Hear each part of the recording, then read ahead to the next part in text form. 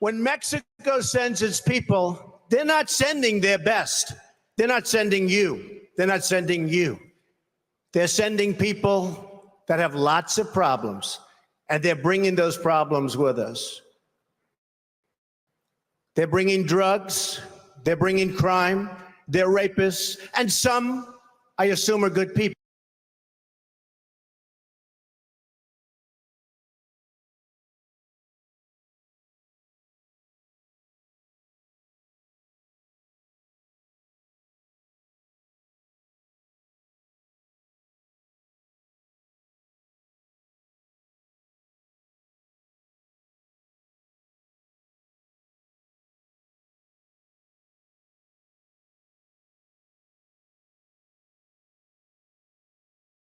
To clarify things now, it's not a Nigerian guy who killed the taxi driver. It's a Tanzanian guy who shot dead the taxi driver.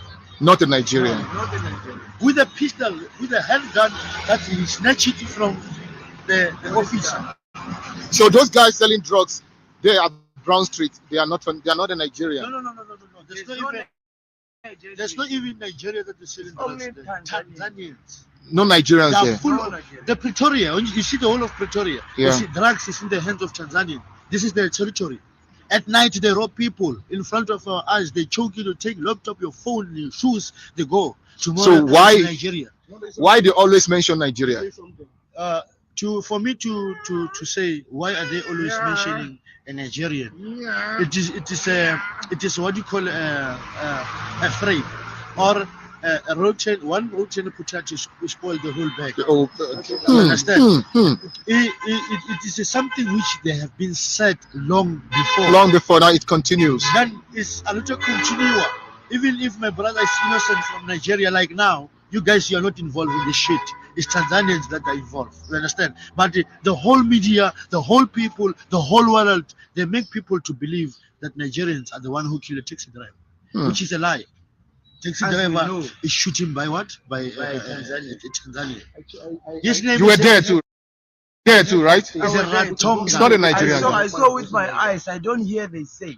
I saw with my eyes. It's not a Nigerian. It's not a Nigerian. It's a Ratonga.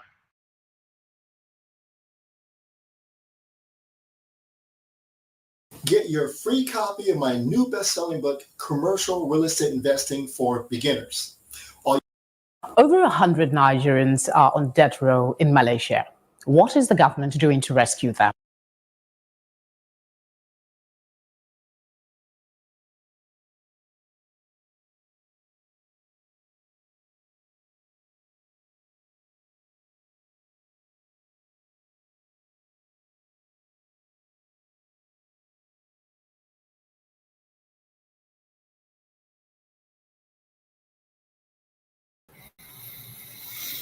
All right. Shut up. So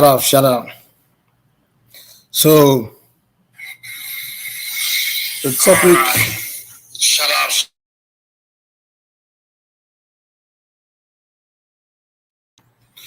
So basically, I'm filling in today for one man in Kaizo. All right. So basically, the topic today is kind of like, what do Mexicans and Nigerians have in common in terms of stereotype? Now, what do I mean? What am I trying to explain? Well, you saw the first video with Donald Trump. Describing illegal immigration. Referring to the southern border. And when he speaks, he only mentioned one country, Mexico, Mexicans. However, anyone that really know the facts, you know that border, the people crossing are not just Mexican. It's the whole South America, South Central America. However, the stereotype is Mexico. It's just Mexico. Wacom, he doesn't mention Honduras, Guatemala, all the other countries there, El Salvador, but it's only Mexico. Whereas the illegals come from all the Southern America, South Central America. The same thing So it becomes in America, anyone that lives in America would know. Like when we say an Hispanic person, oh, we just say the Mexican. Or maybe an Hispanic person commit crime or does something, oh, you say the Mexican did it. The Mexican, the Mexican. So it's like the Mexicans have been the representation of all Hispanics, So whatever crime is Mexican. So when somebody said they're from Mexico, we think, oh, okay, that thing that happened, oh, you Mexicans are the one doing it. Whereas someone said they're from El Salvador or what they call it, all the other countries in Central America, we don't say, oh, we don't think of illegal immigrant. We don't think of them as illegal immigrant, or we don't think of them as the people that they're doing the crazy things. The second video I played was in South Africa where the South African street guys were saying, yo, these Tanzanian guys, they control section of South Africa with drugs and, they're running drug games and things like that. But then anybody can come on and bet that they would never hear like when the South Africans are talking about the drugs being sold in the country where they will mention Tanzanians. They will just say it's the Nigerians. Well, I don't want anyone to misunderstand me. The Nigerians in South Africa, they're Nigerians in South Africa, absolutely. They're doing the crime and drugs and things, yes. And I categorically condemn it. It's barbaric. And South Africans have every right to be pissed off at Nigeria as a whole, whatever, for the stupidity of those few Nigerians. I'm in cahoots with that. I don't want anyone to mistake me thinking I'm giving, trying to by chance excuse Nigerians. But the point I'm trying to make here is that it seems like the other West Africans or Central Africans seems to be getting away.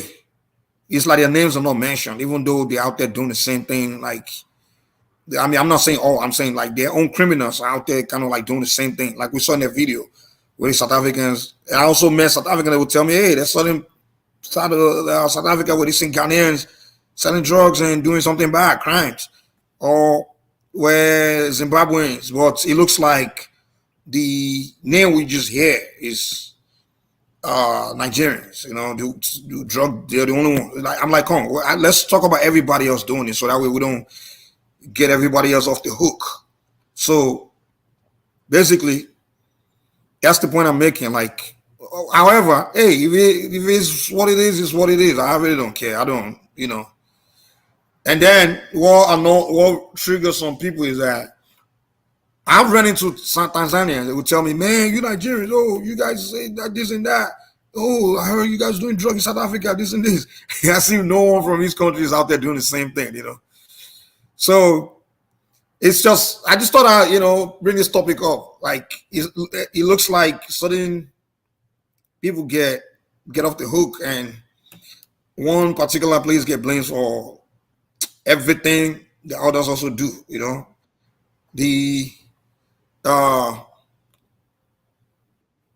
what they call it, in South America, like if you live in America, whenever an Hispanic person does something, they'll say, oh, the Mexicans did it, the Mexican.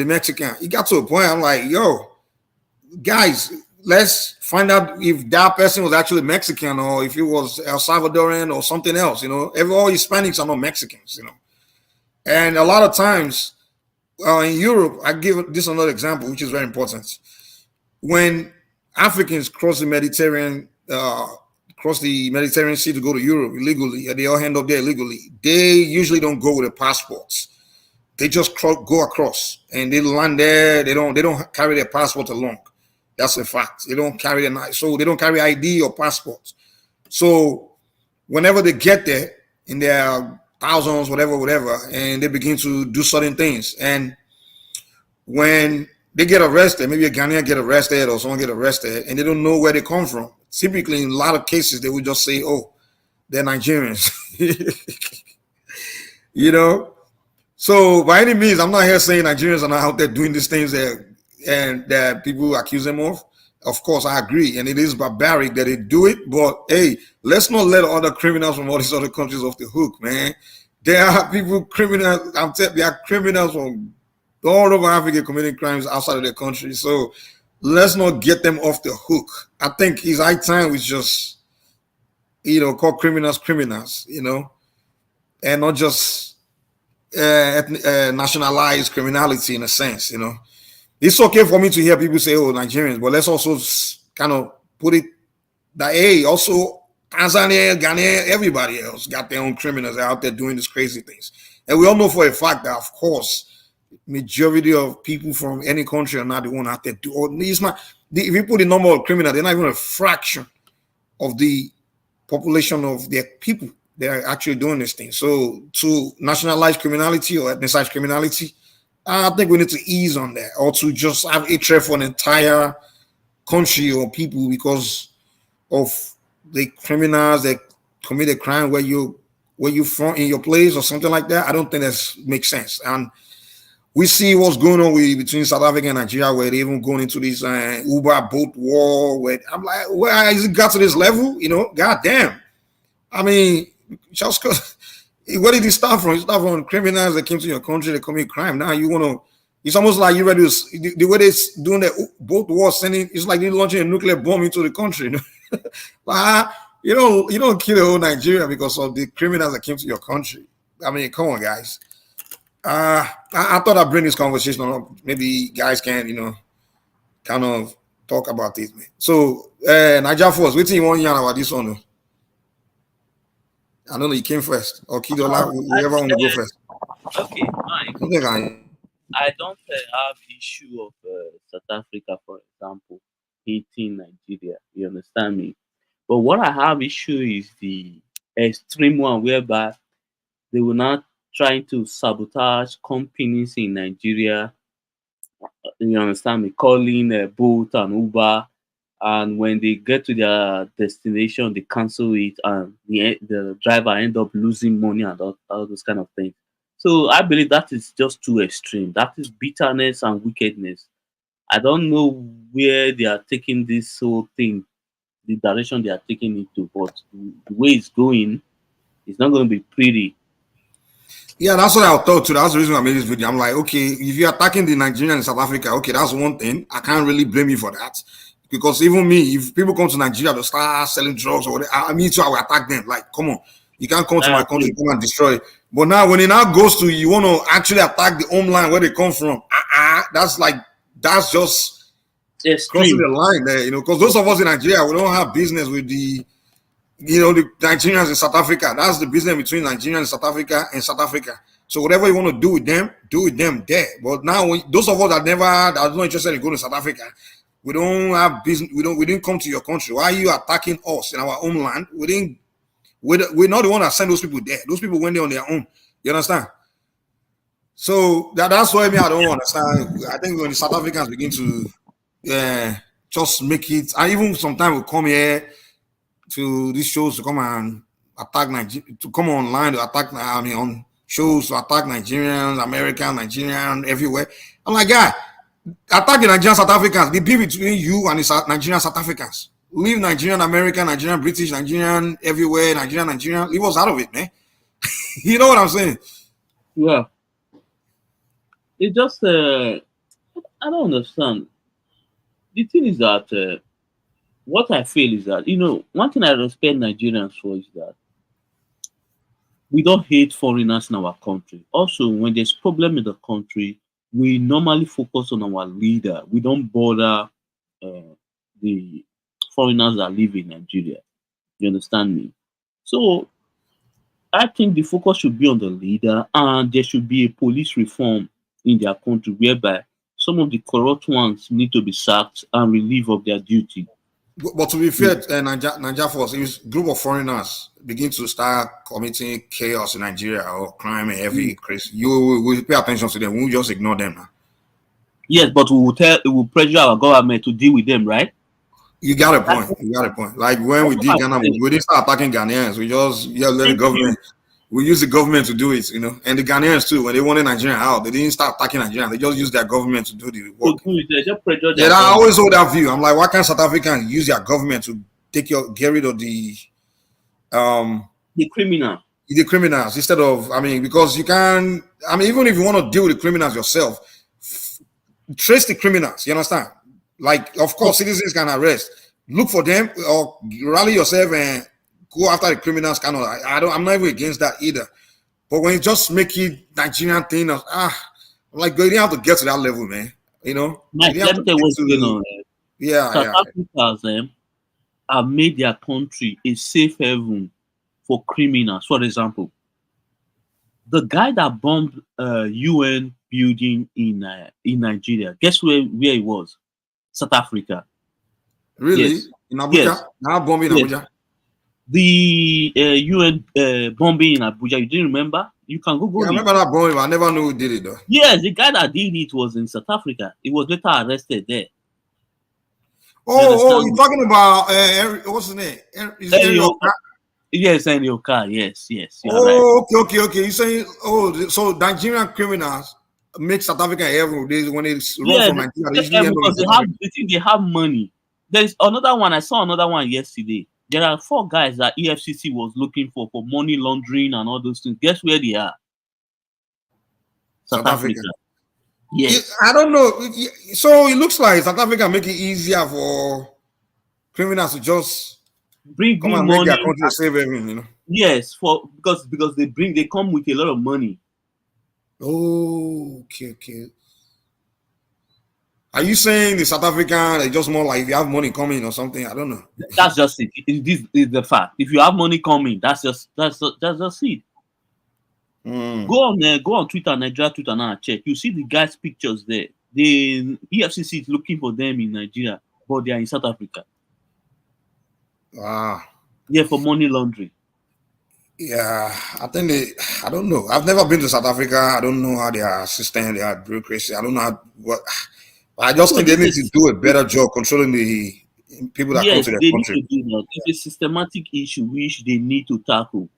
We are not because you know the funny thing, the first time I was hearing about Nigerians being drug dealers in South Africa, I'm like, I couldn't believe it because in Nigeria we don't have that. Those Nigerians are not doing it in Nigeria. You understand? Yeah. Like we don't have that big problem in Nigeria, like Nigerians selling drugs all over the corner and things like that. But I'm like, so how come if they're not doing it in Nigeria, how are they able to be doing it in South Africa then? So that's why I'm wondering, like, because in Nigeria, there's no way you be selling drugs in corners and people will not deal with you. You understand? Like, the community will deal with you quick. Mike, let me tell you what. Anywhere there's white people, you will always find drugs there. Because it seems like they cannot live without those things. Those things will always be there, alcohol and drugs. That's true. Most white drug countries, where even in Colombia, they ship drugs to white countries. I don't know what it is, white people and drugs. Yeah. Like the whole South America, where you find the most junkies is United States and maybe Canada. But then the drugs, where the countries where the drugs are coming from, Colombia, Mexico, you won't find junkies there. Thank you. The business is a supply and demand business. The reason why you don't find it in Nigeria because nobody is interested, nobody have money to spend for those kind of things, except the few ones that have money.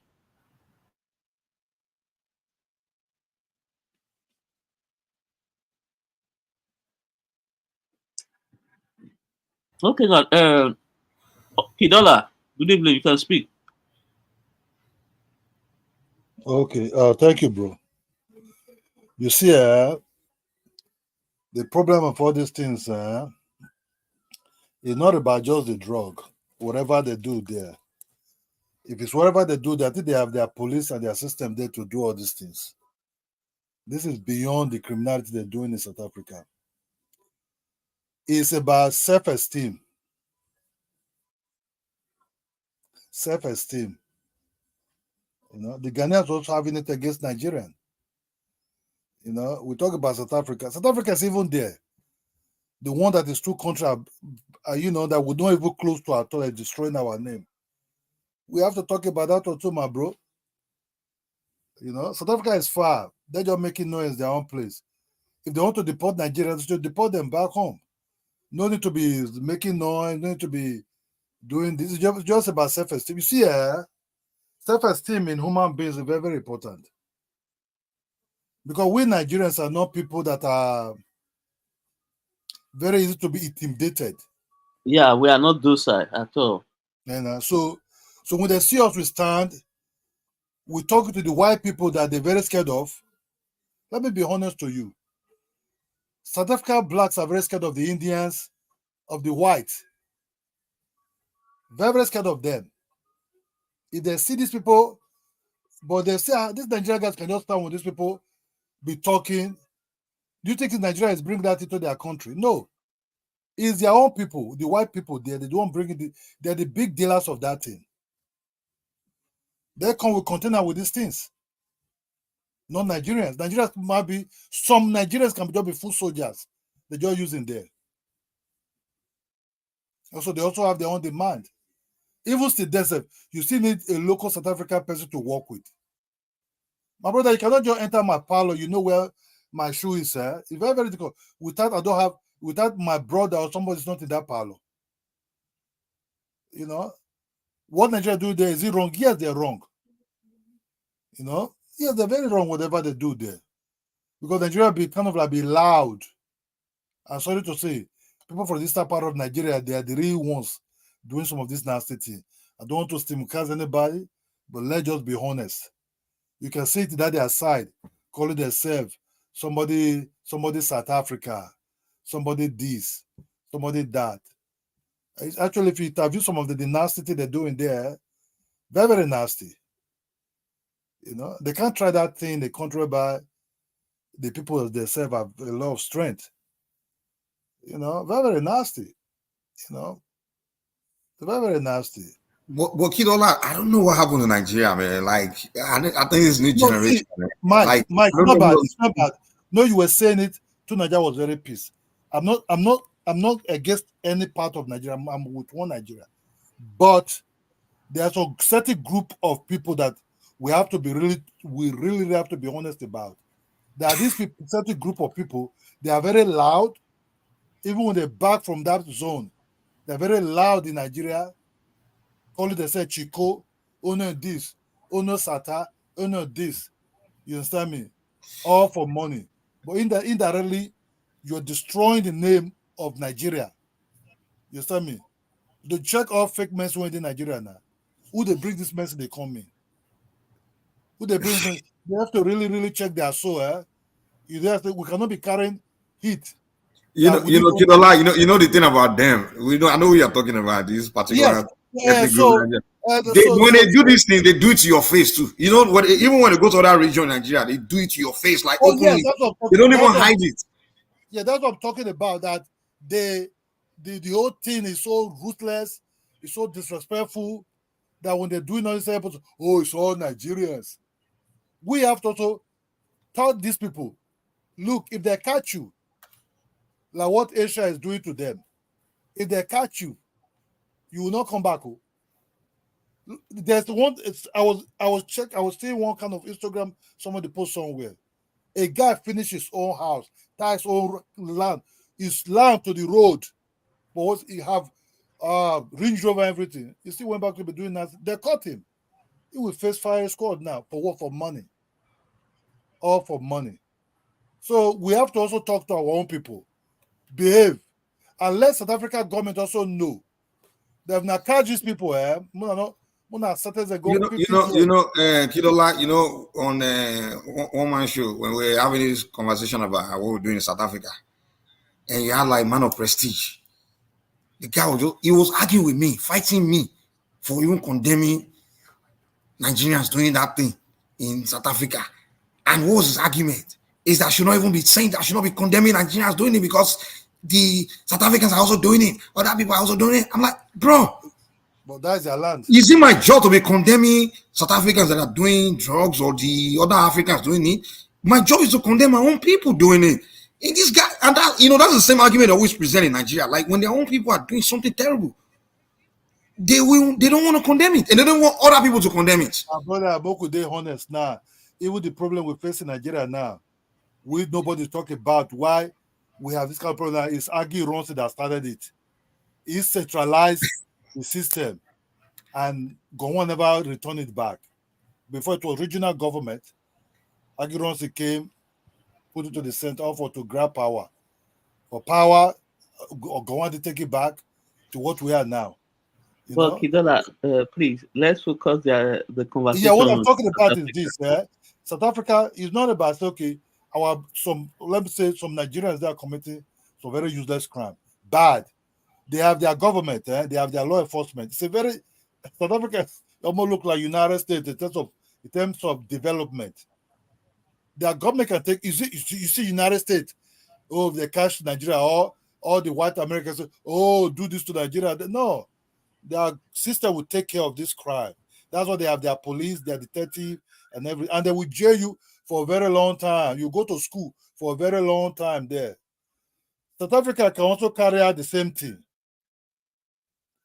Cut them, jail them. If they think somebody in Nigeria is having pitiness for them for criminals, when we don't sanction, we don't want criminals in Nigeria also. But coming to disrupt our businesses, them say, I think the mistake they made, they thought that Nigerians doesn't have internet. Nigerians cannot, I think they have one kind of mind. In Africa as a whole, Nigeria is far more this kind of internet savage. They are very, very good at it. That's what I was thinking too. Maybe they thought they're the only ones that have internet. Yes. And when they did this thing, they were surprised. Not even Nigeria diaspora, they even take care of this thing now. Just ordinary Nigerians inside their house there. You just give job to these boys. Yeah, they started firing. Most Nigerian youth have this working to TV and computer in their pocket. You know, you don't do things that will disrupt economy. You can do your banter, make big mouth, everything. It's okay. But going too far, you will start. Look, South Africa is running under, like United States, service economy. Nigeria is not really on that service economy. I want to see cash I carry. Pay before you carry. You know what I mean? Before you go. South Africa has service economy like United States, Europe. So South Africa will get it more than Nigerians. And the population of Nigeria of youth that are very technological know-how is more than their own population. You don't try that. You know, I hope they learn. I hope here and there, they should not take it too far again because, sorry, let me say, you just open the door of some really, some Nigerian boys that you don't want them to penetrate into your system. Just, they should stop this economical banter and do with their mouth or, you know, be friends again, you know. But for the criminals, the Nigerian criminals, I think they should jail them or deport them. Jail them, deport them, hand over to Nigerian government, also jail them too. Yeah, I really thought it crossed the line with that Uber thing or that boat. I'm like, that's just stupid, man. You hate people to that extent. I mean, with the Chidinma one, I'm like, okay, this is, well, it's fine. I can understand that. You know, change the gear. Don't want that. It's your country. But when you start shooting across the border, you don't get cross line without to, you know. Well, chance. That means they are declared war. You start shooting across the border. I'm gonna cool down. Let's hear from Chance, man. Man, what's up, man? What's going on? What you guys are talking about? Well, what we're talking about is, the main topic is what the stereotype the Mexicans and the Nigerians have in common. So to put it in context, basically, like I initially played the video when Altron was talking about the illegal thing, and the only country he mentioned was Mexico. And I'm like, yo, in that border, when somebody from Honduras, El Salvador, the whole Central America, South America want to come here illegally, they don't fly, they don't use boats, they go straight to the border. So they all go through Mexico and come to the border. So the people, illegals, is not peculiar to the Mexicans. It's the whole South American that are doing it, you understand? So now translate to, now play another video where some South Africans in South Africa on the streets. One Nigerian person was asking a question about the crime that happened, something that happened, and they were like, oh, it was the Tanzanians guys that did this on Tanzania group. Yeah, they control drugs trade in some area. That it's not the Nigerians, it's Tanzania. That people just like to mention Nigeria. They're the guys that were arrested, or that because people are saying the group of people that are committing that crime with Nigeria, but the people are no, they are Tanzanians. So it's kind of similar in America. When a Hispanic person commit crime, we say it's Mexican. We call Hispanics Mexicans, but it could be a Honduran or a Salvadorian that did the crime, but we say, oh, the Mexican guy did it. So like in South Africa, sometimes when they post some people that do something, and they are from maybe West Central Africa, they'll say, oh, the Nigerian. So it's like we take the name for everything, you know. So that's why I'm like, they hey, don't know how to like. Yeah, most people they don't know how to differentiate. yeah. We tend to look at one group of people and then they all like this, all of them are like that, and trying to compare them to other people. So I mean, when it comes to what Nigerians and Mexican, I mean, Mexican are hardworking. That's one thing I gotta say we have in common. We are very hardworking people. Nigerians too. No, Yes, no, no, no, there's. no, no. It's not really about what we have in common. I'm talking about the stereotype. That stereotype You talk of about the you talk crime. about the Yeah. negative. Oh, okay, Yeah, no, no, the negative crime. No, aspect. no. Basically, it's not really sure about Mexican, Nigerian. No, it's basically like how the stereotype of how they carry the stereotype of the whole South America, like crime of South America. They carry like basically when a South American person commit crime, it could be El Salvador, it could be Honduras, it could be someone from Colombia. They would say it's a Venezuela. Mexican. You understand? They would Yeah, say it's a Venezuela. Mexican that did it. People don't know the difference. Like in America, I'm pretty sure you live in America. When people see Hispanic person, they will call him Mexican.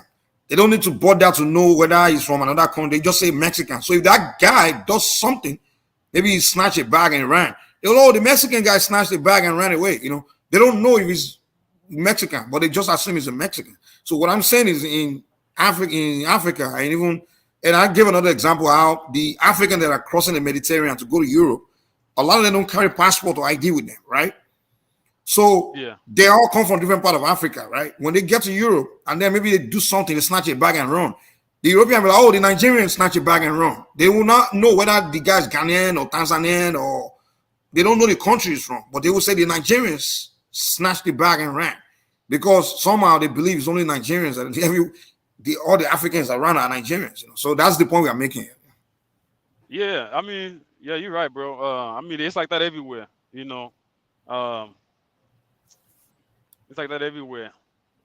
Like this comment now, look, you say like Mexican can be private and skyscraper. Like if you go to those construction sites, all those guys are not all Mexican. They are just Central No, Americans. they're not all Mexicans. I mean, Exactly. they are the majority, but not all of them are Mexicans. Exactly. So El Salvadorian guy too is there to build bosses out, working hard. When you go to that construction, you start asking them, where you from? Where you from? Because I've been to those sites. You be hearing, I'm from Honduras, I'm from El Salvador, I'm from Colombia, well, we all believe they're all Mexican. Oh, he's a Mexican doing all this skyscraping, pyramid. It's not just. It's just that's the point I'm making here. Hey, but you know that people don't got time to be trying to. Like I said, that's why it's good when we go outside of our space. We need to respect and follow the rules and regulations, right? Because nobody got time to be stopping you and trying to know where you come from. And once they see you black, they all black people are like this. If they see brown people, all brown people are like this. If they see white, they're all like this. Like how some people they will say all white people are racist, but not all. Goddamn, we're not. Mike, not all white people are racist. You know that, right? But everybody tends to do that. They tend to generalize all of them are racist. No, not all of them are racist. Some of them are good. You can be friends with some of them. But that's how the society is. People don't got time to just to get to know people. What happened in South Africa? That one is sad. I mean, like I think I was listening to Kidola. We know the people that are doing it. The majority of people that are doing it, right? And we need to condemn that. We need to call it out. They don't like it. We need to call it out. He's making all Nigerians look bad, right? And not only Nigerians, even other Africans too. Like you said, some Tanzania when they do something that bad, they will say, "Oh, they're Nigerians." Is some people from Central Africa?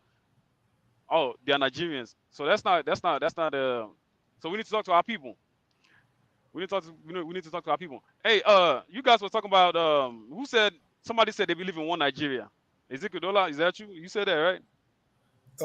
When I mean yes, I said I'm not. You come with some people to why are you tribalistic? So I said no, I'm not tribalistic.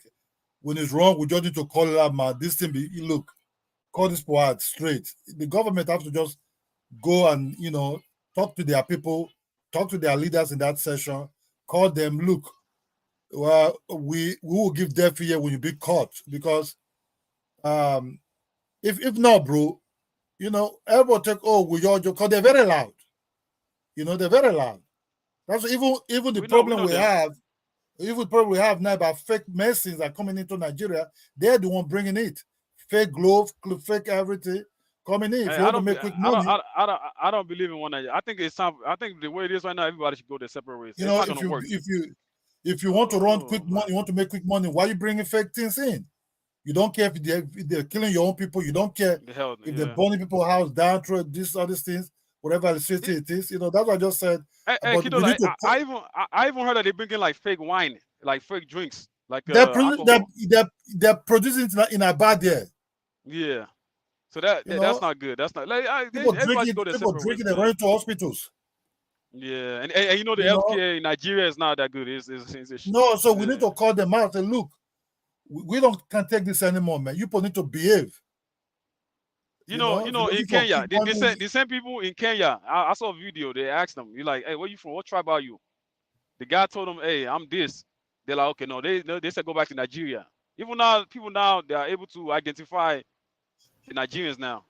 So Yeah, I hope, man. I think it will mix. One thing I wish is the whole world can know the difference between the ethnic groups in Nigeria, man. Because guys, think about it. Like Northerners, for example, they don't even have anything to do with the whole South Africa or anything. You know what I'm saying? Like going there. They're not even going there. They're not even going there. Well, when they show the Nigerian passport, people just think they are responsible for those things. We just used to control. But I think it's time for them to go. Like they cannot be part of. I think I don't believe that one Nigeria. I think everybody we don't speak the same language. Our culture is not the same. Our mindset, our behaviors it's not the same. So why we got to be one? My brother, just do money, look for money. You will just disgrace the whole shit. The old people, right even your own people too, as well. Because you make your own people look bad. Amongst them. Kido, I know what I found out. I was talking to one Yoruba like that from Agege. Like he was telling me about what happened. He said what happened with the image of Nigeria about the drug thing. He said, don't get me wrong. He said in the 90s, the Nigerian drug dealers, right? They've been in the game since the 80s, 90s, and stuff like that. He said, but no one knew. Just like he said, every country, in fact, they have their people involved in the drug trafficking thing, but they don't give the image of their country. They don't give their country that image, because when they move drugs to another country, the way they do it, they don't trace when the police do a bust, it never gets traced back to the country of origin in a sense. For example, he said, the guy told me, he said, like, let's say Yoruba man or Benin man now, that's into drug trafficking, right? Let's say he sees a way, avenue to get it to maybe Malaysia or something. He said he will go and team up with a local Malaysian drug baron, right? And then he will use that local Malaysian drug baron to do the pickup, the transport, everything, and take their thing to their country and be the one to do the street dealing and everything, right? And then that Nigerian guy, the Yoruba guy, or he will just get his own. It's kind of like, hey, take and go, kind of collect your own. But in that way, let's say the drug worth, let's say drug that worth 100,000. Now that Nigerian person that just hand it to him and move on, get 20,000 out of it, or 30 or 40,000 like that, right? Or let's say 50,000, and then now the Malaysian man will take the whole 50,000 and go and make distribute and make his street boys get maybe 10,000 out of it, whatever. They share the rest. But he said what happened was, when the Southeasterners got into the game, they became so greedy that they want the maximum. You understand? They want the maximum, like the entire 100,000 to be. They control the whole money. They don't want anybody like the local drug dealer in that country to even cut. You understand? So what they would do is, he said, they will not go and set up a business in that country, a shop, right? Like they are selling clothes or something like that. They will not be transporting boys from Southeast, from their homeland, to go and be working in that shop. And I will not be using them to be distributing drugs in that country. So now, at the end of the day, what happened is, when the police start trying to investigate, find out who's doing what, they will end up arresting those boys, right? So now, when they arrest you, compared to back in the days where if the police, when the locals are the ones doing their own street distribution, when the police arrest them, they only see their own citizen as the drug dealer, right? Now, they can't really trace the origin of that drug, you understand? Where it come from, they don't know. So We didn't have that image back then. But now, when they're arresting drug dealers on the streets, they arrest one Igbo guy from Enugu that can't even speak. I'm like, well, how the hell did you get here?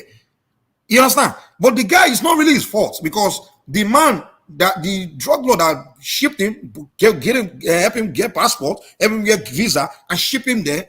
He didn't really educate. The guy's not educated now. Kilola. If you go carry one boy from Benin, no go school, no anything, you tell him, say you want to change your life, you want to change his life, you get him passport, you get him visa, and then you ship him to India, and you give up, rent an apartment, put him in that apartment, and begin to give him instruction on how to move, what to do, what to try, go and deliver.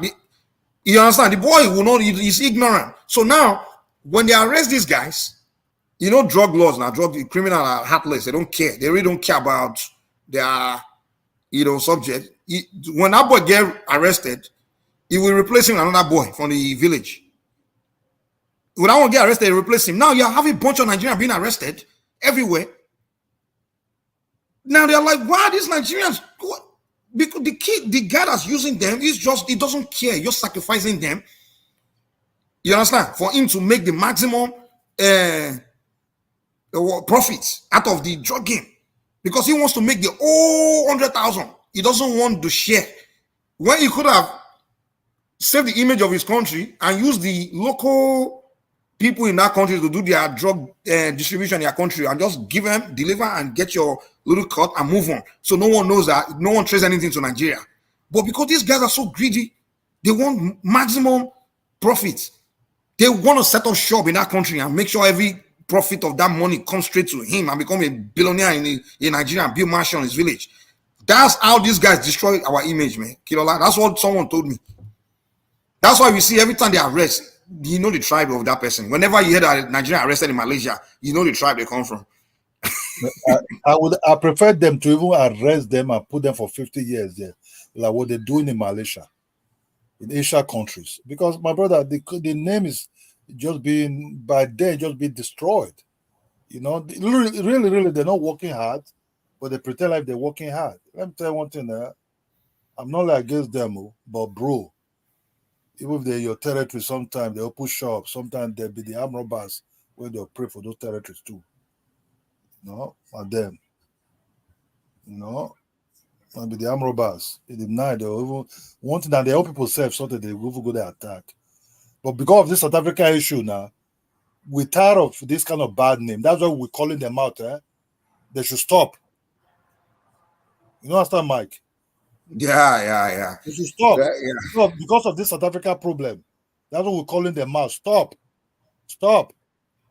Even United States, if you check their names, the same people. They should just stop.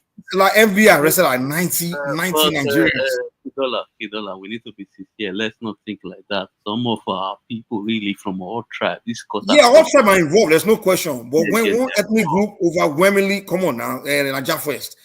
When one single ethnic group is like 80% of it, god damn, man. Nigeria first. We need to be strong to call them out to stop. Otherwise, they will never stop. South Africa issue have make us understand, look, man, we have to look in our house. Okay, what I want us to do, let's just call them out as in Nigeria. I don't want us to make it about. Yeah. What I mean, because we're Nigeria, that's what we're saying. We have to look inward. Who is destroying this name? Among ourselves, we have to call it out. I'm not saying we'll go to South Africa and say, hey, this. Nigeria first. At one point, we have to come on now. We among ourselves, we need to call it out. Let them stop. Let them stop. And we have to call it our own bad ones. We need to call them out. You understand me? I agree. When it comes to our bad eggs, I want us to, call them out. They'll do the Tiffany. They'll go to write Rose Red for Nigeria. They call the say now Chaka won with this Aaron won the billionaire, but on our head, destroying the head of our people, spoiling the name outside. You understand? That's what we're calling it out. Not say look at Chidima. When everybody support Chidima, did they say Chidima na Igbo girl? No, we all support her because it's a Nigerian. Will Chidima make it Nigeria? Hell yes. She'll make it there well. She's even in the right hand herself. You understand me? But we also have to check. Obama will stop this thing. Our name might just be destroyed in some of these places. Nigerian first. I will tell you before, I would never talk like this. Like, because I know my own people are involved too, you understand? But the fact of the matter that I know for a fact that majority are the people that they are really, really into it to the point where they don't even care. Like, they don't care at them. But I still don't ever say it's them. But where I begin to have problem is whenever we're not saying let's condemn this, I just know they are the only people that will come and argue with you. Like, no, we can't. I mean, come on now. Like, we had this conversation on platform, on one platform. Literally, everybody else, even those guys that were dead, Yoruba guys were dead. We all condemn it. They are the only people that were They were even fighting other Nigerians for condemning what Nigerians are doing in South Africa. I'm like, when you know, saying that your people they do this thing pass now you supposed to even condemn pass. You know, it's not even me that should be doing the most of the condemning because it should be you. But now at the point, it's like they don't care, man. They just, I mean, like. And one guy named Des. The guy was like, well, if you're Nigerian, why don't you let us go? He said, give Biafra now if you want it to stay, if you don't want your image. I'm like, see what this guy tell me, man. Look what this guy's telling me. You know?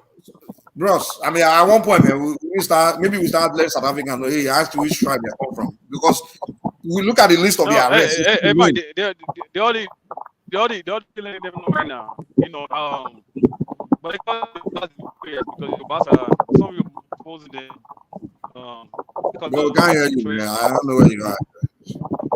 Yeah. Oh, you said what? Can you guys hear me now? You need to increase your volume. Chance, you need to increase your volume. Your mic is cracking. Yeah, your mic is cracking. Increase your volume.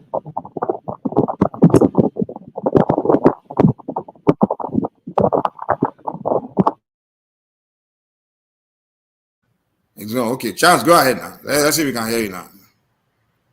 Can you guys hear me now? No? Yeah. Okay, now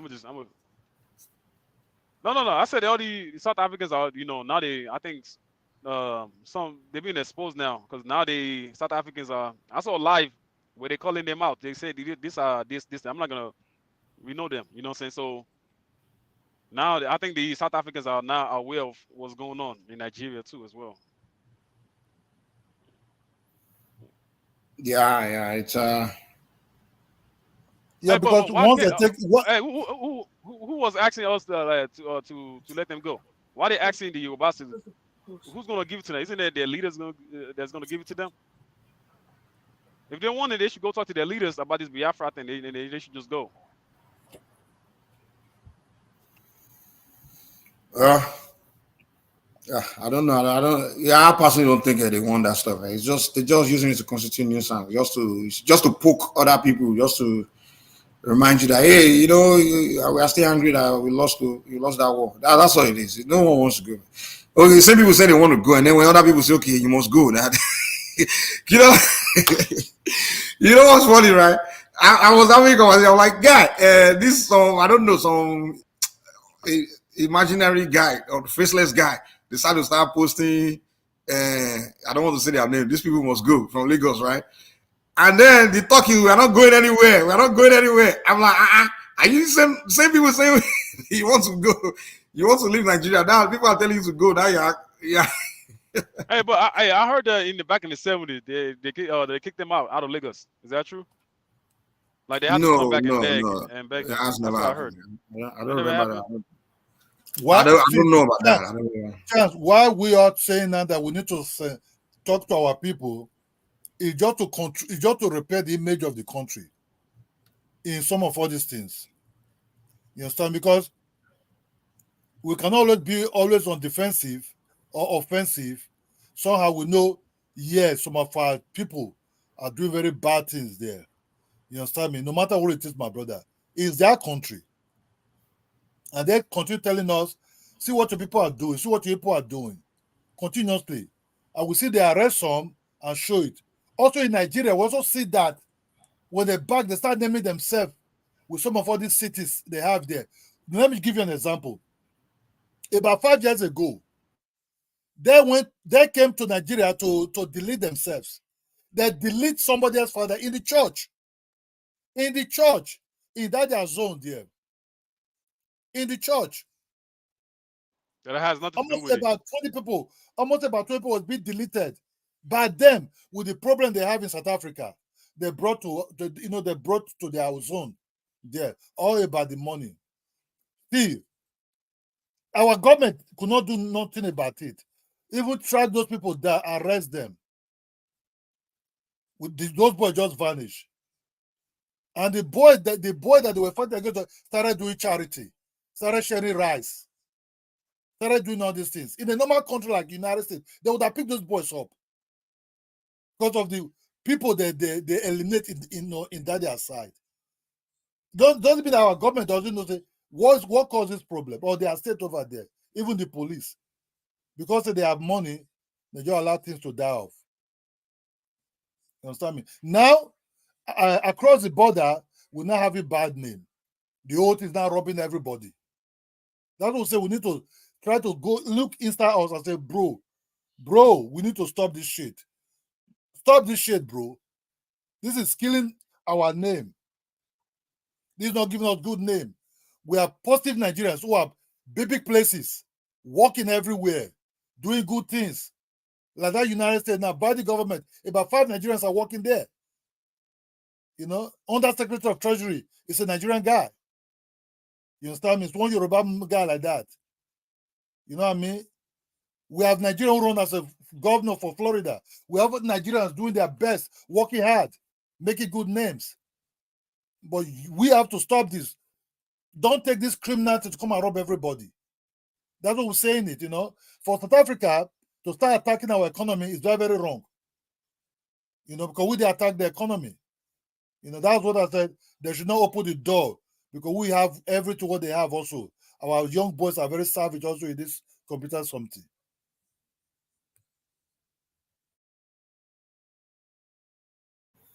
Let's hear from Prince. Prince, how you say that name? Is it Principe? I don't know. Yeah, what's up, bro? Can you hear me? Yeah. How you say your name? What the hell? What does that mean, man? It means principle like matters and clear. So principally, Okay. You're Asian. Okay. Asian, that's an Asian name. Yes, sir. I wanted to say something real quick because I think Chance was saying something like that the country need to go their own way. I think the country need to do the opposite. I think the criminals are exploiting the borders, so they're skipping out between the borders and going to weaker state police where there's no SARS and everything like that to exploit. South Africa is just the prey of the criminals. That's how I see it as an outsider looking in.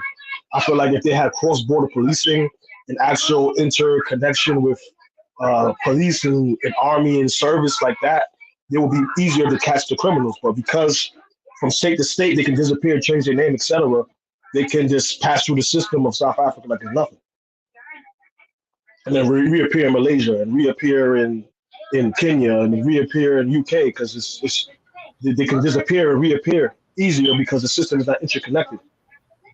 What do you mean? I'm confused. Like, what system is not interconnected? The different police and army systems of Nigeria. Like say SARS know about some of these criminals. Once they leave Nigeria, they can just do whatever because nobody knows who they are. So they can increase their criminality because there's no interconnection between Africa. Even the same thing for Boko Haram. They exploit the borders. The fact that you can just leave from Nigeria to Niger or Nigeria to Chad or wherever, there's no interconnection between the police forces of those nations, but there's interconnection between the criminalities of those different nations. You get my point? Yeah, so you're saying the solution is for what? To have It's not the case. You need visa to go to South Africa, for example. You need visa. You can't just walk down to there. It's very far away. It's like about 6 hours flight. You can't just cross border. You gotta get. They claim there's a lot of illegals though. I think I get what he's saying. Hey, but do they do like a background check like before you travel? Because I don't think they do that in Nigeria. Before you travel.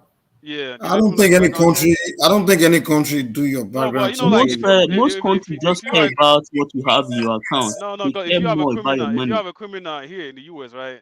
There's they're gonna they're gonna put you like on red flag. Like they're gonna, you cannot travel to certain places. They will not allow you. Well, how wouldn't you say Nigeria is doing background check? How would they know? Nigeria is not like United States where But that's what we need though. We need to start doing that. Because we over don't here we don't have they'll put that like a red level of. dot. They'll put a red dot, red flag, so that Sometimes we don't have that luxury yet. We don't have have, that. not on that level, yeah. And secondly, most of these guys, they don't have criminal record in Nigeria. Trust me, they no one has. It's Yeah, not, they don't. the people that do all this kind of stuff, they've never been arrested in Nigeria before. Trust me, They they don't learn, many know. of them learn it in that location. Maybe they were Yeah, there, exactly. they didn't find jobs, they decided to venture into criminality. So that's how it is. And let's be honest, most of the locals are highly, highly involved in that thing because without them, all this is not possible at all. Yeah. The locals are highly involved. Yeah, you can't get things done without hooking up with the locals now. It's not possible, man. Yeah, I mean, yeah, it's. I mean, we got to address it, man. I think Nigeria, we need to address it, man, because Yes, I don't even understand like how this generation become like that. Even with they this did thing not I'm here, I'm collect. like, when I was growing up, man, we didn't have this kind of mentality like that. It was more like few people, but now I'm here like Nigeria. I'm like, what the heck is going But on, man? I see me there, for example, South Africa should. But one thing because whenever I engage South Africa online, they try to excuse their leaders, and that is bad. When you try to excuse failure,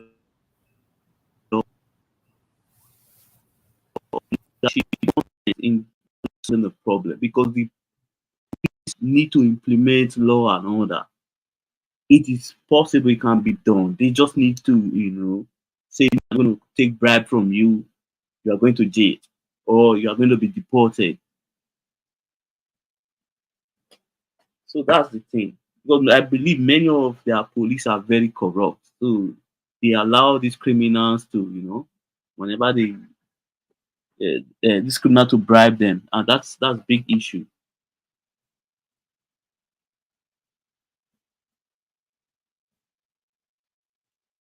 Well, I think I don't know, but as you said, we need to talk to our people so other people can speak. Chance or Kidola. Yeah, it's sad, man. It's sad. It's making all of us look bad. You know what's crazy? I had a job a long time ago where one of the manager and the guy used to work at like he used to work for for like those security like what do they call them? The people that be busting drugs and stuff like that, right? And this guy, he was saying, "Man, I hate Nigerians. I hate Nigerians." And one of the guys that got close to him asked him like, "Hey, why you hate Nigerians?" He was like, "Oh, because most of his cases that he used to have, most of them were Nigerians. So that they do so much crime, they sell so much drugs and stuff like that. And it's crazy In which because country? Where? here in the U.S., bro, here in the U.S., Selling drugs in the U.S.? yeah, even here in the Nigerians U.S. selling drugs in the U.S. Yes. They do. Ah, It was a white guy. He said, man, he doesn't like he hate Nigerians. They commit That's too much fake news. crime. I think what he was saying, he So, saw them online.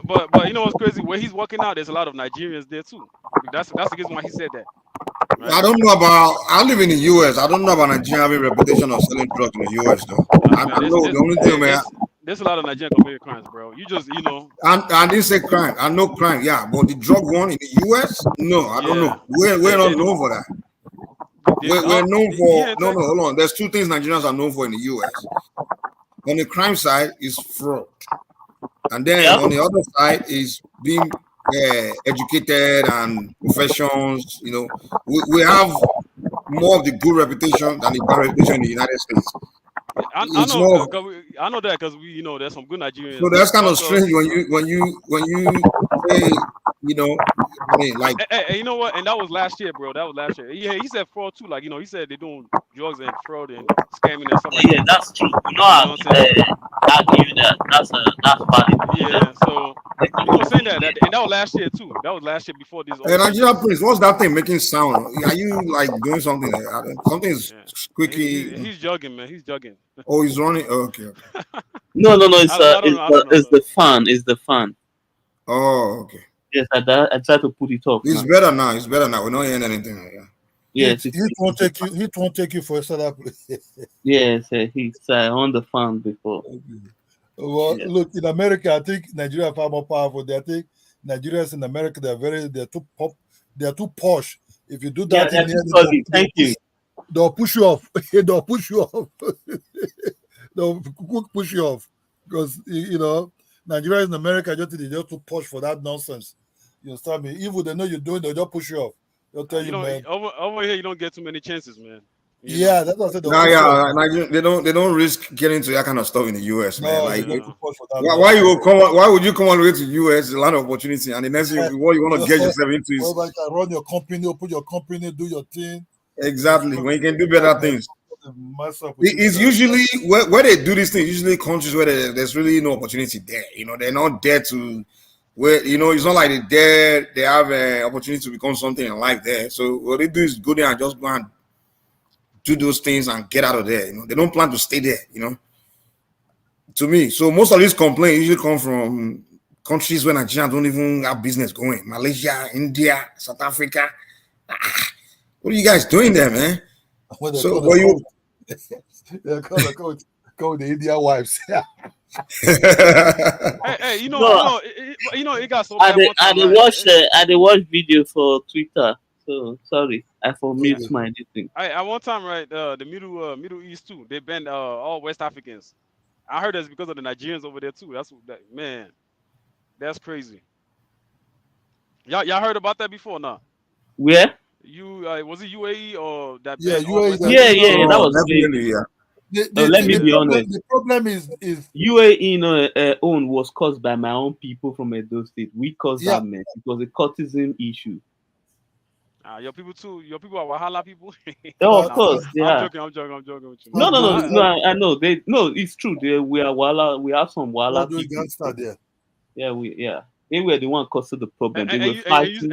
you see how that affected all West Africans, right? Togo, Yep. Ghana. I'm like, man, we gotta start, calling it out, man. It's not good. It's making all of us look bad everywhere. That's not You know what makes it even bad? The fact that when a black man walk in a place, you're already black. It's like you're already noticeable and you're very intimidating because you're huge, and then some of them won't believe how to take their women. That enough is already enough stress on you. Now you want to add to it. I'm like, come on, what are you guys doing now? That's already a red flag. You already have this stigma on you. Now you want to add to it, make yourself even look worse. I'm like, I don't get it, man. You ain't living with other race of people, man. You gotta try to behave yourself. Give yourself at least some positive image, man. Don't give yourself more add to your negative image because those people are already stereotyping you anyway. Because those people, they will when they want to talk about you, they don't want to say anything good. They want to talk bad about your country where you come from, like you're poor, you live on trees and stuff. They already don't really like you like that, But now you're giving everyone more reason to even I don't understand, man. I think our boldness and some kind of way. Look, generally, a Nigerian man that is doing doing right thing, they don't really get intimidated or get scared. Look, Nigerian people, they would look. If a Nigerian man sit or you want to occupy a seat, no matter where it will tell you, excuse me, that's my seat. Boldly, you understand me? So we cannot like people. You see, what I see why the other Africans cannot have issue with us is our boldness. We're very, very bold. You understand? We're just too bold. And most African countries, they don't have that kind of strong will to be bold, and not just the criminality part of it. Why so they have a problem with Nigerians is the way we're able to penetrate some certain places and want to occupy it. You understand? See, a lot of issues other Africans have problem with us is we want to challenge whatever is there. If it's a business, we want to go into that. Most Nigerians are very aggressive in doing business also, really genuine businesses.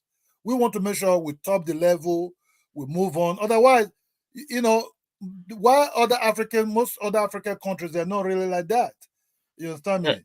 Kidola, we need to be honest also. There's a guy, he's a YouTuber. He went to South Africa. He did he interviewed some of Nigeria business people there. Let's be honest. Not all Nigerians are fraudster or No, that's drug what I dealers. said. No, that's what I'm talking about. There That are a No, lot we who have all know majority of us are knowing to that stuff now. Even yeah, like if I ask you guys, here Nigerians, among all your Nigerian friends or Nigerian relatives or even distance or even professional that you know, if I say how many can you say are actually criminals? It's not you. You probably don't even know anybody as a criminal. That's the thing. yeah. Maybe if you know Oh yeah. someone, maybe one or two, but Oh yeah. it won't Even be. not even self. Even if far self. Because most Nigerians look, that's South Africa you see. So really, there's no job there. Really, let me be honest to you. A South African man will not offer a Nigerian man a job. Most Nigerian guys are creating their own jobs there. Now they have mechanic shop, or they run restaurants, or they run this hairdressing salon, or some of them some of who them they have a supermarket chain. yeah, Like some of them the who guy they they show, he has a supermarket chain. yeah, some of them who One they have transportation like a luxury Uber car. Like he has a so, and some of luxury these car guys, for some rent. of these Nigerian guys do not Then live another one, really sorry, Skidola. There are some another one again. He has a luxury boutique. He make clothes for the president's wife and the president. yeah, Yeah, so Mike, so really in South Africa, for them to give you a job as a real foreigner, even when you have their residence permit, it's very, very difficult. They will not give you the job. Only that what is going on, why the hatred is there, is that some of these genuine Nigerian guys, they will see that these are African, this because they call them Africans everywhere. Come and find out in Nigeria, we just have maybe 3 to 4 mechanic shop. Some of them run heavy luxurious restaurants, fashion design and everything, creating jobs over there, even renting South Africans there also. You understand me? That will can also cause jealousy. Sometimes like what is happening also in the United States, whereby Black Americans see some Nigerians who are working hard, doing their thing, and these Nigerian people don't really want trouble. They just focus on themselves. It's pretty think it's better than us. So some of these Nigerians are in business wise, they are far ahead than any other place like South Africa, whereby they're still learning how to do business with the white people. You understand me? But with the Nigerians, they're already there. They already know how to do business. They're not scared. You know what I mean? And one particular country destroys my brother. We have to be honest also. Ghana. Ghana destroys. Ghana destroys. Ghana was the first country internet start talking nonsense out of their mouth. You know, we just have to be honest, eh? But we're not brothers. We're not brothers. Can I push back a little bit? Yeah, go on, bro. But because I feel like the common person, they meet a Nigerian before they meet a Ghanaian. So I think it's a lot to do with you guys PR. Like even in America, if you guys open more market, like how you call it, market chains, right? Supermarket chains, and hire African Americans and do business with the Black American rich, you'll be received more graciously. The same way in South Africa, it's sometimes it's about how you present yourself. I feel like Nigeria, my personal opinion as a Haitian, is one of the alphas of the black race. I feel like every race have an elite group of blacks or an elite group of whoever, elite group of whites, elite group, Vini, elite group of Chinese, elite group of whoever. These people lead their race, and I think Nigeria, South Africa, Kenya, relax, mama. It's them who's going to lead the race. So they have to have a more. I'm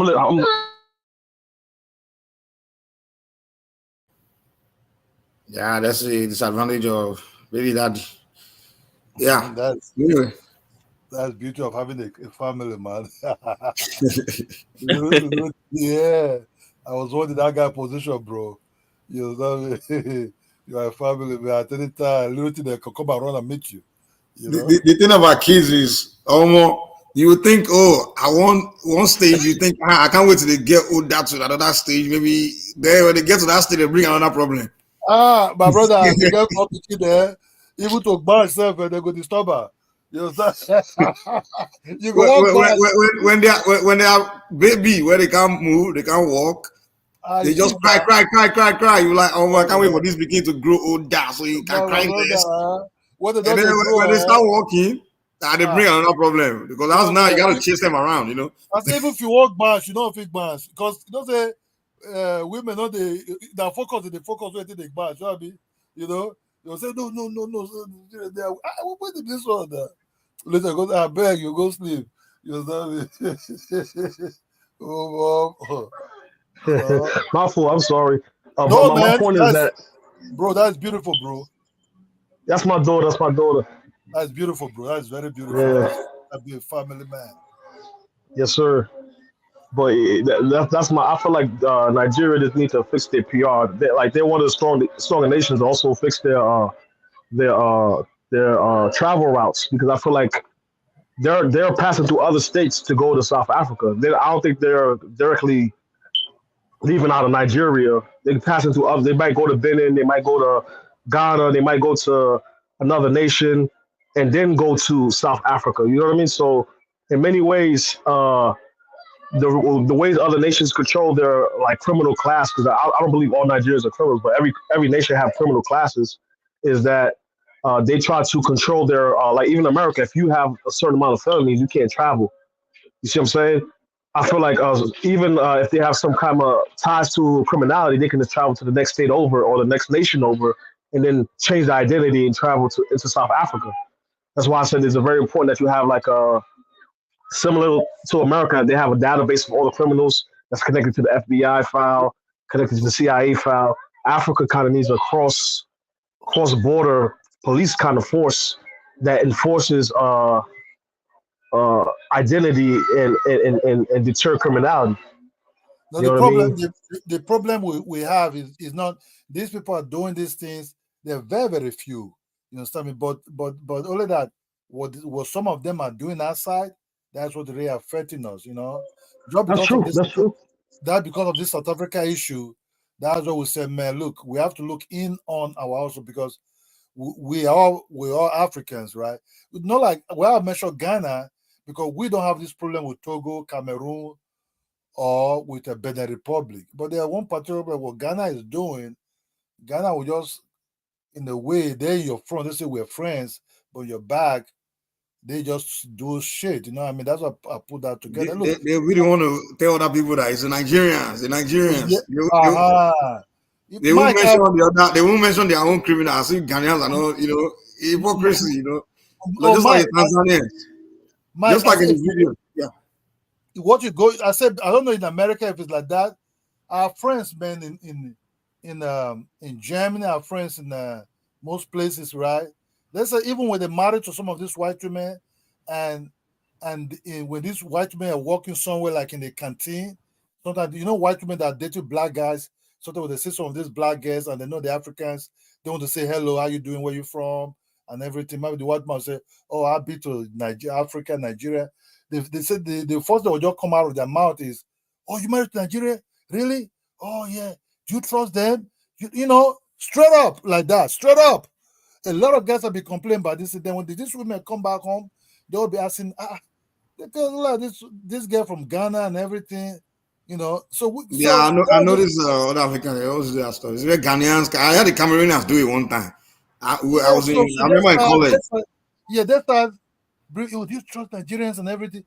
Because they're very they pretend to be very peaceful, or they pretend to be very friendly and everything. They come with that eyes of friendliness and hit boom on if it's a Nigerian person, if you tell Nigerian person, oh, I've been to Ghana or whatever, okay, you like it there? Good. We just move on. Exactly.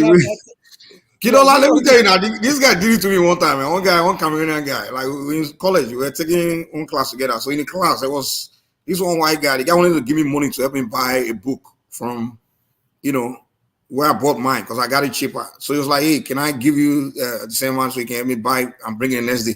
And then the Cameroonian guy trying to whisper to him, you say, man, don't trust him. He's a Nigerian. He's going to run with your money. I said, dude, I heard what you said. I'm like, why would you say something like that? I mean, he told the white guy, he said, man, don't trust him. He's a Nigerian. He's going to run away with your money. I'm like, dude, are you kidding? And this is the Cameroonian guy been hanging out with me. Like, I never stole his money or anything. I'm like, so I called him. I said, guy, you can't be doing that, man. That's just stupid. Dude, he started laughing. He didn't know. He thought I left the class when he said it. He didn't know I was still around. When he told the white guy, I said, dude, man, that's very disrespectful, dude. How can you tell? The guy was like, really? The white guy was like, really? because I don't even know anything. You know, he didn't even know where we come from, which country we come from. So the guy just asked me like, that's the problem I'm trying to talk about, Mike, because we look, I don't know the guy from Haiti if you know much about Nigerians, but we Nigerians really don't have time really like that. That's why if we come to this YouTube channel, we all criticize ourselves, our government, but we never really go towards any other country. We criticizing, oh, that country, because it's not really in our nature. It's not really who we are, because we're just busy with ourselves a lot. How to better ourselves, how to work out for ourselves. You understand me? You know, we're not really talking about, oh, is that Ghana? Or when we see like places like Black Americans, like, you know, like just Black Americans who are going to Ghana, oh, don't go to Nigeria. It's a dangerous place. We Nigerians don't say something like that. You understand me? We don't say, oh, you're going to Ghana, it's dangerous. No, we just say, okay, have a good life, have a good time there. Finish. Because we don't, well, gossip is not really part of our thing. You understand me? You know, it kind of like, even me talking about it is because I'm just sharing that just with the problem we have, there are some people who actually have some kind of secret hatred against us. The moment they know you're in Nigeria, they'll first of all bend their head down and pretend to be your friend, but no, they're not really your friend. You understand me? That's just the truth. But you don't think it's you don't think it's like sibling rivalry? Because you know, like every country kind of have that. It's not. No, it's not, bro. It's about what we can stand. They cannot stand it. You see, let me give you an example. Sorry, man, please. You put just give me 30 seconds. Let me give you an example. You see, our ancestors. Okay, check Afrobeat. This Afrobeat of a thing. If you check what Nigerian players are doing, people like the Davido, Whiskey, Burna Boy, all these Nigerian artists, right? Do you know they're taking the template of Fela and Sonny Ade? Afrobeat really, what they're really doing, they're taking the template of Fela and Sonny Ade. You understand me? Only that they're making it run faster. You understand me? So Nigerians are still taking from their ancestors. Even the business aspect, even this business we're going into, the way we behave, is something we get right from time, from those that before us. And those we met before us, they never really jealous any other African country. So we didn't learn it from them. They just focus on themselves and feel happy. You know, today Afrobeat, if you check it, Sonny Ade, Fela, there you saw. All of them. Only they make the beatings far more faster and make it more modern for ears of the new generation now. Have you ever listened to Sonny Ade? You will hear a lot of this music, their music to Sonny Ade kind of beatings, Fela type of movement. You understand? That just so. We just copyright. You understand me? You know, that just, even Flavor is playing music like all these Business Bay or them Oliver the Cook over there. You understand me? We just learn. That's what we're not used to, because I don't know, because Nigeria is so big. See, Nigerians are like United States. We just focus on ourselves. You understand me? Don't focus on ourselves. That's just all. You know. To clarify things now, it's not a Nigerian guy who killed the taxi driver. It's a Tanzanian guy who shoot dead the taxi driver. Not a Nigerian. No, not a Nigerian. With a pistol, with a handgun that he snatched it from the officer. So those guys selling drugs, they are Brown Street. They are not a Nigerian. No. There's not even Nigeria that is selling drugs. Tanzanians. No Nigerians They are there. full of the Pretoria. When you see the whole of Pretoria, Yeah. you see drugs is in the hands of Tanzanians. This is their territory. At night, they rob people in front of our eyes. They choke you to take laptop, your phone, your shoes. They go. Tomorrow, So why Nigeria? Why they always mention Nigeria? For me to say why are they always mentioning a Nigerian? It is what you call a frame or a rotten potato spoil the whole bag. You understand? It is something which they have been said long before. Long before, now it continues. Then it's a little continua. Even if my brother is innocent from Nigeria, like now, you guys, you are not involved in this shit. It's Tanzanians that are involved. You understand? But the whole media, the whole people, the whole world, they make people to believe that Nigerians are the one who killed the taxi driver, which is a lie. taxi As we driver know. is shooting by what? By Tanzania. Tanzania. His name You were is there too. There too, right? It's a I was there too. Ratonga. It's not a Nigerian guy. I saw with my eyes. I don't hear they say. I saw with my eyes. It's not a Nigerian. It's not a Nigerian. It's a Ratonga. Do you hear that now? That means they are mistaking Nigeria for other people. That's what's going on here. It's like they're just misrepresenting us. We are not the ones committing all the But crimes. Nigeria first. Can I say something? Go ahead. In America, my main point is this. A lot of it has to do with the image of Nigeria. You see what I'm saying? Because like even in America, Nigeria's image used to be kind of shaky. You can even ask Mike. But today, even amongst African Americans, Haitian, Jamaican, is Nigeria low key restored the pride of blackness in America in the Caribbean with Afro beats and different stuff that they're doing. The Innocence vehicle, Nord, all this kind of stuff that they're doing is pushing us to want to do more. Even like FBA, they're not going to admit it, but Nigerians are pushing them to want to own more businesses, own more property, to compete. It's like sibling rivalry. Sometimes your brother pushes you to do certain things that if you didn't have your brother, you wouldn't be able to do. I feel like the more power they acquire, the more investments they're going to have in West Africa, the more investments and partnerships they're going to have in Ghana, the more investments and partnerships they're going to have in Kenya and South Africa. The image is going to slowly change as the big brother, the true big brother of Africa. Even when they did the problem issue with the Niger, when they didn't back Niger and they backed France, a lot of people were disappointed because a lot of people view Nigeria as their big brother. You see what I'm saying? Whether you like your big brother, don't like your big brother, they view you as the big brother. And we want to see the big brother come into full form. The same way Nigerians see African Americans as their brother and they want them to do better and own more, etc.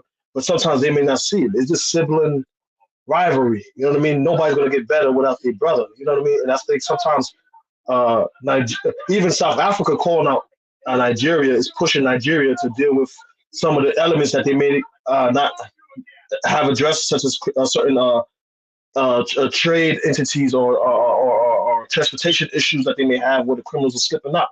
Because a lot of those criminals with the more stronger policing, the community leadership, they were not able to do those type of things in Nigeria.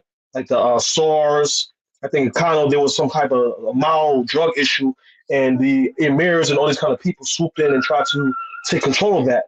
Maybe those infrastructures don't exist in South Africa. Even South Africa is going to have to get stronger because of this issue, because Nigeria is forcing them to have to coordinate, and one, they need to coordinate better with Nigeria police, and they also need to invest better in their security infrastructure and community leadership. Maybe the community leadership in their cities is weak. You know what I'm saying? So I feel like, sometimes you gotta view it for what it is and see what it is and find different ways in which you can improve it. And I think one of the roots of improvement is economics. You have to invest more and do more partnerships. That way, the image will slowly change. As not Nigeria's not just here working and making jobs for themselves; they're also making jobs for South Africans. Nigerians is not just here to make money for themselves, and they have partnerships with African Americans in the Caribbean, etc. Because you guys are still viewed as the big brother.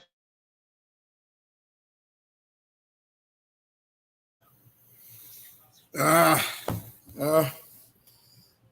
mean, But the problem I have with, for example, whenever I engage some of our African American brothers on this platform is that some of them have this mindset that they are better than us, Africa. For example, I talked to one yesterday. I said, we were not raised. Ask any of these Nigerians here now, ask them, they will confirm that I'm speaking the fact. We were not raised to compete with fellow black people. We were raised to compete with the white people and the Asians. That's how we were raised. These are our competitor. Our fellow black people are not our competitor. We don't compete with Black America or Caribbean, and we don't. We just see all of us as one. Our goal is to compete with the white and the Asians. That's our goal. That's where the the playing field is, not within ourselves. We don't subscribe to that idea that we'll be competing. You notice when Nigerians are complaining about Nigeria's not performing well, not doing well as a country. Do you know the countries are usually trying to compare ourselves with to say why we, to say to judge. I mean, sorry, to um justify why we are not doing well. Usually like Malaysia, Singapore. You know what I'm saying. Yes, Western country. Yes, Western, these countries that are non-black, and then girls like you are saying, oh, the reason why we are a terrible country is because look at Ghana or look at Tanzania. We don't do that. We just talk about. We say look at China, look at Singapore, because we're supposed to be competing, like catching up with those kind of countries. Even some foolish Nigerians will say United States. Those ones are just dumb, man. Like they do. Mike, it is a good thing. That's why when they do it, I don't challenge. At least they have a vision. They want us to get to that stage, and it's a good thing. So I don't people like that. I don't shut them But that down. one is I understand, but those guys are sometimes the way they say it, especially those Biafrans. Look at America. America. Who name another country in the world can put in America, and you want to Nigeria? Even You Dubai. we also convince you that Nigeria is so terrible because it's not like America. And Mike, I said we also use Dubai as an example also. Well, that one makes sense. You can use Dubai, you can use Singapore, those ones. Yeah, of course, we should be kind of like those countries because, I mean, it's like oil-rich countries, the oil money they're using to develop themselves and things like that. It's not like they are so technologically advanced and militarily advanced. But you start comparing yourself with the United States and like, are you kidding me? You want to be? You think you're supposed to be on the level of the United States? What? United States is too powerful. Yeah. They will use that argument to argue for Biafra. Nigerians, man.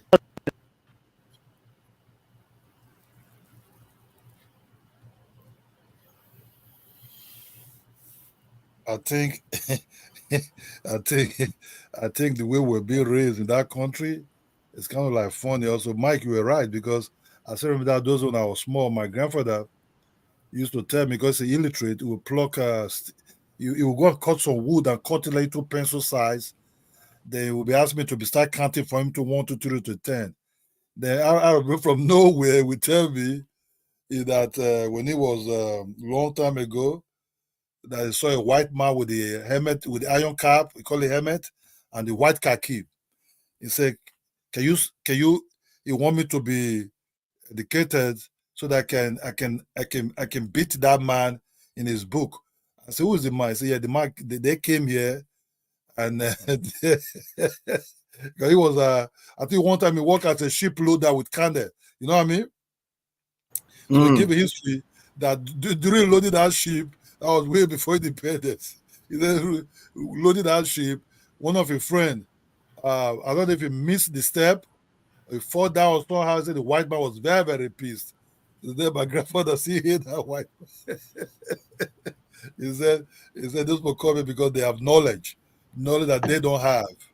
He said the knowledge is very, very smart knowledge. He said he want me to acquire such a knowledge that I can be better than that white man. He said that was really what would make it. He kind of like pushing me, encouraging me, you know what I mean? So now I realize he was just looking for something to be able to defeat them. You understand? And those are the kind of things that actually in most Nigerian homes that you see that they encourage us a lot to be better, do well in the whatever that is legal that you do, like school, whatever you want to get, but something that can make them proud. I always argue with kind of like Genesis. You saw we're on the show now. The guy, he's almost like the way he talk about white man. He see white man as more of a master, whereas we see them as people of more of a competition. You know what I'm saying? Like we trying to compete with them. We're not trying to go to them to ask for, okay, you are the master. You have to like me. You have to give me. No, he's not a master. I see them as competition. So when he's telling me oh, you get a Negro wake-up call. I'm like, which wake-up call are you talking about? I don't care about wake-up call. Yeah. All that. Oh, me, I'm trying to compete with this man, you know? Oh yes, because Mike, because of the way they right from look, if you see somebody from other, I've started to study Jamaicans outside from Black Americans, especially. You see, that's why I give a story. That's just the way we've been raised. We've been raised to face it on, and we'll be raised. If you have your education, if you have your distance, that guy, you defeat him. You know what I mean? You pass him. So that is already been put in us in heavily. You know, educational aspect. We kind of like be bombarded with, stand up for yourself, be straight up, don't get scared.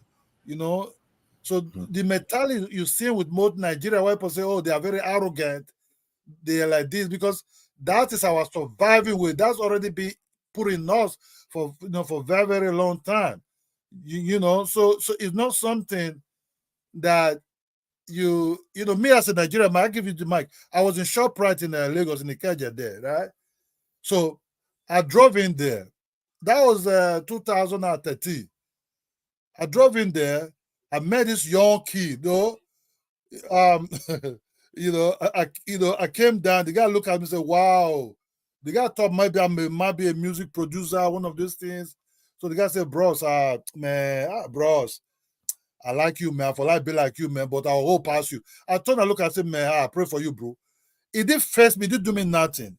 But that's just the boldness of Nigerians telling me, he would bros, man, he like me, he like my style, but he go better pass me. You understand me? I check what I just came from United States at that moment. I don't really buy that that Q56. You know what I mean, Mike? That Q56 Infinity. That was 2010 model of it. You understand me? Huge and everything. So, so when the guy see the sneakers, my stock is up to my knee, my kneecars, everything. So he just started like, at the end of the day, my wife look at me, they look at the boy. If them say, if I what the boys, I said that boy said he liked my style, that he would like to be like me, but they think would be far more, better than me.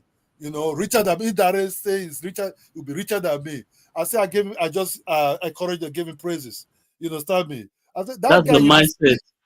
that's the mindset. So my wife said, really? I said, yeah. I said, don't be surprised if you see that guy might be struggling somewhere now, maybe he's not yet there, but you have ambitions to be somebody. You understand me? So that just who we are. You understand me? And This guy was guess what? about And guess what? If you give that guy now any little opportunity, it will blow up. That's oh, just well, it. well. Oh, well, Yeah. when the guy told me that he can sing, I also said, "Oh, brother, I'm not Afrobeat. I'm not into music." So okay, oh, okay. I shake him. I look at him again on my way going back. I put time in my pocket. I gave him 2,000 naira. Sabi, he's just hustling there, doing his thing there, picking all this. If you do shopping, all this roller you bring outside, you want just gathering it. You understand me? And I was very kind of like, okay, give the guy, okay, give him a nod, like, wow. You understand me? I said, I was one time like this guy, looked at these big bros coming from America with their baseball cap and driving Mercedes Benz Concorde. You know what I mean? Like, you understand me? So we all know how it is. Our courage is just our determination and the boldness is just to tick. And you can't change that. It's not going to change. I don't think it's going to change for a very, very long time. We're just too ambitious. So look, Mike, in Benin, in Lagos, especially in Lagos, the Lebanese, what they're doing in Nigeria, right? How rich they are. You understand me? We're not really jealous about them at all. The Lebanese. Yeah, we want to team up with them. If you do, the thing about Nigeria, if you're making money, you're doing well, people will salute you and trying to get close to you so they can, Well. compete. Instead of crying about, oh, they're taking our job, all these crybabies. The Lebanese in Nigeria, they have a lot of money, but still, they're still working with us because they know they don't work with us. Man, forget it. One day we'll buy their position, everything.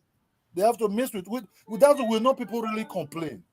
Rather, we'll look at you, we'll say, okay, Oh, Bobby, no, Nigeria would have drove Lebanese out of Nigeria now. Would have drove them off long time.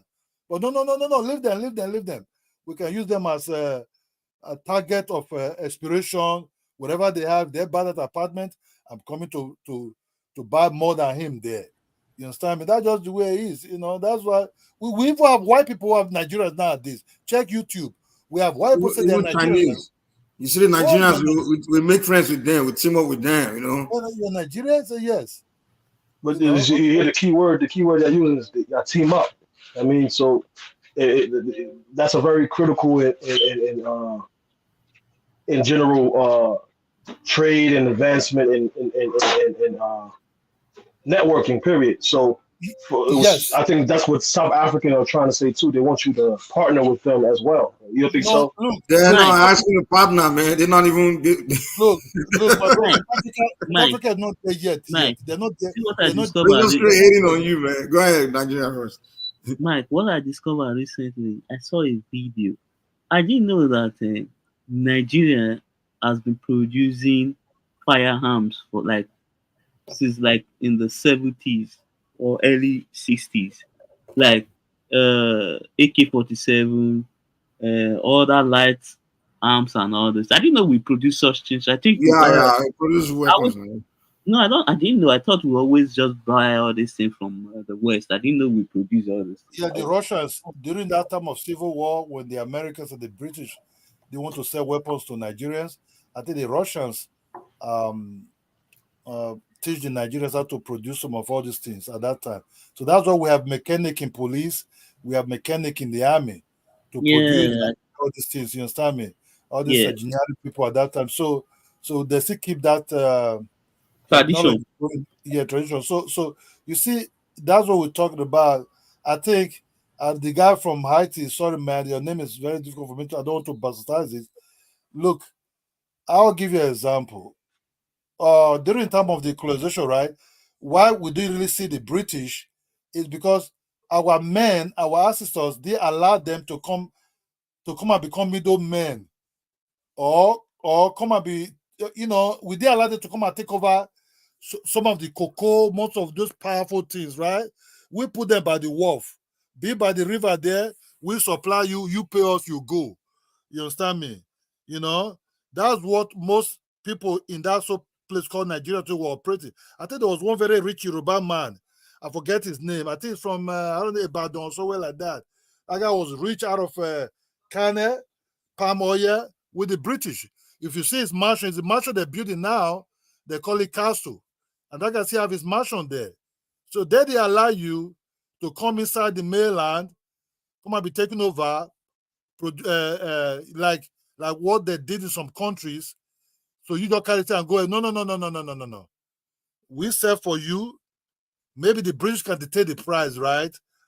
Maybe they talk about the price, it's okay, but we want to have more, a little bit.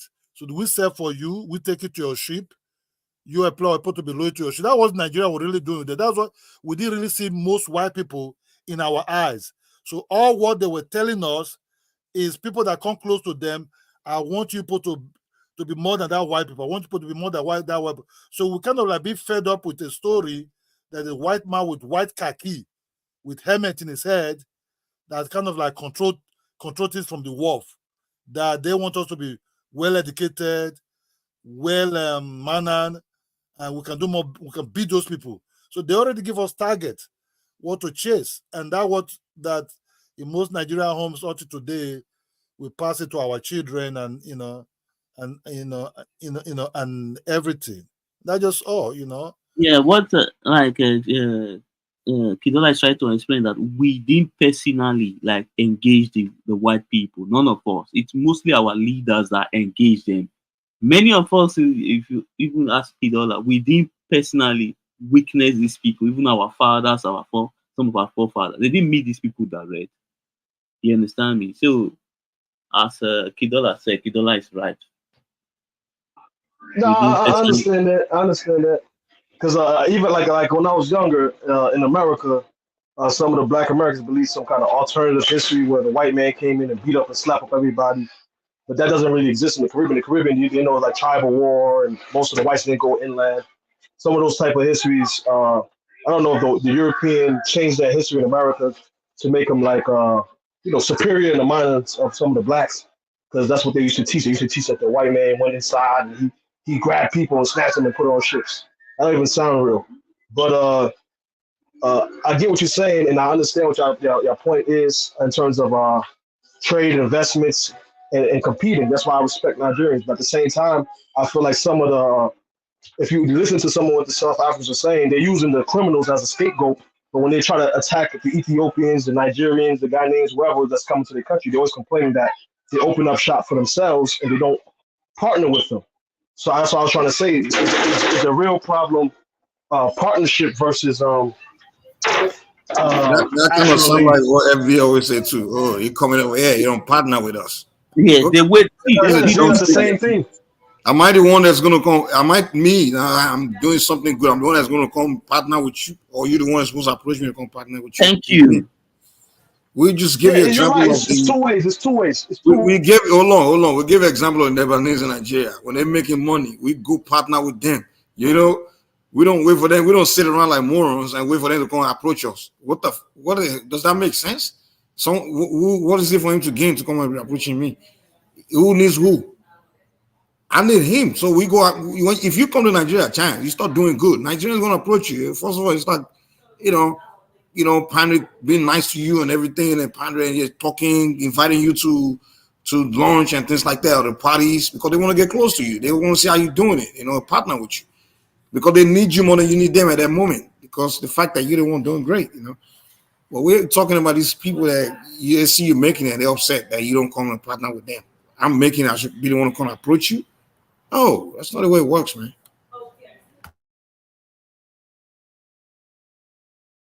But the Lebanese came from, if you follow the history, because they're in the Caribbean too, they came from a time of strife and persecution. They were like Christian Lebanese, right? A lot of them.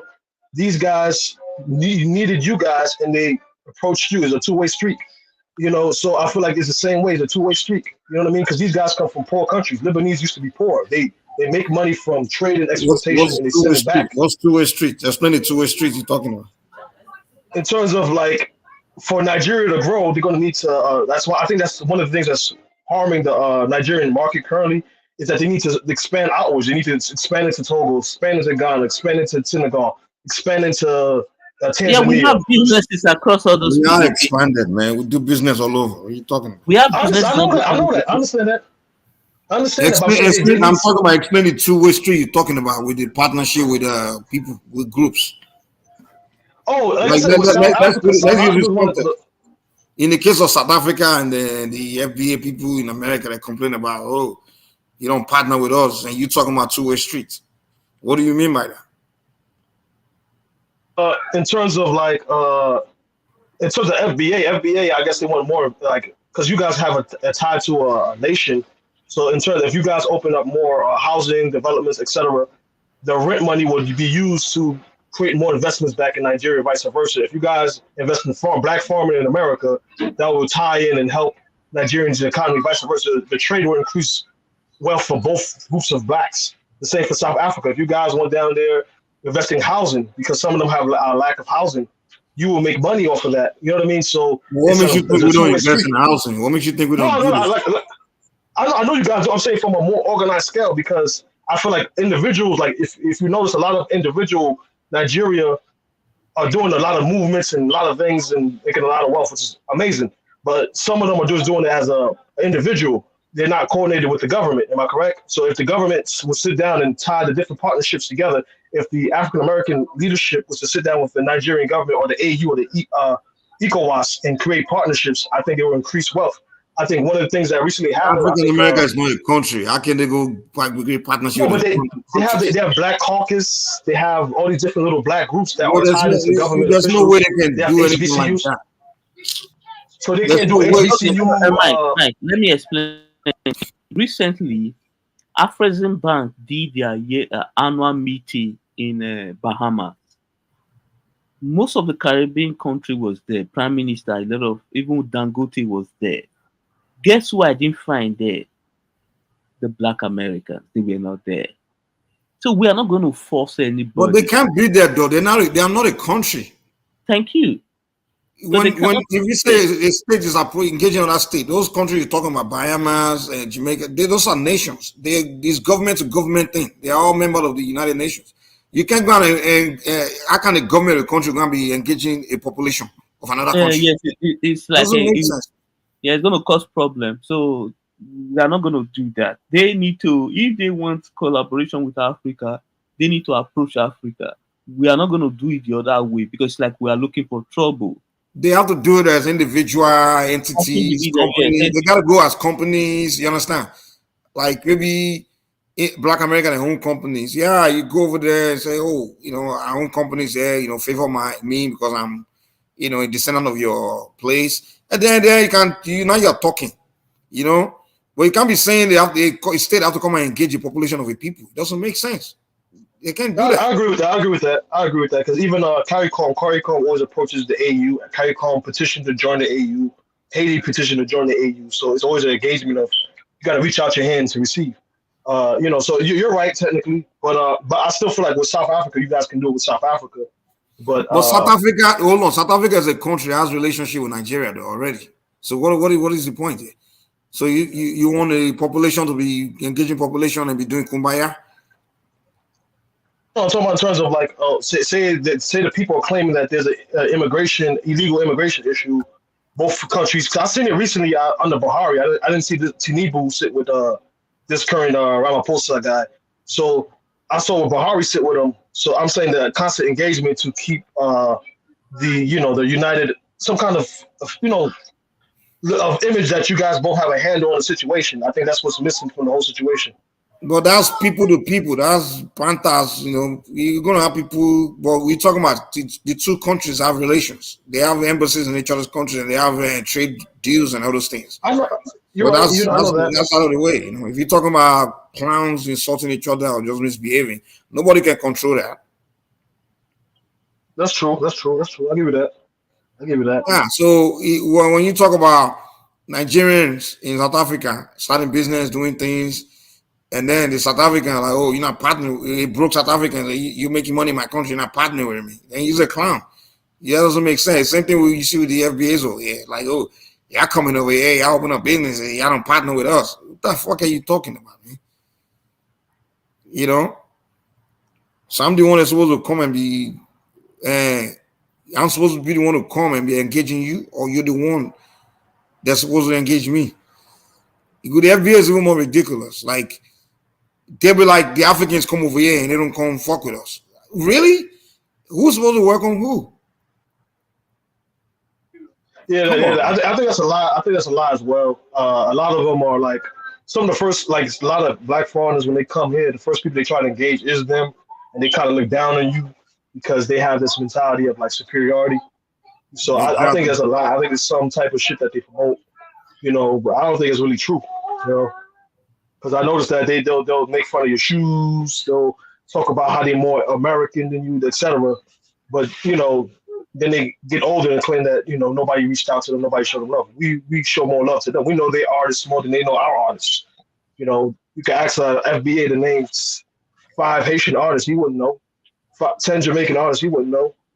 So it's a fictitious argument that they make to make themselves feel better because they claim that it's one-sided, but we always reach out to them. They don't reach out to us sometimes. Honestly, some of them do. Some of them do. Like the Pan-Africanist ones do.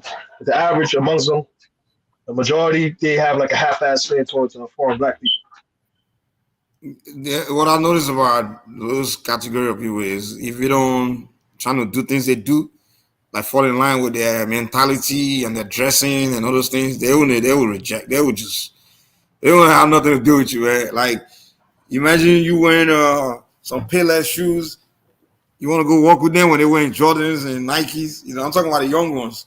They're not trying to be your friend, man. They're like, yo, get out of here, man. You come talking with some funny accent.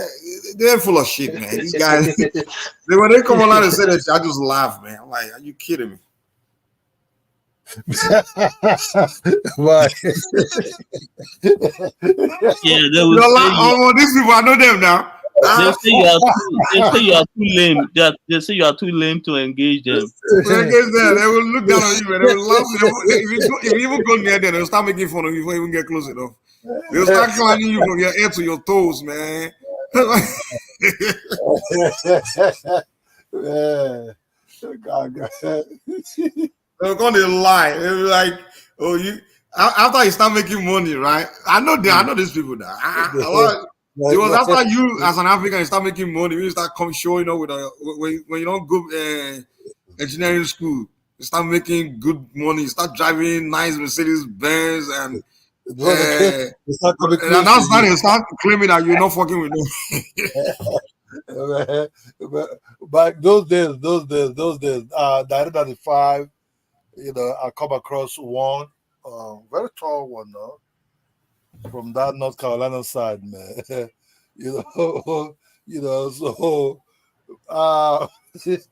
they're very straight. When they come and meet you, they come meet you very straight, So I was in the club with my friends, Then this guy just come with the police, touch me, ask me where am I from. I said Nigeria. So kind of like talk, man. Until this guy took me to her place in Winston-Salem, North Carolina, The man, those people they march well, man, bro. Those people they march, man. But I could not, what she was looking for, I could do it, man. I don't know if you think I have a lot of money, but they have money. The other thing, my uncle in Texas just told me, like, hey, be careful. You know what I mean? My father Joe I said, hey, be careful. That was the whole, just be careful, man. That's I just left. That's okay. I just thought I can't give what she's looking for that yourself. And so generally like the other side. I like the more this way both people well. I don't get time for that nonsense. I just the whites are easier to deal with, man. Yeah.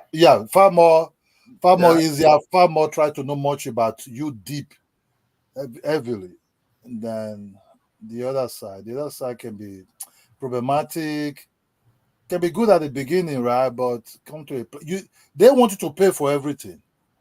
That's just a problem. They want you to pay for etiquette.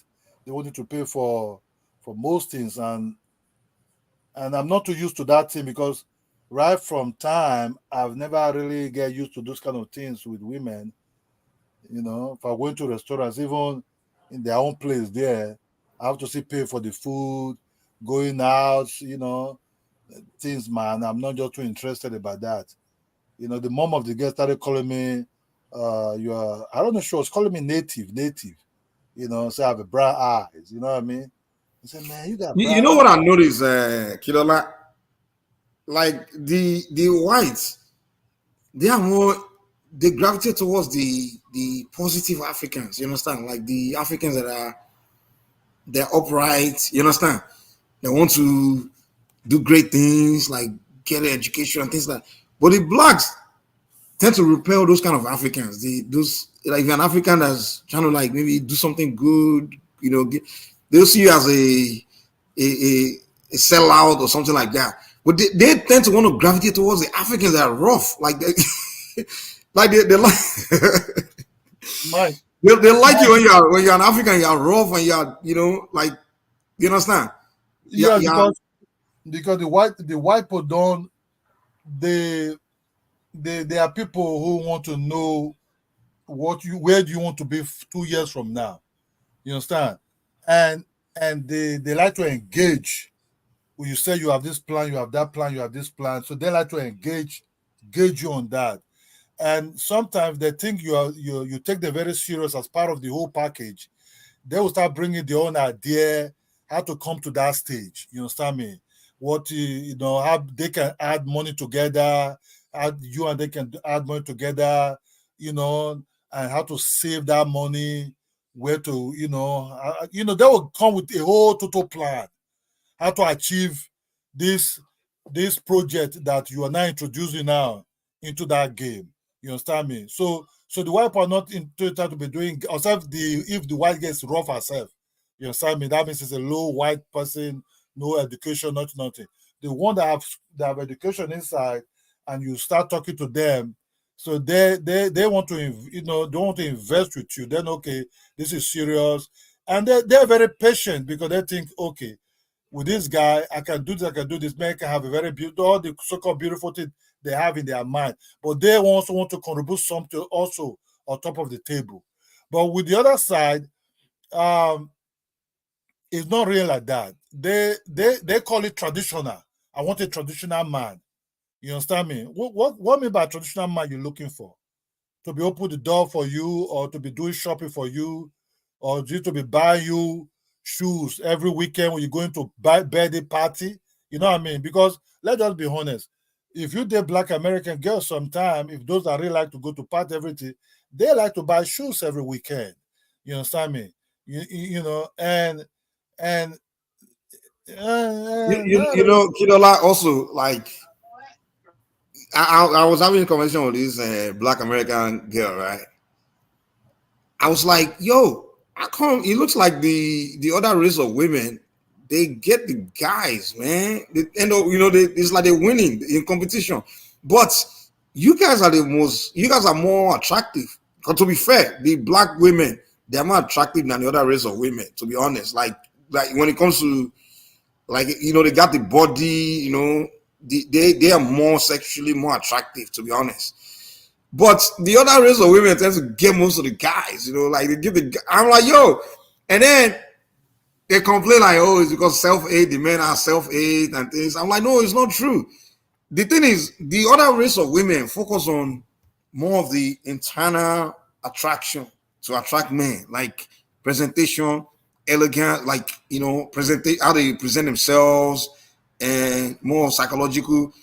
But you guys, you spend most of your energy on doing selfies, painting makeups and trying to look extra sexy. But then when men approach you, you can't open your mouth and say anything that makes sense to the guy, So when the guy, at the end of the day, he just go for the body, like just see you as okay, you're just gonna go for sex, But whereas the other women, those ones know how to engage the man, and you understand, get the man. They convince the man to actually like them. They present. You know what I'm saying now. They talk about that aspect of life. They discuss life matters. You know what I'm saying. So that's why those other ones are winning. Yeah, they don't talk about six pack. They don't talk about breadhead. They don't talk about you wearing Jordans and all these things. You know what ask you what kind of whip do you have? You understand me? Is that you? When I sit down with all those other women, like maybe I have conversation with them, like maybe the Spanish girl, white girl, Asian, all those other women. By the time you're done having conversation with them, you want to talk to them again, because they will ask you a question about where you're from and get into detailed things about you. You understand? Yeah. And then, they will get into those conversations. So at the end of the night, and they will tell you about themselves and things like, they will have conversation about things. It's like substance, something beyond, something beyond. Mike. But these black girls, what they will have conversation about is like what they want to take, or they tell you about their body, their I'm like, try to ask you if you try to know your whip. If that whip is yours. Is that you? Is that really you? Is that whip yours? you know what's even funny? Some of them, but by the time you even smash it, they won't even know your name, sir. Like they don't know nothing about you, man. Look at the Jordans, try to know your whip. So look at your that whip, they look at your whip and everything. Oh wow. Go on, my bro. Oh no, I was going to just say that there's different types of Black Americans. Some of them is cool, some of them smart, some of them is dumb. But there's it's different types, and a lot of it when you talk about getting a girl too, their culture kind of doesn't promote dating with a purpose. Their culture promote that dating just to have fun. Like an African, a Caribbean, after a certain amount of years, you start to date to find somebody that you like, person within your culture, someone with similar interests, stuff like that. Those guys kind of just date to have fun. They just date to have fun. They don't have date. You don't date to an end, or they don't date towards marriage. They date, not all of them, because there's different types of the people. Like more serious, there's more people from the middle class. There's people in the working class. There's more serious people in the Nation of Islam.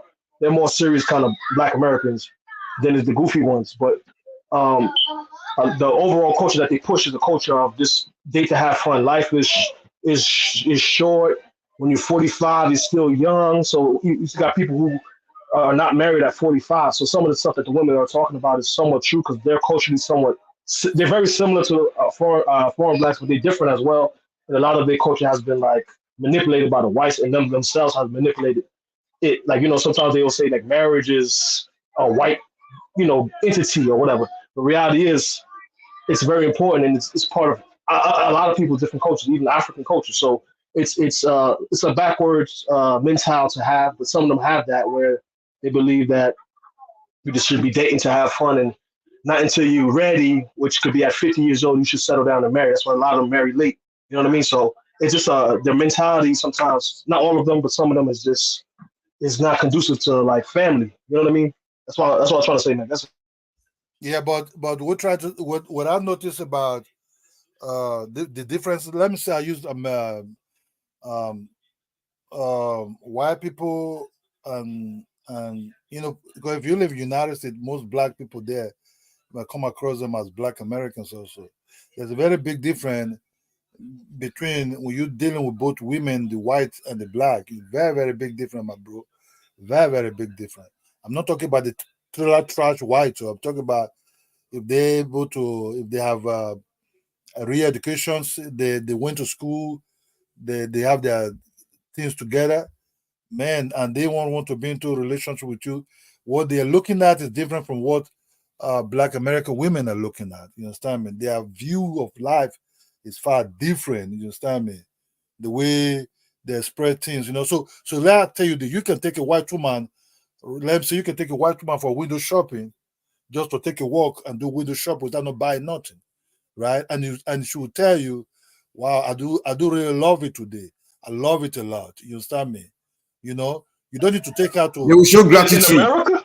Yeah. In America? Oh yeah, bro. They'll I tell you. don't know about that. Really, really, really. I'm telling you the truth.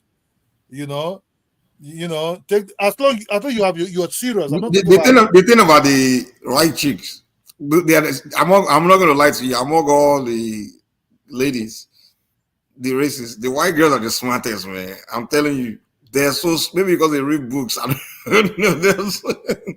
They invest. If they want a guy, they know ways to to really get the guy, man. They will get the guy because the way they will present themselves, like they literally will convince that guy that whoa, this is a woman for you. Even the most unattractive one, that the guy will be convinced. They're smart. They got game. Their game is tight. When it comes to game, the white girls got game. The Black chicks got to learn game. That's it. Because game is not only for men. Women have to have game too. You understand? Yeah. Mike, they have they will show you so kind of that they're ready to invest in you by knowing you. You understand me? They'll give you reasons why you should pick them. Yeah, that's what I said. All the reason in the world. That's why I always say, like, why all those rich Black men always end up with them. It's not because the men are just see them as the most physical attractive or anything. You understand what I'm saying? It's not because those guys see them as, they are the most attractive women or anything like that. Of course, everybody know the most attractive women are usually the Black women. But because those women got game, they literally give those guys the reasons why they should pick them, And that's why the richest, look at Michael Jordan now, he's married to this white lady. They happily married and, they're smart, man. They just got game. I think the Black girl needs to start learning from them. Like, just go and take a book from the white woman, man. They'll teach you. A white woman can be dating you now, will not even ask you for money, or will not even say, "Oh, why don't you go to one of the best restaurants to go and eat?" She will be, no, doesn't mean she doesn't like those kind of places, but she will keep it kind of like. She may end up having you take her deal. But the way she won't without asking. Yes, but she will, let you know her. That's what I said. You can walk, you can take her for a walk. She may say, "Oh no, Kidola, the white girl wants to go there now." She may say, "Oh, I don't believe in, a man have to do this, right? She already tell you that you don't have to, but then she may talk about that restaurant, right? In a way where you know that she would like to go there, right? Oh yeah. And she'll be impressed to go there, but she won't ask you. You know, understand? Because she'll make you feel No. like you don't have to do this, you know, like that kind of thing. Like the way they just use brain to get things to the point where you yourself be like, wow, she's not asking me, but I know if I take her there, she'll be very impressed. Oh yeah. But the black girl will tell you straight up, like, man, if you don't take me there, man, you ain't shit. You know? But Mike, there's that's the same 1995 also, 96 also. Before I met my wife, 1997, I get married to her, the one with now. There's one white American that took out like that, right? To be honest, we're just kind of like knowing each other, but the way she drove down to my place at that time, then we went out together. Then I thought maybe she was expecting something big for me. I said, oh yeah, why don't we? No, she just asked me, I said, why don't you go to somewhere to eat better place? He said, no. What do I really want to do? You understand me? He said, we could just tell what I said, okay, what do you really want to do? She just, okay, let's walk, let me park my car somewhere, then we can just take a walk. Man, I was shocked. During that walking, we started talking, then we started. Then I didn't know when I I confessed really like, man, yeah, I like Because she impressed you now she impressed you with her attitude and her character. Yeah, they understand that what gravitate, what makes you attractive to other human being is your inner spirit. You understand? Your inner beauty, which is your character, your attitude, you understand, and your values, those kind of things, is what make people want to be around other people, first of all. So they understand that as a fundamental, right? And then once they know that they present that, it gravitates the man to want to be around them, to want to even get close to them. And then once you secure that, the next move is easier. You understand? The next step is easier to capture the man, Yes. But these out there black girls, they don't understand that. They don't know that. They don't focus on that inner beauty to show that inner beauty of themselves. All they focus on is, okay, I'm freaking beautiful. I got nice body. I got beautiful face. And that's all I need to capture the guy that I want. And that's why they will do extra makeup, extra hair. They will spend so much money on the hair. They will wear the short, trying to show the body and take extra pictures and extra everything. And at the end of the day, they're always single, man. The relationship will only last 2 weeks or maybe short. They don't get it. Because after saying, because why it's short, because come a time you start getting bored and because after you're done with the body, what's next? So that because you're not expecting more for anything anymore, you know what I mean? All what she's showing you become more exposed.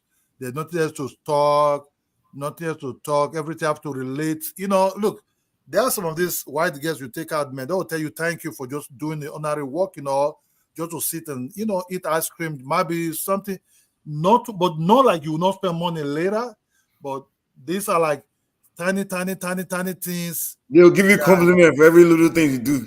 That's what I try they to say. They will show gratitude. They'll give you compliment. Yeah, they'll make you feel like a man, But you guys are kind of generalizing though. All of them are not. We're speaking for the most part. We're not saying everybody's like this, everyone is like that. We're just telling you like commonly what you experience. You know what I mean? See, let me tell you one thing, right? I'm not. Look, sometimes I start surprising that people come and say, "Oh, B1, B2, B3, B4, man." I thought, "Whoa, man, this." Look, I've seen where Black American guys in Europe are begging European women to buy them convert. Some of these ex-army guys, some people don't want to come back to the United States anymore because they have it so good with these women, try to take care of them. They're like, okay, ask them to buy them convert and everything. And because sometimes, even when they try to date some of these Black American guys, sometimes these Black American guys sometimes date them and want to sleep with their friends. And sometimes some of these European guests are not used to this kind of stuff. They're just kind of like back. I'm not generalizing it, but it's what I've seen, it's what I've studied, it's what I've really come across like, hey, okay, they are the ones, maybe if you don't even bring out money out of your pocket, but you could just do like one of the most nicest thing, maybe eating ice cream somewhere, sitting somewhere in the park, taking a walk. Doesn't mean that you will not take that person out to a better place next time, but they will tell you thank you. They will tell you, oh, wow, I really enjoyed today. Thank you for taking me to this place, or thank you, we spend more together. They appreciate at that moment, but not when coming at first, The black girl probably compare you to another guy that took us to a better place. The way we dress, the way she would dress for that date, this hair, these wigs, these high heels, these are not, you are not going to walk on the park or take a walk like window shopping, you know what I mean, without not buying all this. This is where to go to one fancy restaurant and sit there. Let's start talking, eating, then try to know if you're wearing Versace, if your shoes are if it's a they will try to let you know that, hey, you ain't doing enough, man. Yeah, in a way they will what more can you do? It's like take, and you begin to wonder, what are you bringing to the table yourself? What But who the hell are you? can I push back a little? Because some of it got to do with the culture that they're promoting. If you listen to the music for both the men, especially not like Haitian or Jamaican or whatever, but for African Americans, that's what they promote in their music. They promote the man is a bum if you don't have money, and the woman is a bum if she don't have weaves and fake eyelashes and everything. Some of them even make fun of the natural hair black woman in their own community. Again, that's somewhat generalizing, but a lot of it has to do with the upbringing and the music and the culture that they promote is somewhat anti being humble. It's more like braggadocious. You a bum if you don't have, the new Jordans. You see it in school. It starts even at age of like 10 or 8. You know what I mean? So it's somewhat what they're somewhat being taught in some of them, not all of them, because some of them are very decent people, but some of them are very much materialistic, unappreciative, ungrateful. I get your point, but some white people won't even talk to you. So to be honest, you guys are somewhat generalizing, but at the same time, you're right. Some of it is in tune in their culture to be ungrateful. You know what I mean? In tune in their music to say that, oh, this guy's a bum because he don't got the new Jordans. They will even police you for wearing fake Jordans as if they work for Jordan or as if they work for Nike. So I get your point, and it hurts them in the dating world. Just dealing with their own selves. So, but it's not all of them. I feel like it's maybe a 50-50 type of thing because there's the more African-centered ones, there's the more naturalistic ones, there's the ones that's more professional type black women and black men of America that they move a little different than the other ones. So it's like a 50-50 thing. Okay, let me tell you this. You see, when a woman started talking about I want the traditional type of lifestyle, you understand me? Black woman says, "Oh, I want traditional." What is traditional lifestyle do you want? That what she's trying to tell you. You don't think it's dependent on the type of woman? You don't think like a Nation of Islam kind of Black American woman say they want a traditional type lifestyle? It means something very different from materialistic gold digger kind of one. You see what I'm saying? It's just different kind of communities, different kind of culture. When they say certain things, it means something totally different. You know what I mean? Like a Nation of Islam kind of woman is more humble. She's come from a different upbringing. The Black nationalist ones, they're more humble. The Black middle class ones, they're sometimes different. You know what I mean? So I feel like it depends on who's who. You know what I mean? So I get your point, but it's very generalized. Yeah, that's what I'm saying. The one that are using it sometimes, that they're looking for you to carry the whole load. You know what I mean? You can't really see it. These kind of people, they just want you, especially if they know you're Nigerian and they know your culture is towards taking care of women. That is wrong anyway, because I'm not into that shit at all. I can't buy you wig, I can't buy you shoes. You gotta work and do that for yourself. But, I agree with you. You feel me? Yeah, I'm not just to that kind of billing, and you try to praise me, call me baby because you're looking for my pocket. And I'm not into that kind of shit at all, man. I just want me and you we can build together, contribute on, do what we want to do, you know. Because look, the white women, because they have a stable family, sometimes pop and dad in one house, mom is doing something, dad is doing something, they're all chasing the same type of goals and everything. Man, I've been with my woman now since 1997. That's about 27 years now. I've never buy no damn wig or no damn shoes, man. You know, we all build together. We do things together. You know, we have plans together. You know, I bet you I've never even take that woman. I've never take that woman to any fucking expensive restaurant. So let go eat. Not at the beginning of the relationship. Not even after 5 years, even. You know, because she find out I'm not that type of restaurant dude. You know what I mean? Even I think even when they show me, doesn't mean I did follow out to kind of like in Thailand restaurant, like go eat some Italian food there. When I get there, I was very honest. Okay, it's a nice food, but I still prefer my jollof rice. So I still prefer might be a little bit some Chinese food closer to my. So, but at the end of the day, if I do something, she will tell me thank you. Wow, I appreciate it a lot. Thank you, thank you. You know, that would be like thank you a lot of times. You know, to you today, you know, say, yeah, I do really appreciate what you did, kind of encouraging me more. It's not like you will not spend some money on them, but the way they will appreciate you, man, you feel it. You feel it. And when it's time to contribute on top of the table, man, they will bring it with their full heart. And and and let's do it. You know what I mean? They have plans. You see, they have budget plans because they grew up with this kind of budget plans. They have budget plans and everything. They are very strategic. They're not full of emotions, They don't do things emotionally, you But know. kiddo, like I'm not big on that dating out kind of stuff. But even if so, you do it. You don't think that has part of it is the upbringing of your lady's parents taught her to be humble and appreciative? Because it starts with Yes, I yes, think it starts with the parents. yes, If your because parents are teaching you to be yeah, materialistic, you're gonna get the opposite. But yeah, you because can answer. I'm sorry. yeah, because most of their houses, they they have what we call. You see, they always that's why they can just occupy a whole place. They always have plans. They are very patient. You understand me? They are very very patient, and through that patientness, Princely, to be honest with you, from what I see, the white women and even this other race of women, they raise children better than the. I mean, I'm not. I'm just saying. I'm not saying everyone, but I'm saying for the most part, they raise children better than the black women. I'm sorry, in America. Like for example, I have a cousin. I have a baby with white woman, and also with a black woman. And the kids being raised by the white girl, they're upright, man. My niece and nephews, the one he had with the white women, those kids are when they come around, man, they're this. It's like them compared to the one being raised by the black girl. It's day and night.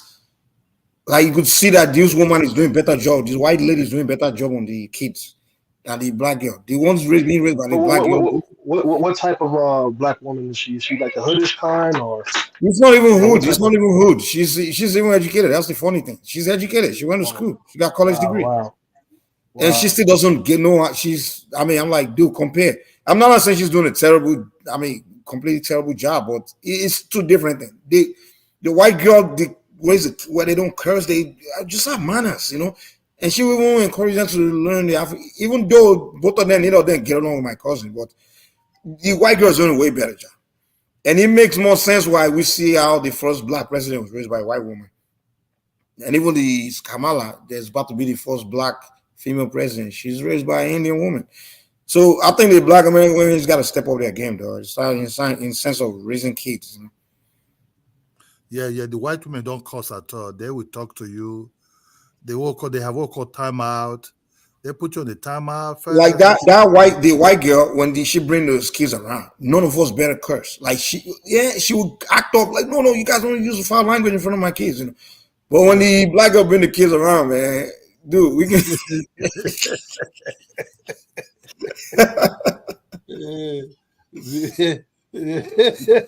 Yeah, it's just the cultural differences and the way they were being raised, understand me, I think that's what we see when they go to Africa also. the white women can bear a lot. The white women will sleep with you on the cave. It will not complain. You understand me? But the black people will go there, they'll start complaining, man, I live more better than these, man. But why the white people? Look, that's why white people, that's why, really, that I see, okay, so going to Africa, they complain a lot. Before black people started going to Africa, the white people already started going there for a very long time. Board that plane to Africa, you see a lot of white women there.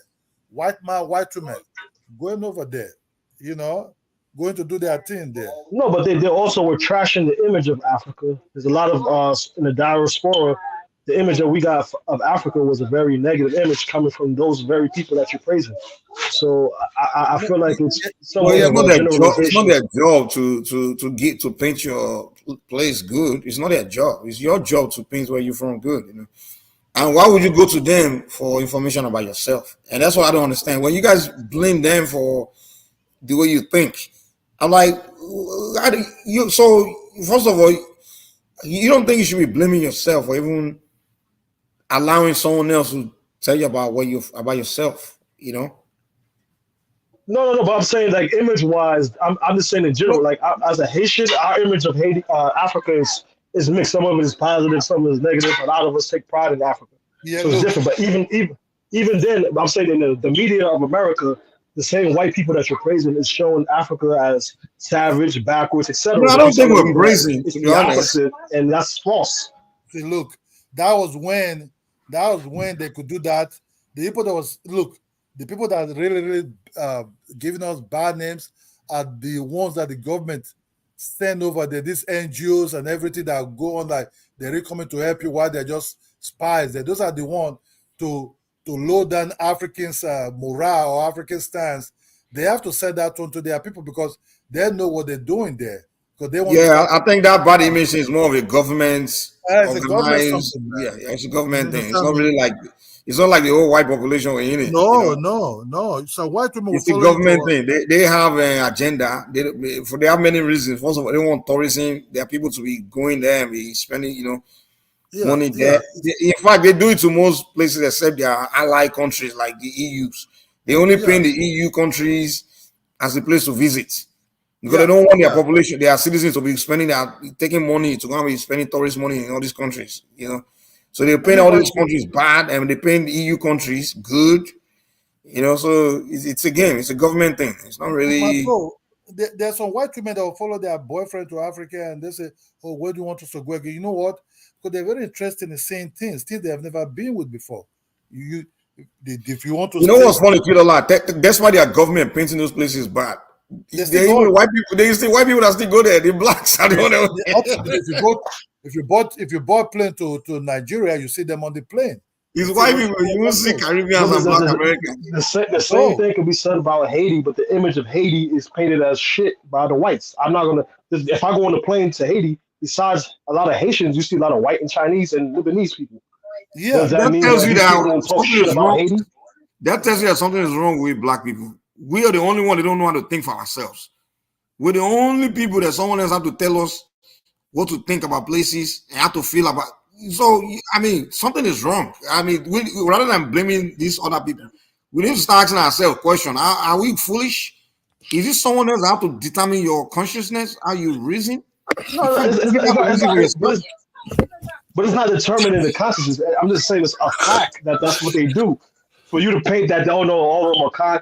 The percentage of white people that's kind and open to black people is a very small percentage that you guys are trying to paint as a majority. The percentage of the white people that's okay, whatever. These guys are small. They may be generally respectful, but a lot of them are not kind and open to black people like that here in America. What do you mean open? In what sense? I think there's a bigger issue. There's a bigger issue, man. When it comes to like the reasons, man, that like slavery began, the colonization. I think there's a lot of simping in West Africa that needs to be addressed. big black. I think there's a lot of simping. You know what I'm saying? It's a lot of simping. You know what I'm saying? It's like. I see a lot, like I watch today's show. They're like, well, how much money you got? Like a lot of Nigerians, like, they pat your pockets. You know, Big Black. and a lot of Nigerians, y'all do a lot of Big Black, can you I explain think, simping? Can you explain what you mean by simping? Can you explain it? I mean, you guys like, you know, you use your wallet a lot you know what I'm saying, to pursue women. You know what I mean? And then, you know, and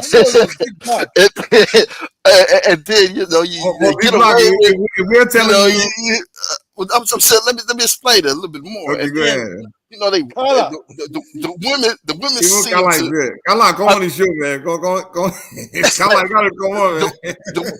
I Big see Black is here, man. I see Go what on, go the on, man. women tell a lot. It's not all Western Nigeria, because I'm a Pan Africanist, man. But I think this is a issue that we need to, because it seems like it's a lot of kind of like matrimonial. You know, I don't want to say matrimonial. I mean that matrilineal. You know what I'm saying? It's like, you know, when the women tell you to jump, you say how high.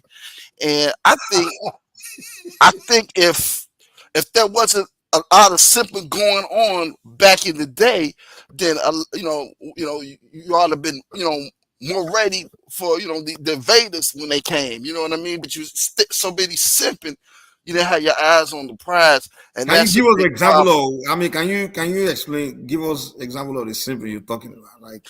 If you want somebody chasing the woman with your money, we'd have had guns for them. You know what I'm saying? We'd have took that gunpowder and shit. You know what I'm saying? Learn how to build better Okay. weapons. Let's So put it in context. Big Okay. Black.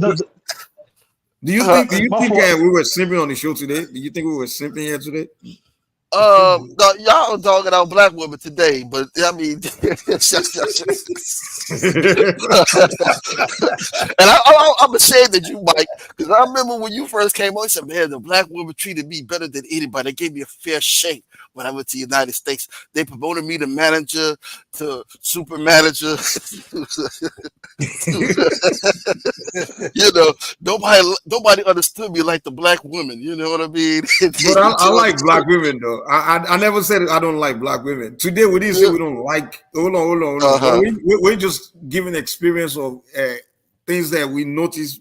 We're just doing some kind of comparison, like what we notice about the way this other race of women present themselves compared to the black women. But it doesn't mean that black women are not good enough or they're not presenting. They're not good. What we're doing here is just kind of giving you what we notice about where people do things, where people present themselves. That's all we're doing. We're not saying I hear you. one person I is hear good or the other one is bad or anything. That's not what we're doing. We're not bashing, you know. Yeah, because I'm like, go ahead, Aldola. I told Big Black, your taste needs to change. That food you eat need to change from your mouth, man. You need to taste some salami, some avocados, some walnuts. like color like Spanish women, for example. You know? And then your taste will change, Big Black. No, I keep it black. You know what I'm saying? You know what I'm saying? I love my black. What do you mean be black? You be black. Be black. Stop lying, man. I bet you your girlfriend is probably Mexican. Come on, stop lying. No. Come on, man. My woman is black. You know what I'm saying? Darker the berry, the sweeter the juice, brothers. You know what I'm saying? I keep it black. You know. I keep it black. Yeah, you know, and you don't like tacos? Some burritos or this also?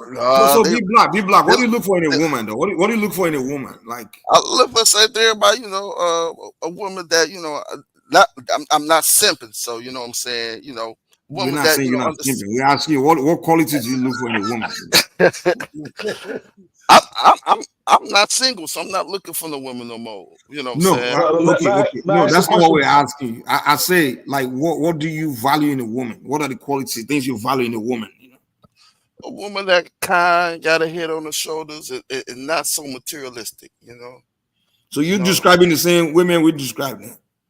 Well, my woman is not materialistic. I mean, but here's the thing too. I don't want her to be, you know, because I think the culture of simping in Nigeria, and I'm a Pan African, but I'm looking at it and I'm like, well, maybe we have to talk about this, you know, raise a race, you know what I'm saying, emergency, because when you all laying down, it's like they run after the white man, like y'all tell them good, and they just run and flock over the white man. That's bringing the whole property value. Who's running after the white man? I mean, a lot of Nigerian women, man. I'm just being real. Don't shoot the messenger. In America or in Nigeria? And both. I mean, if a white man come down, he gonna get him some dimes. If a white man, do you feel like You don't feel like you're generalizing too, just like they're doing right now? I Or mean, they I'm not were all doing? of them, not all of them, not all of them, not No, all of them. You're right, no, man. I'm not all of them. you're not But hold on, wrong. hold on. He's right. And let me correct myself. Thanks, brother. Not all of them, but it No, seems like I don't think you're it's. necessarily wrong in what you said. Like, for example, But y'all if been it, simping so hold much. on, hold on, Y'all been hold telling on them now. to do it. That's the thing. It's like y'all simp. Y'all do a lot of simping, and it's Who like does a lot of simping? I'm not. I'm generalizing, but it just seems like a lot of simping is coming Well, out of. so you're saying the reason why? Hold on. Let me understand what you're saying. You're saying the Uh-huh. reason why you're saying like Nigerian women run after white men because Nigerian men simp. Is that what you're saying? That's partially. It's partially true because as you No. simp. What are you? I'm trying. Don't say partially. We're trying to understand because that's Well, what you saying. Can I ask something? What Big Black is saying? Can I ask something? go ahead. They don't understand. Because Go ahead. I see what he's saying sometimes too. Because some Nigerians, from unlike what Mike was saying earlier about the white women this is so kind of certain Nigerian parents are teaching their kids to run after money. And when they run after money, they chase after white people because the perception in the Caribbean and even in African American communities, even in African communities, is that white people have money and they run after Nigerians in particular. They teach their kids to run after money, so they run after white. How do you know? That's the How do you thing know that that Nigerians are teaching their kids to run after money? Where'd you get the idea from? certain percentage of them do. Like I'm not gonna say all of them, but a good 25% No, of nobody them is are teaching their I teaching kids their to mean, run after kids. money. I'm sorry. They I even mean, had we a have show a on Channel TV about that. They had a show about that Mike. on Channel TV. Mike, No, we no have one is we teaching. have a Hold we on, have a hold on, Big saying. Black. We have Big an Black, hold on, give African me a American second. saying. The apple doesn't fall far from the tree. Hold Um, on, give me a second. Give me a second. Give me a second. And Big Black, give me a second. Prince, Big Black, can you hold on, please? all right, yeah, Mike. Can you hold on? Prince, Prince Lee. I'll just call you Prince. You see how me and Kido lie when we describe what we like in women, we describe different qualities and things like that, right? Don't you think that's because that's where we were raised? So doesn't that kind of defeat your argument that we're only taught to go after money? If if me and Kidola parents raised us to look for certain qualities in women, like the characters and things like, don't you think it's the same way they raise our girls as well? Like, or are you saying they raise our girls different to only look for? They teach our girls to look for money, and they teach the boys to look for certain good qualities, such as you know, you got things. sorry, Mike. You got a Nigerian woman. Oh, you got Yeah, No, it's oh, irrelevant, but yeah, we it's don't irrelevant, but yeah. we don't negotiate on that. We don't compromise on character because without that, you are doomed. That marriage will not last. Yeah, exactly. They won't even No, marry you. but Mike, you can see that I didn't call Kenoda or you names when y'all was saying your points because I agree with you guys. Character is always first. yeah, Even when I But told him like, when you he was said talking about his lady. our parents raised us to chase after money. No, no, not all of it. I'm saying like there's like what Big Black is talking about. That entity exists. I encountered that even here in America, where certain Nigerian people will like not even deal with you because they're searching for people with money. They have this money, you know what I mean. But overall, my experience with Yeah, Nigeria is very positive. success and character and all those things. Yeah, those are the values. You see, okay, what have you built for yourself and who are you, what kind of person you are, and things like that. So you can't tell me that one just a crazy white guy with terrible attitude, with a very shitty, like one, like you be just crazy white guy because he has money. The Nigerian girl will run after him. It's impossible. I've been seeing on. I'm Oh just saying. I've been no, on that's not true. YouTube. Big Black, even in African American culture, there's certain women that will go after that. Even in Haitian culture, there's certain women that will go after that with money. You telling me Nigerians are more virtuous than all the rest of the blacks? I say there's like divestors in all of the the black nations, but I'm gonna be real. And correct me if I'm wrong, but I see it more in even in the Caribbean, and I'm gonna be real in the Caribbean and especially like in Africa. I don't know, it's like I don't know, like we like So Big Black, I think what you and Kala always says that in America, yeah, you see a lot of Nigerian American ladies dating white men, picking white men over FBA men. Is that what? Yeah, no, that's they what I pick heard them over Kala say. African men. They pick them over African men too. So Yeah, they usually go for African men, and then if they don't get the African man, then they go for the white guy, and then they pick you guys last. yeah, they really want to pick you last. But you all tell them to, hey, you come over here, Oh, you Big know, Black, you wild. That's live, man. That's live. if you bring African American man home, you're going to get disowned. And then, you know what I'm saying? So they're like, you know what? So here's what happens. So there's no beef, man. So we let me both tell you what happens, Mike. laugh.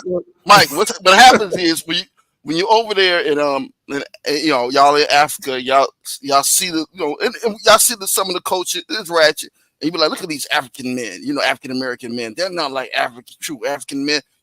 I will never see you bring an African American man home. Get a white man, and then when you all land in the top, as soon as you all land, it's like, okay, make sure hey, it's all about the money. Go get you a white man. And that's what I've been seeing a Why lot. do you get the idea that we say it's all about the money? Big Black get you wrong. Big Black, you get you wrong. You just think, oh, it's all about the money. See, when me and Mike was talking, we talk more about the character first, then whatever we can build together. It's not about the money. You understand me? Now, look, let me tell you one thing, Big Black. If you date, I've known much about black, maybe 2 Black American women like that. Some of one was like every weekend with his bed, he want to buy a new shoe. You understand me? Maybe if I'm not the one buying it, maybe she'll be buying it for herself also. But you start thinking, how can you build with this kind of person that always want new something, new this, how she look like and everything, right? There are some, majority of them will be, look, we were talking about the whip. Some of the one that want to buy weekend clothes and everything to go to party and everything is still the one that like what kind of whip you using. Ask me, is that you? You know what I mean? Look, is that really your whip or you? So we were talking about different things. Look, with the white girl sometimes you ain't buying no wig or new shoe every weekend. You just do like window shopping. She'll be telling you thank you. You like today. I like the way you take me out.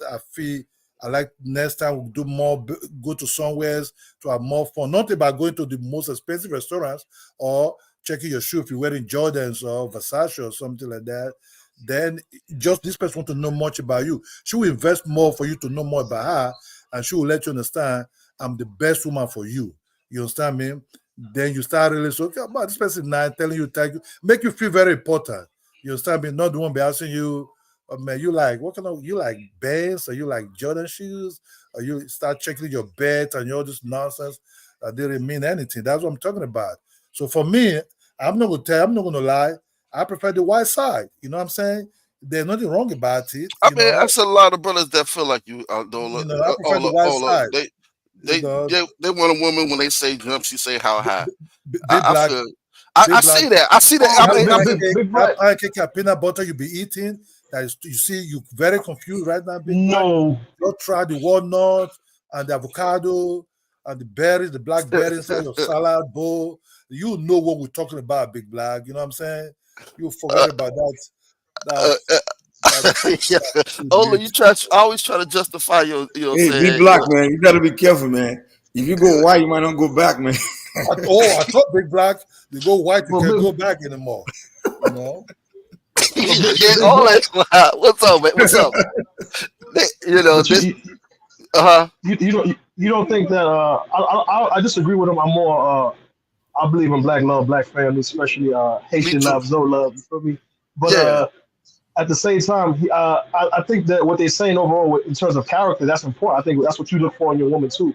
You look for like a level of humbleness, respectfulness, culture.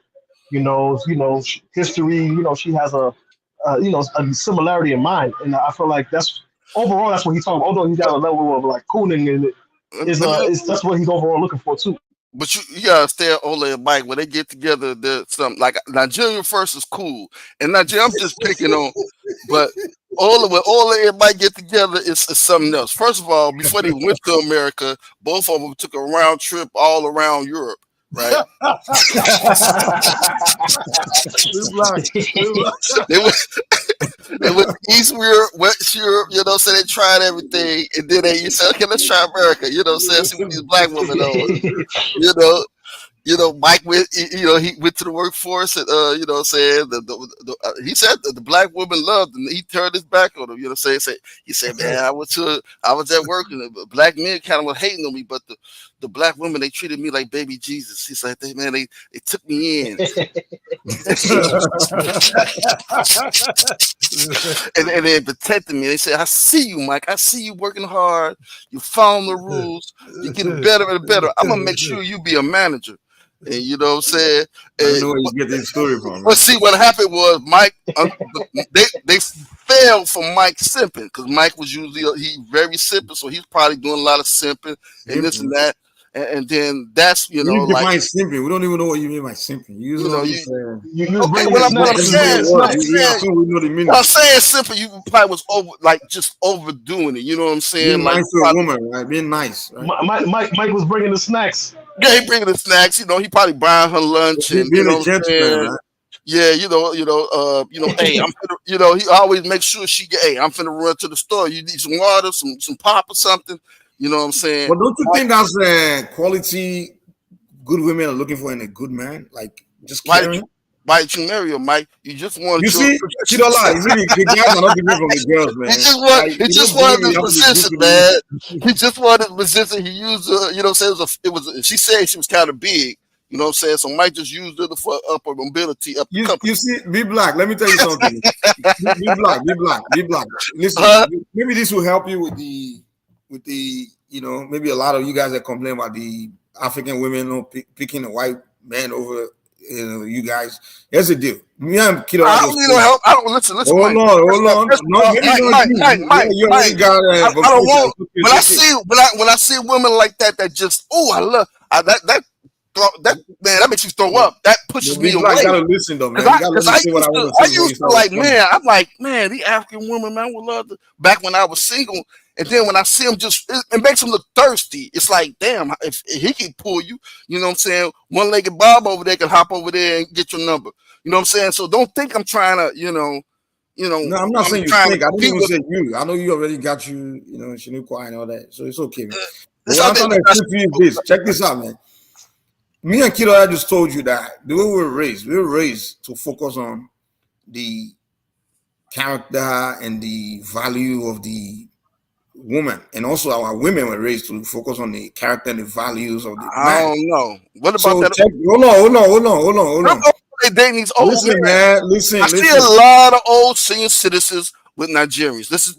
Well, you gotta let me speak though. Be black. You gotta let me get across. Let me speak. You can't okay, go ahead, Mike. We raise our daughters to look for a man that's caring. You understand? That cares more than just their body. You understand? Now hold on. Meaning, he cares about welfare, our well-being. But to you, a man that does that is a simp. So you don't believe in doing that, like making sure your woman is fine. You give her water, whatever.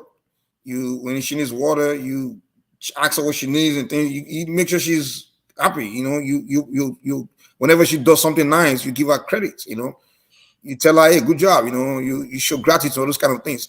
But to you, in your culture, that's a man. That's simping. That's simping. Being good, being caring to a woman is simping. So now you not expect a woman the average to come for you. To go for a guy like you. She's not gonna. That's why maybe the African women just run away from you guys. No.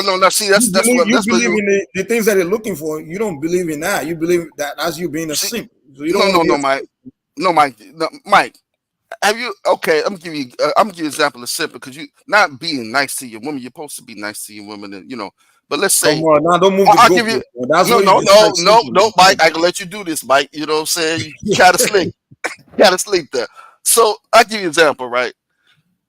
You ever see a woman that use a man for his money, right? And you see the man, he's out his league, right? You're like, well, it's a fine woman, and you see this big guy, he's about 350 pounds, and he doesn't have any, but he pays. He she's driving around in nice cars and this and that.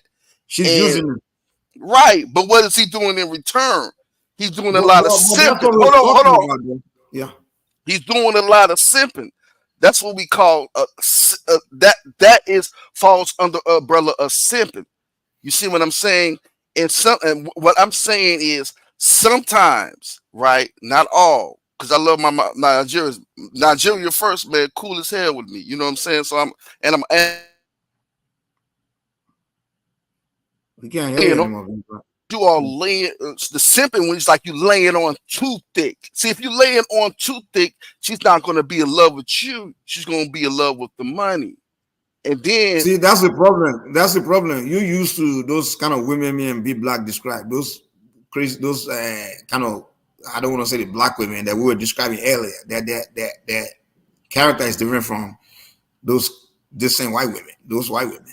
So hold on. You are used to your women where all they want to do is use a man and use him, and so you already made up your mind that, oh no, I'm not going to care for her because she want to use me. But we are telling you that we don't want those kind of women, so we don't go for that. We hold on. We look out for that kind of traits. Like, okay, this woman here is not a good character, so we don't give them chance in the first place. You understand? Now, but when we go for the women with the good character, and we start doing those nice things to them, they don't use you. They show you gratitude. You understand? In fact, they don't even tell you to do those things. You understand?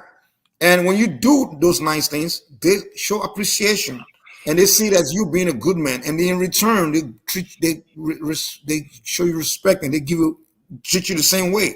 So that's what we're talking about here, and that's where our women are raised, like to go for a man that cares for them, and they also have to care for the man. You understand? That's why we need a South so African. You don't know anything like that exists. You just think, oh, every woman is just. Lozy knows when we was on. Lozy knows he's a South African. When we was on Condola panel, and I was talking about sipping, he said yes, it's real big. It's real big in, you know what I'm saying, in the West. See, that's not just an African American saying it. This is the South African. My South African brother said, y'all sometimes a lot of West Africa, not all, y'all go around the world and raise the price of pussy a lot. You know what I'm saying? And that's why.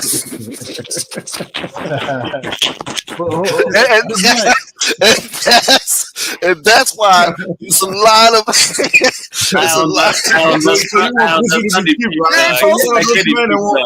So what kind of war, Big Black? What kind of war are you trying to create when pussy is so cheap? Huh? Listen, man. Hey, look, man. We only live. You're gonna get a world of diseases and baby mamas and madness, man. When pussy is so cheap, or even I don't want to be stole. I don't want to get pussy for cheap. You want a world of cheap pussies. No. But I don't want it. You know what I'm saying? Y'all got like 5 think she a 10. Now come on now. You know see why most people don't value the women in your neighborhood and your community? Because they're cheap, man. Listen, our women date out the least. Y'all women date out more than our women. So we doing something right. That's not true. Big Black, that's not true. Oh yes, it is. You guys have random people walking around that's not black, that you call black, that's mulattoes. And then y'all try to force other black people like Caribbeans and Africans to call them black. And you know, like, I know these are mulattoes. I ain't killing the Caribbeans, but you know what? No, like, listen. Is Adam Clayton Powell black? Ain't Adam Clayton Powell black? Well, listen, under the one drop rule, yes, I said that. Yeah, but some of you Caribbeans, I think a lot of Nigerians got pushed off of Caribbean too. I think a lot of you Caribbeans be tricking off too. When y'all come, it's like when y'all come to America, it's like, ooh, white people. You know what I'm saying? And you run to them. You knock your brother down just to get to one. It's like, okay, we be seeing them all our lives and stuff. That's not true too. There's a lot of half Nigerians, half Jamaican, half Haitian Black Americans. So that's not true too. Yeah, y'all it be some Caribbean. When you look at these divested, especially, but let me say this, I'm gonna be real. You look at these on YouTube, you see these old white men, they're like 80 years old, and the Caribbean woman or the West African woman be like, let's say 25. And they be all hugged up together and this and that. She's like, really, I like your soul, this and that. And he like, shit, I'm gonna go out with a bang, she give me for my money, she'll give me for my money. That shit don't be true love. Big Black, you lying, man. I bought the Kim Kardashian model and that Black American dude. What's the age difference? That woman 70 something. That dude is about 40 or something like that. You know what I mean? So Black Americans also going for old women too. You know what I mean? So Black, what? Say that again. Oh, I'm sorry. Kim Kardashian model. She's not 70 something. with that young, tall black American dude? That's well, you talking about a one-off, but I'm talking Oh, a about lot of them are generally. like that, man. A No, lot of them are like that. no, that Madonna, Let me Madonna, Madonna. yeah, let me explain something to you. I said, look, with the black woman, they want to ride Mercedes Benz at once when they see you, right? They start looking what kind of whips you have, look at your shoe, whatever it is over there, right? But with the white woman, they will ride bicycle with you at the beginning, right? They don't care. They'll say, oh man, I like your bicycle. Thank you for putting me on your bike. You know what I mean? You know, they play that card with you, right? They do all kind of nice thing. They talk nice. Even they try to make you feel more like a big man, even when you're not really big like that. You know, they're not talking about 7-pack. They're not talking about, all kind of nasty, things that are not important. They make you see them as that they appreciate you a lot. You know what I mean? So at the end of the day, the Mercedes Benz that girl like at once to ride just at once like that white man will drive that Benz later. But that would take time. Then we will still arrive at the same place, but she's more playing her card more better. You know what I mean? She's playing her card more better than the black girl want to see your man. Do you have 6-pack? Do you have well, well, dreadlock? This well, here's nasty the thing, stuff. Ola. I mean I'm all jokes to the side, right? A lot of this is joking when I'm saying this, but all jokes to the side. When people date out, they kind of give when they go date out, they kind of raise their standards a little lower to me when I see it. You know what I'm saying? Like I see this. I see it with let's say some like the women that date out. They the white boy you have it a lot easier. You know what I mean? Because Yeah, they yeah, want. true, You know what I'm saying? So true. it's the same thing with the white women. They like, okay, I want him to slip it to this. You know what I'm saying? So they, you know what I'm saying? They gon' you see what I'm saying? Oh, look, so they gon' you know what I'm saying? Cause they do a lot of them do the same thing to the ones that want to date out, the white ones that want to date out, white women. They do the same thing to black men. Okay, big bro. Have you ever dated a white girl before? No, Okay, so see, you see, don't know so you don't really know no, what but it's. I've been listen. I'm from the Big hood, black, right? don't do it, But man. If big you go black, white, you big never black, go back, man.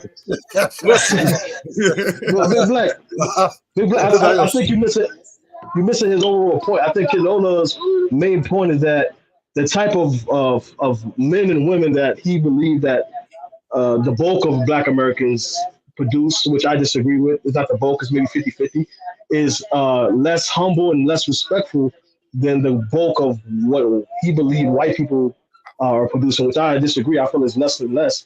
But he believed that there's more of them that's more humble, more respectful, and more down to earth versus the black American. Do you believe that? Do you agree with that?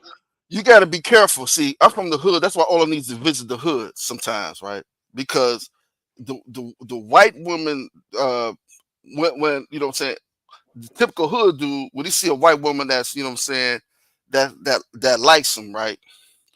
He's gonna bring her to the hood, right? She's gonna buy everybody things, you know what I'm saying, the homies things. They're gonna run trains on her, you know what I'm saying? All because she was nice and this and that. So you gotta watch that niceness sometime, you know what I mean? Because niceness is like, you do, you know what I'm saying? A hood, oh, you do anything for me. Okay, you know what I'm saying? And they bring them, you know what I'm saying, bring them to the hood, let the homies have their way, you know what I'm saying? And she's buying, you know, food for everybody, you know what I'm saying? Yeah, You yeah. know, You see what you say now. The same thing. Sometimes even some of these bloggers also portray. They want you to take them to the best restaurants at once. The way they would dress. So they see you're not what Mike was saying. You're not really telling us. Sometimes some of these black chicks are just sometimes also just like the black men, dress up heavily, wear high heel shoes, come in like they, oh man, I'm not ready to sit somewhere, but let's go to these fancy restaurants. I want to eat your money.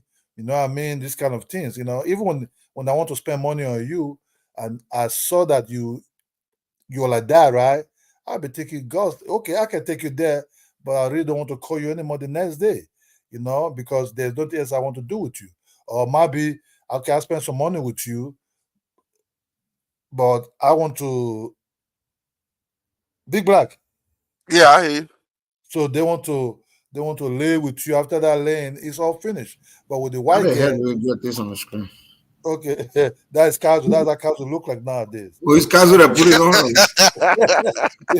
You know, casual have changed to this level now. You know. I don't know how that came about, man. Whoever did that, man, I don't know. I think it was either Kaiser or one man. I don't know. What I'm saying is, so let me finish. Big Black, okay. let me finish. So, but with the white girl, she want to engage you. You see the differences? That engagement, if you're that person that's looking for that engagement, she will give you that engagement. And that engagement will make you come the next day, will make you want to say, okay, let's meet again. But with the other side, who want to eat in that fancy restaurant's possibility, who want to give you the everything that very day. You really, after that, you don't see much about her because she have nothing else to offer. She's not engaging. She wants to show off her clothes or backside and everything. There's nothing to talk much about.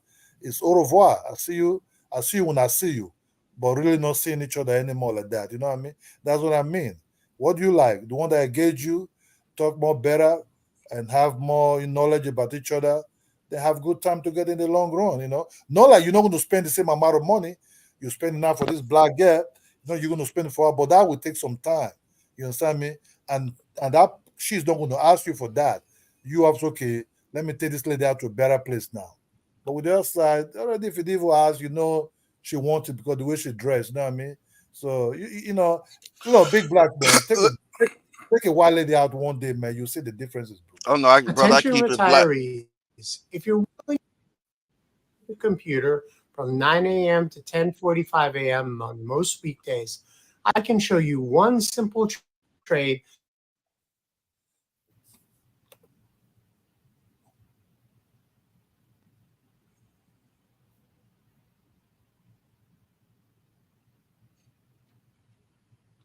Big Black, what is that?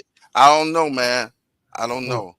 But what I'm You're saying going to figure is, a way to remove this crowd that Kaiser put on here. This Kaiser have maybe changed. one man. Since Kaiser have changed to this monster, it become very weird nowadays. I think he's trying to describe the average European that comes to Nigeria looking for a black woman. But we can barely see the people that are speaking. But we can barely see the audience. It's crazy. Yeah, I'm trying to figure out how to remove this, man. I don't know. Like, I don't know. Maybe one man or Kaiser, one of them. That's a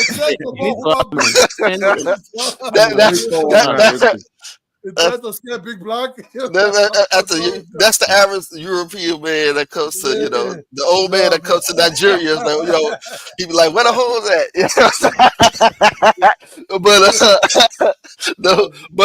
But no, you just got to be. I just say, now, I guess you've been with your woman for a while, right? You know what I'm saying? You've been 20 years plus in Snowland. So I'm not talking about you, right? But you got to be careful when you're doing that because you thinking there's a song called "I Thought It Was Me," you know what I'm saying, by BBD, and you thinking, oh man, she treated me special. It's me, and then you know what I'm saying. A better looking Nigerian brother come through, and then she divert all that attention to the other Nigerian brother. You know what I mean? So it's like, this is how she is, period, as far as like the niceness. It's not about your personality or anything. You see what I'm saying? So you just got to be careful when you, oh man, she's like this and this and that. Maybe she likes me, and it turns out she just doesn't like you. She just, she'll treat everybody like that. She smiles at that with everybody. So I just don't want a lot of brothers though get caught up and they think they got a winner, but they turn around and might have someone that's very not picky. You see what I'm saying? And then they come home, or I'm gonna say come home, but they find out their wife is cheating on them. You know what I mean? So you got to be careful with that. That's so all. What you mean? What you mean that the white chick can cheat in time? That's what you're saying? No, I'm saying if she You know how a person might look at a girl and say, "Man, she's doing that all that because it's me. She really likes me." Every time I look at her, she smiles at me, she winks and this and that and this and that. And come to find out, she's just like that to everybody. You see what I'm saying? So But the guys who have changed, guys who have told Big Black behave. You yeah, know, yeah. That's what it was. Thanks, Kylo. That was for protection. you I know. was going there. You know what I'm saying? It's like, oh, it's doing a little bit too much. I hear Yeah. you, Kylo. No, I no, no, see no. you. Big Black Detroit matter. When you try to talk that. No, look, there are differences in some of these people. Depends who you're looking for. Big Black. Let's just be honest, man. Sometimes I think black people have more wrong interpretation about the white people. Sometimes let's just be honest, man. Say that one more Sometimes time.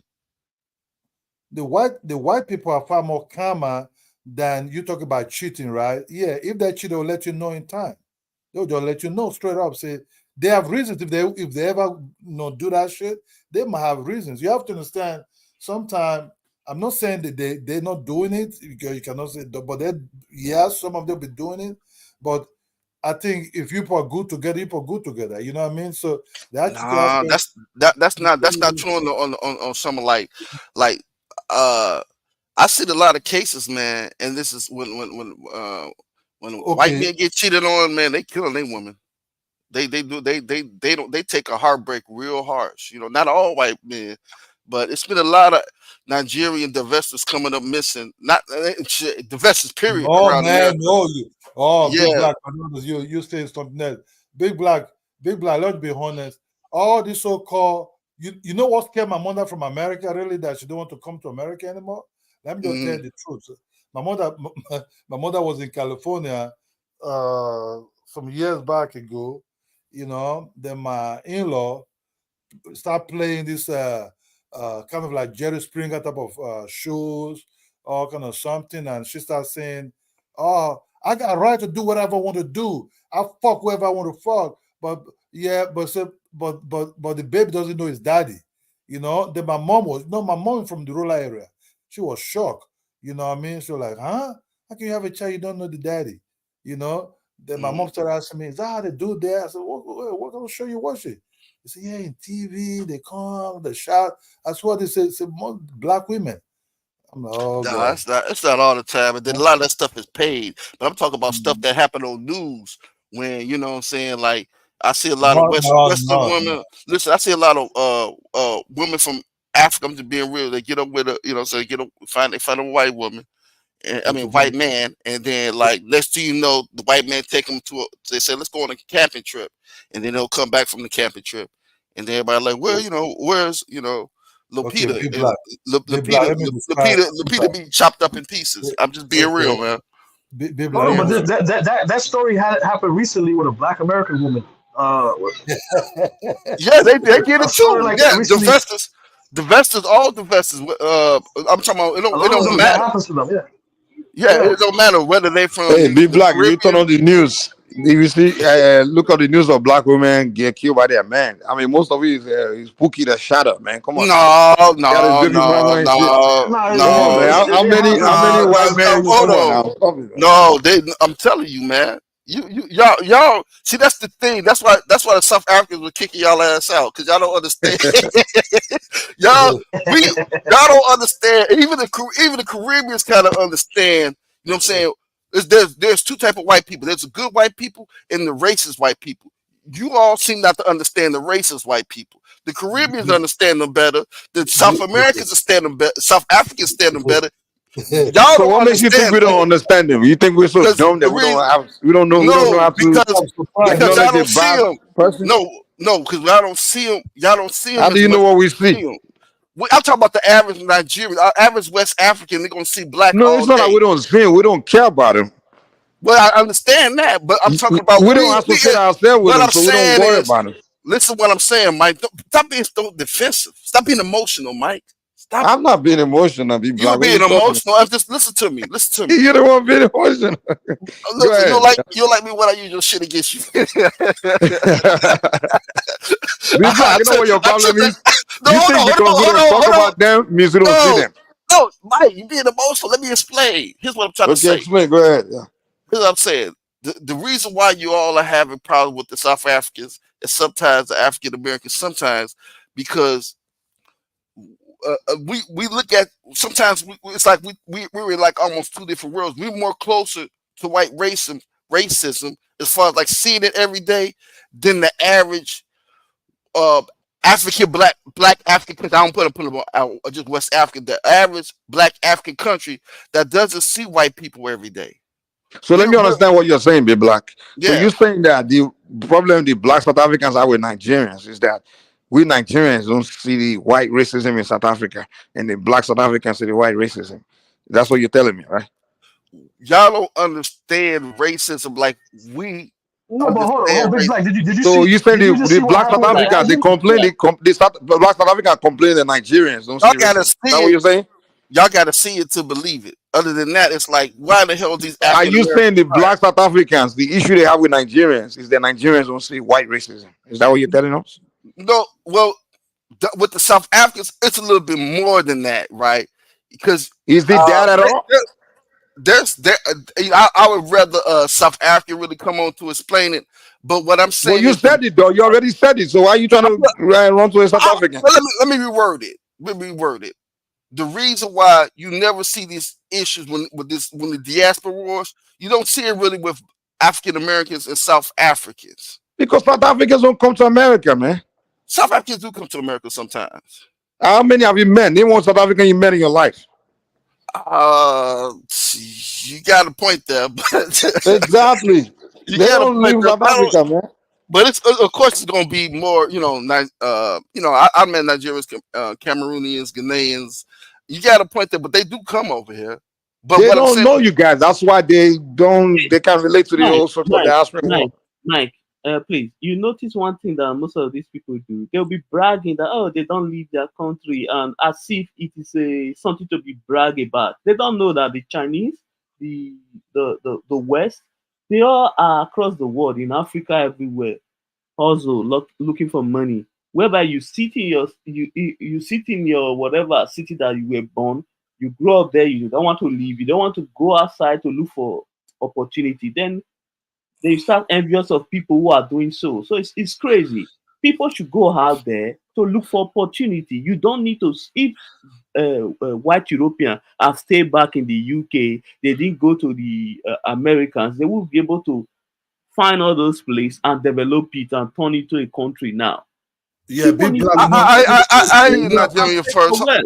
Go. I hear Nigeria first. But the problem that when we talk about when the African American continental African diaspora wars, it's not that when we see Nigerians or anybody from Africa, we just hate them. You know what I mean? Because Mike, no man. Mike, have you ever seen an African and African American fighting? You rarely see that. Continental Well, African okay, American like big fist black. fighting. Let me tell you the problem. For That's example, because the Africans, most of them don't give you guys we, time of the day. we Don't were really not raised interact. we were not raised to compete with fellow Vice black. versa. Shit. No, Mike, big black, hold on. We were not raised to compete with black people. You understand me? We were not raised. We were We raised to compete with the Asians and the Europeans. That's how we were raised. That's why when you look at Nigeria, even if we don't care if you hate us, because we don't see any use for it.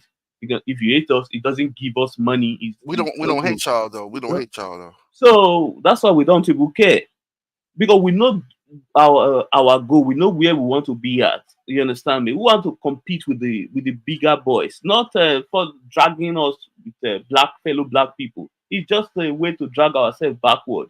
We are not willing to do that with anybody. But If you it not is offensive, Nigeria. If you all really be truthful, right? yeah. These that diaspora wars, they started on Twitter. They started with it wasn't a lot. Believe me, it shouldn't even get this far. And I'm just being truthful from what I see. What I've seen is that you had some Africans making fun of African Americans. No, it was a response. We didn't start this. For It was, example, I'm talking about on let me Twitter. explain to It you. was started on Twitter. No, let me tell you how Tariq Nachit and the other lady, they started this mess. You Right, but understand? they was We Yeah, were reciprocal. they put it, they just blew it out for the world to see, and that's what I disagree with Tyreek and that other lady for. But yeah, that other, well, I tell you this. You know what? I would say that that lady, what's her name? She started that first. That I will give you that. Now that lady, Yvette Carnell. Yeah. Remember when she first came out, the first thing she wanted to do, notice that she's lesbian, right? And people found out that she really worked for a right wing think tank. You know what I'm saying? She was in a right wing think tank. She was a Republican think tank. The first thing she did was, well, two things. She said Pan Africanism is dead, and then uh, said that, oh, to divide African Americans from Africa. So we ain't been there so long. We're not African. This and that. This, and said Pan Africanism is dead. It's the reason why, and I agree with you, Nigerian first. Now you is right about that. Now that kicked it off, and the reason she said it, you're right, Nigerian first. She Okay, Big did Black, kick it let me off. tell you what Black America expected. They expected as you beat us down, we'll just take it and keep quiet. We don't roll like that. We don't care if you look at like us. If you fuck us up, we return back. Look at, for example, we were on our own. Then South Africa decided to start sabotaging our business, and we responded, and we have bigger population, and they felt it immediately. That's how we do things. We don't look for trouble, but when you step in our feet, we normally respond crazily. Sometimes it may be too brutal. That's how we do our things. We don't look for trouble, but don't come at, don't You cross know, our and line. not how that's why I think that she was a paid operative, Yvette Carnell. Of course they were, because if you look, during this time this thing happened, it happened during the period of black people going to Ghana. Right. It happened when we started linking up with each other and trying to, you know what I'm Thank saying, you. hash That's out our when it difference. happened. Yeah. So yeah. I have to correct that. Yeah, it did happen because Tariq stole her movement. You know what I'm saying? Because it was the ADOS thing, and Yeah.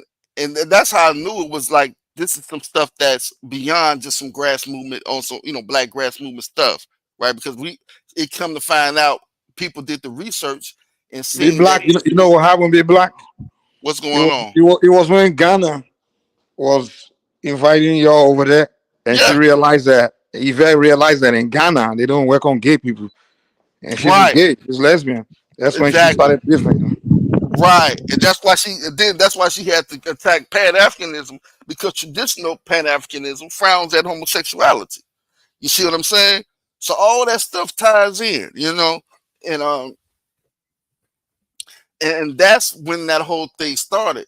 And that's why I look at Tariq kind of suspect because he was she another thing that she did. I don't know if there's a reader, there's an author called Frances Cress Welsing.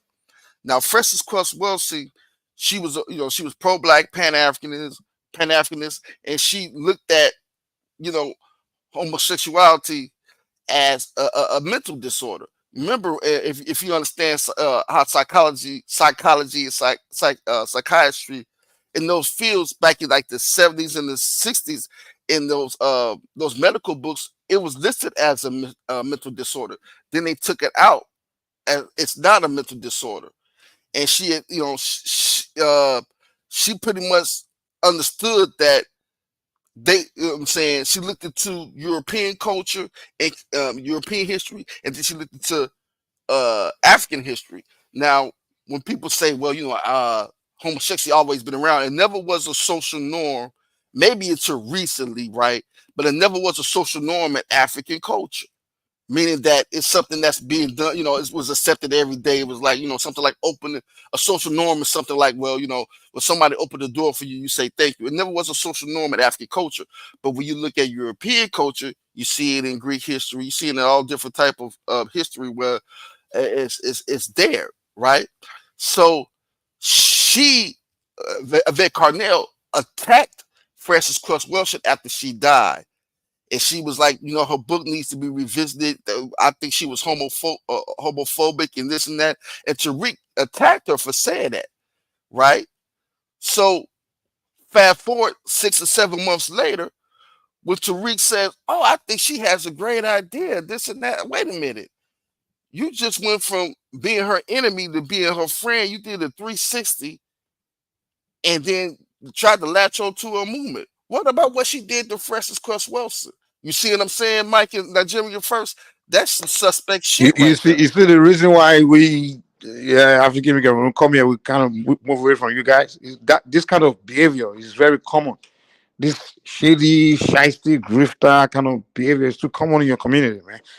Yeah, when I came to America, I was trying to mix with your community. I noticed that kind of behavior, just this backstabbing, and that's why I kind of like, hey, I can't rock with these people, man. You know?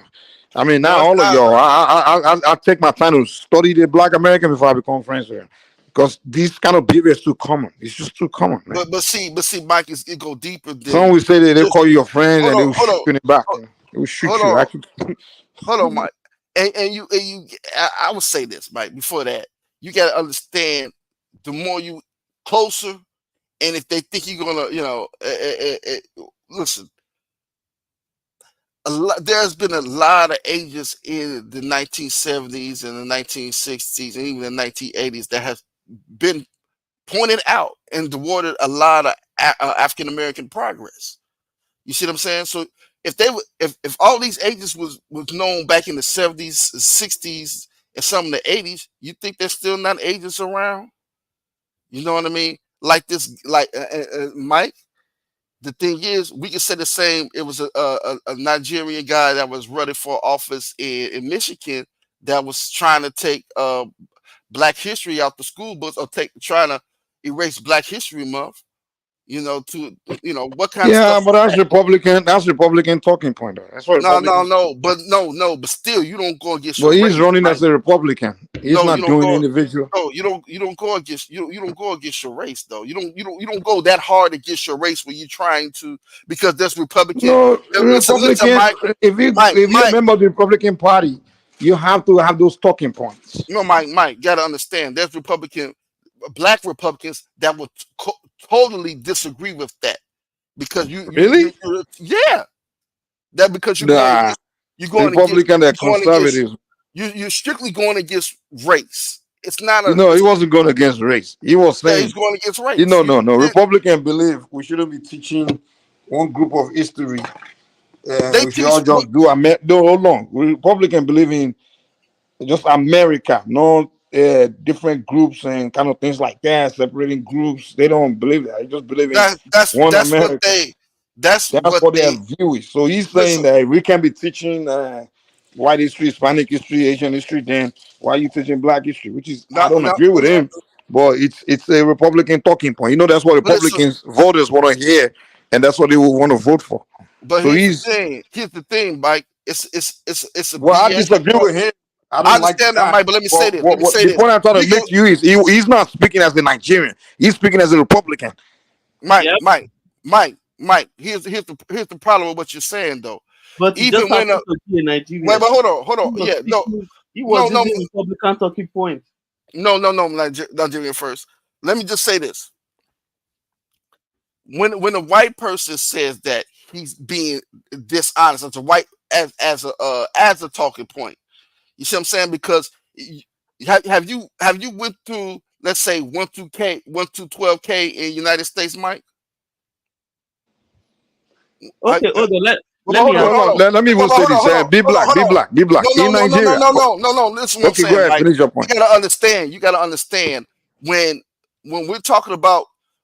He's talking about, okay, the whole point is we just want to talk about United States history. Do you know in history to first grade to 12th grade, you're going to learn way more about European history than you ever going to learn about anybody else's history. You're going to learn about, you're not only going to learn about United States history, but that's European history, though. We're not talking about white American history. But the argument is not African history. No. That's what I'm saying, man. You're talking about black history or white history. You're talking about so it's bias. If you it's not bias. Hold on. If I have to present, hold on. Black history is there's a difference between European history and white history. No. When I say white history, I mean white American history. There's the difference between. Hold on, listen to me. Listen to me. Is there a difference between teaching African history in school and teaching Black history in school? Is there a difference? We said Nigerian history and Black history. No. Is there a difference between teaching Africa, continent of Africa, the history of the continent of Africa, and teaching the history of Black America? Is there a difference? There is difference. Yeah, but here's the thing: when you go in So America, that's what I'm trying to tell you. Like, if you're saying because they're teaching European history, which is the continent of Europe, the history of the continent of Europe, and teaching the history of white America, those are two different histories. What they're saying is that instead of teaching history of white America, just teach history of America as a whole. Well, here's the thing, Mike. When you say is there a difference teaching African history and teaching African American history, right? Well, not you say teaching Black history. Black history, actually, if you really want to, be truthful about it, Black history is African history. You understand? Yeah, it is. If they call it African history, don't call it Black history. But here's the thing: when you're talking about when you put it in the framework of what's going on in the United States, when you say teaching white history, that includes the United States and what happened in Europe. And that was being done 1 through 12th grade. We was learning about Rome. But they don't call it white history. They call it American history. Listen, they want to specifically talk about the history of whites in America. They call it American history. But that's what makes it BS, Mike. Because I'm telling you, listen, what I'm telling you. I know it's BS. I agree with you. I don't think so. Be black. Listen to me. I'm not disagreeing with your position, how you want things to be taught. I'm with you 100%. They should be teaching Black history and all that, whatever history, I'm not against that. I have no dog in the fight. What I'm trying to tell you, explain the context of what he was saying or what the Republicans are saying. But I'm saying that's what I'm trying to explain to you.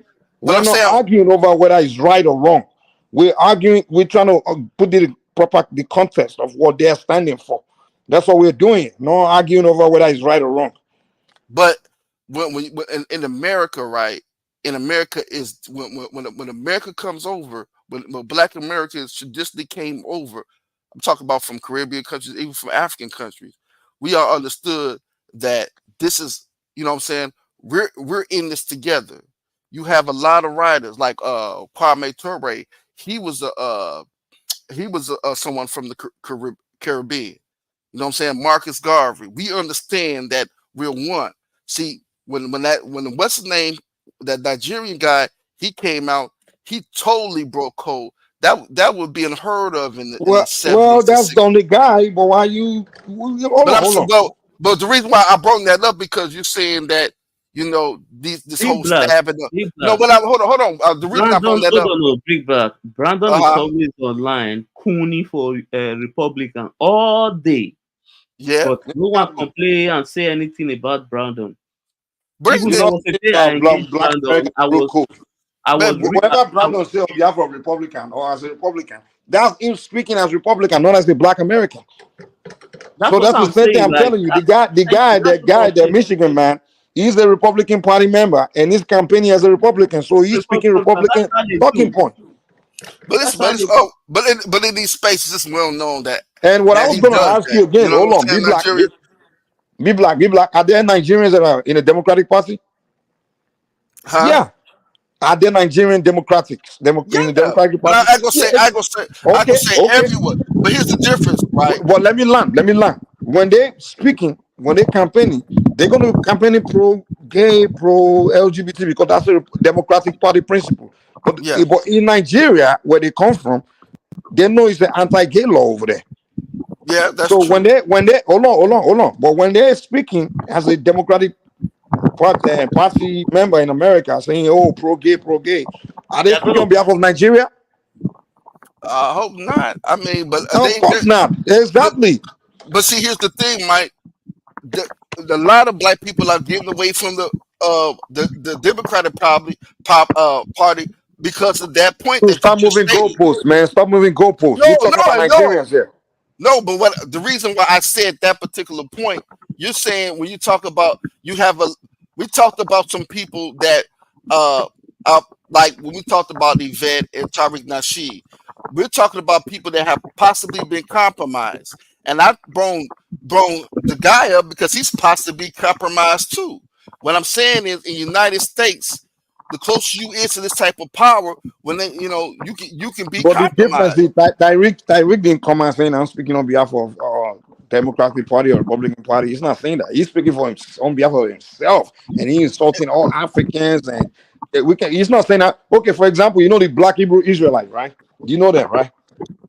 Yeah. Do you know Black Hebrew Israelite used to stand on the street corner and insult Africans and call us MMI and insult whites and call them whatever MMI, whatever all that stupid names.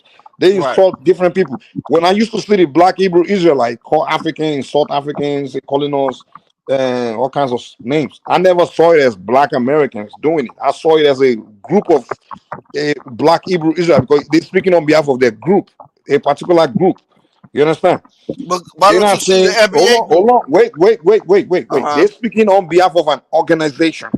Mm-hmm. So I never saw it as them speaking on behalf of Black Americans because they're not saying, oh, we're speaking on behalf of Black Americans. They're saying we are Black Hebrew Israelite. And I take it as, oh, Black Hebrew Israelite are insulting Africans. That's how I saw it as.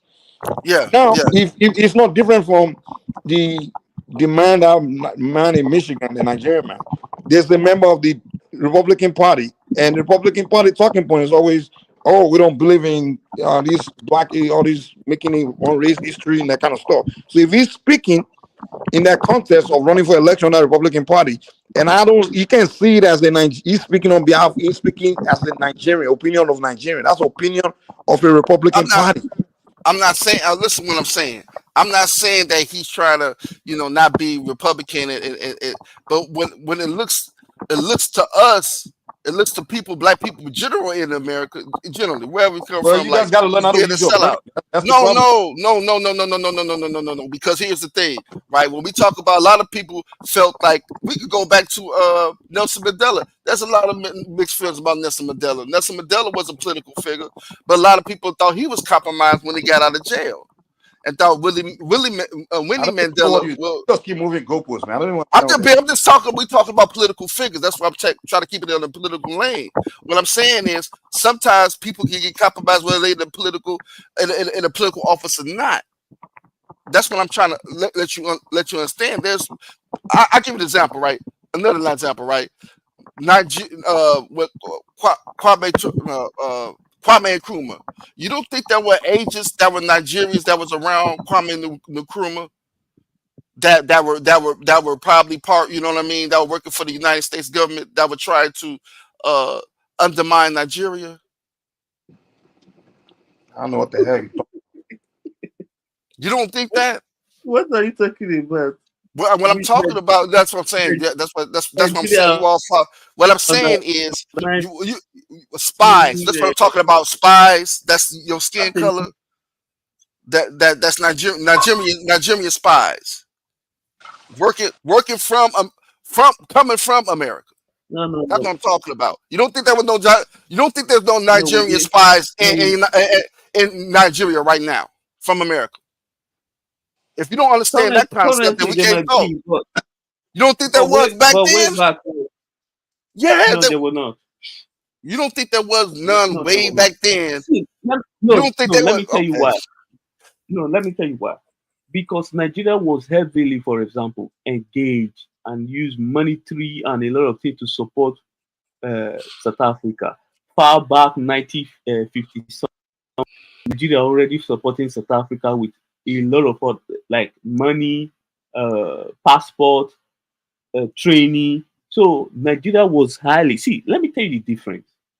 Nigeria practice Pan-Africanism on action, in action. We don't do talk. We don't talk and give speech. Oh, I'm sorry. Wait a minute. I'm sorry. I said the wrong word, right? When I said Kwame Nkrumah, I'm talking about Ghanaian spies. Because Kwame Nkrumah was in Ghana. What I'm asking is, do you think there were not any Ghanaian spies around that particular time when Kwame Nkrumah was in office in Ghana? And most of those spies, they were not Western spies. They were Ghanaian people, for example, because Kwame Nkrumah was from a smaller tribe. He didn't came from the majority tribe. So the majority tribe was against him during that period. They were the one that removed him from office. You Yeah, but understand at the me? same time, here's what I'm saying. But we can agree there probably was some Western spies up in that Ghana's country at that particular time. You can't agree to that point. Of course, I agree. Even they might have even used some of the black activists that was coming there back then, and Yeah, that's true. yeah. Back then, you have the people like W.B. Du Bois. You have others that were going to Ghana. So they might have used one of them to compromise everything. So you never My can tell. but we don't have no evidence of that. You know what I'm saying? All we know No, is no, no. that See. W. Du Big black, Bois big black. W.E. Let's Du be Bois honest. Wait. Big helped black. spring Yeah? forth.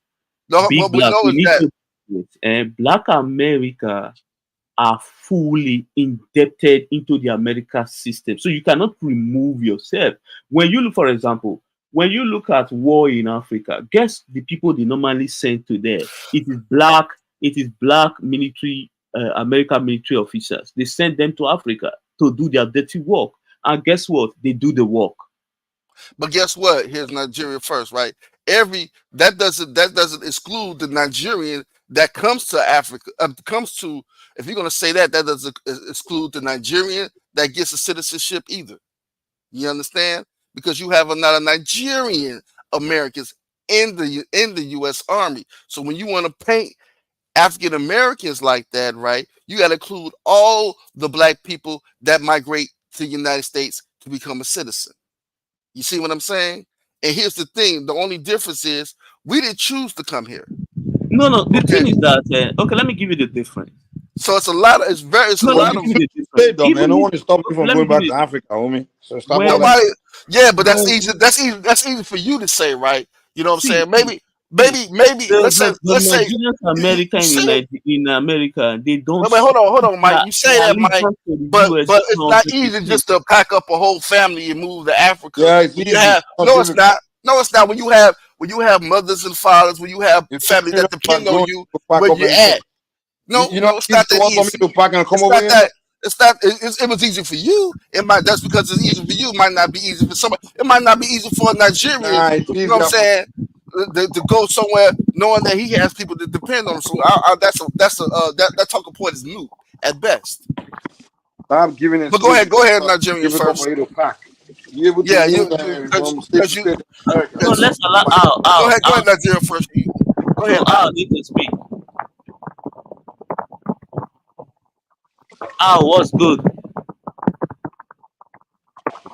He's not here yet, but go ahead and speak until he comes. Go ahead and speak Nigeria first. Yeah, Uh, what I'm Yeah, no, sorry guys. Just carry on. I'll be back in a minute. I just went to make a cup of tea. I'll come back in a minute. okay. All right. Thank you. but like I said, Nigeria first. There's a lot of Nigerian Black Americans in the in the army too. So everybody that comes to United States, they have the opportunity, to join the army if they want to or not. Big black. Let me But tell you the truth. but the They are but the not. majority Hold on. but the majority of the soldiers that's going to be fighting are pretty much white men. So Okay, big black. Let me tell you the difference. what's the They are difference? 80% committed to the United States. They always reserve 20% for their roots, where they are coming from. That's just the fact. They are committed 80% to the United States. They reserve that 20% for their fatherland. You Say that. understand me? So wait, who? The Nigerians? Yes, that live in the No, US. most of them Nigerians don't be sending money back. No, You said? that's a lie. That's a nice fairy tale. Man, You said? most of them Nigerians, when they come here, they got bills to pay. They got You said stuff they to don't do. send. You said they don't send That money back. sounds not most of those Nigerians not sending money back, man. Who tell you Most of that? and most Are of you countries, seriously black? yeah. Nigeria sent 20-something billion dollars to Nigeria The black. So every you think year. we're here? We're not sending money back home to our family, and we're not Y'all built. might be spending money over there, but it ain't no okay. Every week I'm gonna send cousin I such said they and such. send big black. They send $25 to $30 billion to Nigeria every year. They're going to spend that currency just like the Mexicans, just like any other group. But they're not. But just like any other group that comes to America, right? You're going to spend currency back and forth. There's some that come back and forth, and you're going to spend that currency. They add up all that currency, but the average person, I can even put it on Nigeria. The average person is not saying, "Ooh, let me send this money back, this and that." No. Yes, they are. They must not know the Africans now. No, Don't know they're the not. No, they're not. Nigerians don't Let me forget ask you something. where they are from. You thinking that guy, because you say everybody's not starting with to being a doctor or a lawyer, this and that, which that's a whole nother falsehood, right? But when I'm saying, let's say a Nigerian guy that has just a janitorial job, right? Yeah. And he's just trying to make it. He's a lot of times it might be time he's living from paycheck to paycheck, just like all the rest of Yeah, us. you find a way to When send you something. see people like that, and just know that they are newly in the US. They just arrived a year or 2 years ago. They are not settled down It ain't yet. no year or And 2 years. It could be guess 4 or what? 5. It could be 4 or 5 or So 6. even the Everybody got, janitor, they still figure a way to send $20 back home or Thank $50. you. like what? $100. Every 6 months or something, Mike? No, every 6 month. months? Every Big month. yourself, big black. You know our people. No, I don't buy that. You know what I they don't do. buy So you that. don't know. That's why. You know, that's your point. I don't buy that. And just Okay, come in. Mike. Let me be forward here. One of my friends arrived US like 2 years ago. So early this year, I needed something. I said, man, I'm broke. Dash me something. You know what he did? He said, send me name. He sent me $200. Yes, he sent me 200. These guys there, they don't see our people. We don't sleep around and just waiting for person to save us. No, we get to work. As far No our shit. family members are not there, we can work 24 hours or 18 hours.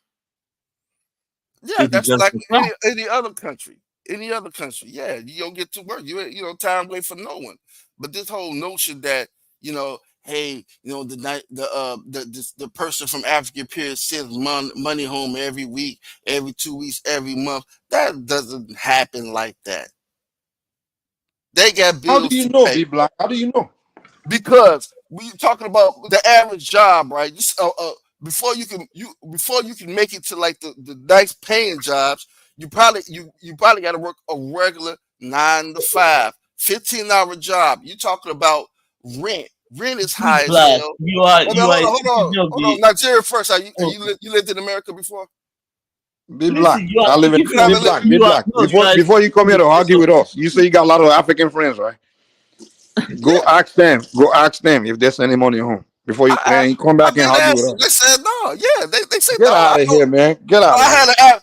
had an African friend, Mike. I had an African friend when I was making. Big, I was big looking, black. Mike. No. I had an African friend. I was working for a temp Oh, please, company. you need to Yeah, answer I, this I was question because I was it's the out working for a audience. Go temp. ahead. yeah. Listen. Black. Hold Okay. on. Yeah. I'm working for a temp company, right? I'm in working Right. for a temp company, making $8 an hour, right? $8 ain't Eight, shit. eight, Guess $8. $8 an hour, right? Oh my Guess who's God, that's working crazy. alongside with me? My Ghanaian friend, right? We Wow. both, we got our apartments and things of that sort. We Did got you bills said to did you pay. did, did He's did you said he's eight? not eight Big black. dollars Big an black. hour. Did you said $80? 80, yeah, 80. $8 an Eight. hour. Wow. He's living check to check like I'm living check to check. Wow. He's trying to save up a But little we are money. speaking of Wait a minute. Nigeria. You are talking about Ghanaian. We are not Ghanaians. What makes it more different than what makes Ghanaians sending money back home different than the Even with the Nigerians sending money back home? you, B Black. Stop it. Stop Stop it. it. Y'all, Yeah. it ain't that y'all. Big Even black. with We know how to Y'all get. sending the Ghanaians and Nigerians are Big sending black. money back We home know at the how to Hold same on. get. rate. When you Don't say guys y'all. ready, No, let's not say y'all when you sending guys money ready, I'm back back. home Yeah. more than the Ghanaians. Let's not do that. Because let's not do that. Y'all not sending money back home more than the Ghanaians. Stop it. Be black. Let me explain something to you. Even the African that's making $8 an hour, right? He first of all, when he gets his paycheck, what they do is they don't be like you guys where you making $8 an hour, you go live by yourself, right? And you use all your money to pay rent. What they do is they link up other Ghanaians, like 3 of them. They will share the same apartment, so they will split the bill. So they will have something left. Whatever is left, he's got to send it home to his family. Oh, They the got to take Ghanaian your I was family talking back in about. Africa. You have to understand the dollar goes a long way over there. The dollar is $1 is a lot of money. $1 can feed 2 people in Africa. You know that, right? In a day, for a Listen, day. You here's don't what know I'm shit saying. about Africa. Be black. You just come online to talk to African, but you don't know nothing. That's your, Mike, do this. Do Mike. this. Go educate yourself about Africans and Africa before you come here and be arguing with us every day. No, Okay? no, no, no, no, no, no, no, no, no, no, Mike. First of all, like I said, the Ghanaian guy, he stayed by himself. Okay, you know what I'm saying? He has to. He worked at a place that if you took the bus to it, it took like them an hour, 2 hours to get to it. He worked there with me. I went to this house many times. You know what I'm saying? So, and he stayed in an apartment. I'm talking about this is a while back when I was staying with my family and by myself. He has bills to pay just like I have. They ain't trying to hear shit. If your bills ain't paid, they ain't trying to hear, well, I had to send some money back to Africa. They're not trying to hear that shit. And you know that, Mike. The bill cutters want to hear that shit. They're like, fuck you, pay me. Let's be real. Stop with the bullshit. Everybody not sending money back home. And at the same time, when them bills collect up, your ass gonna have to pay that shit, or you're gonna have to move around and find another place to stay. Or them lights gonna get shut off. Or that car bill they go, or your car note they gonna get paid. Or you gonna have enough gas to get to work. A lot of people, if they ain't got that career job, or if they ain't landed that good job, they rob it. Sometimes they rob it Peter to pay Paul. I mean, it's a reason why you have. There's a reason why you have a lot of poor white folks in America. Stop it. Mike, please, if you can open this link I just sent you on the private chat so that he can see the last year number for the remittance from Nigeria and diaspora last year, because we Yeah, don't it will even take have a minute it. because I'm away from my computer. I'm using my phone right now. So when I get back to the computer, I'll do that. I just want to get food real quick. When I get back to Now, is there Nigeria sending money back home? Yes. Is there Ghanaian sending back on the money home? Yes.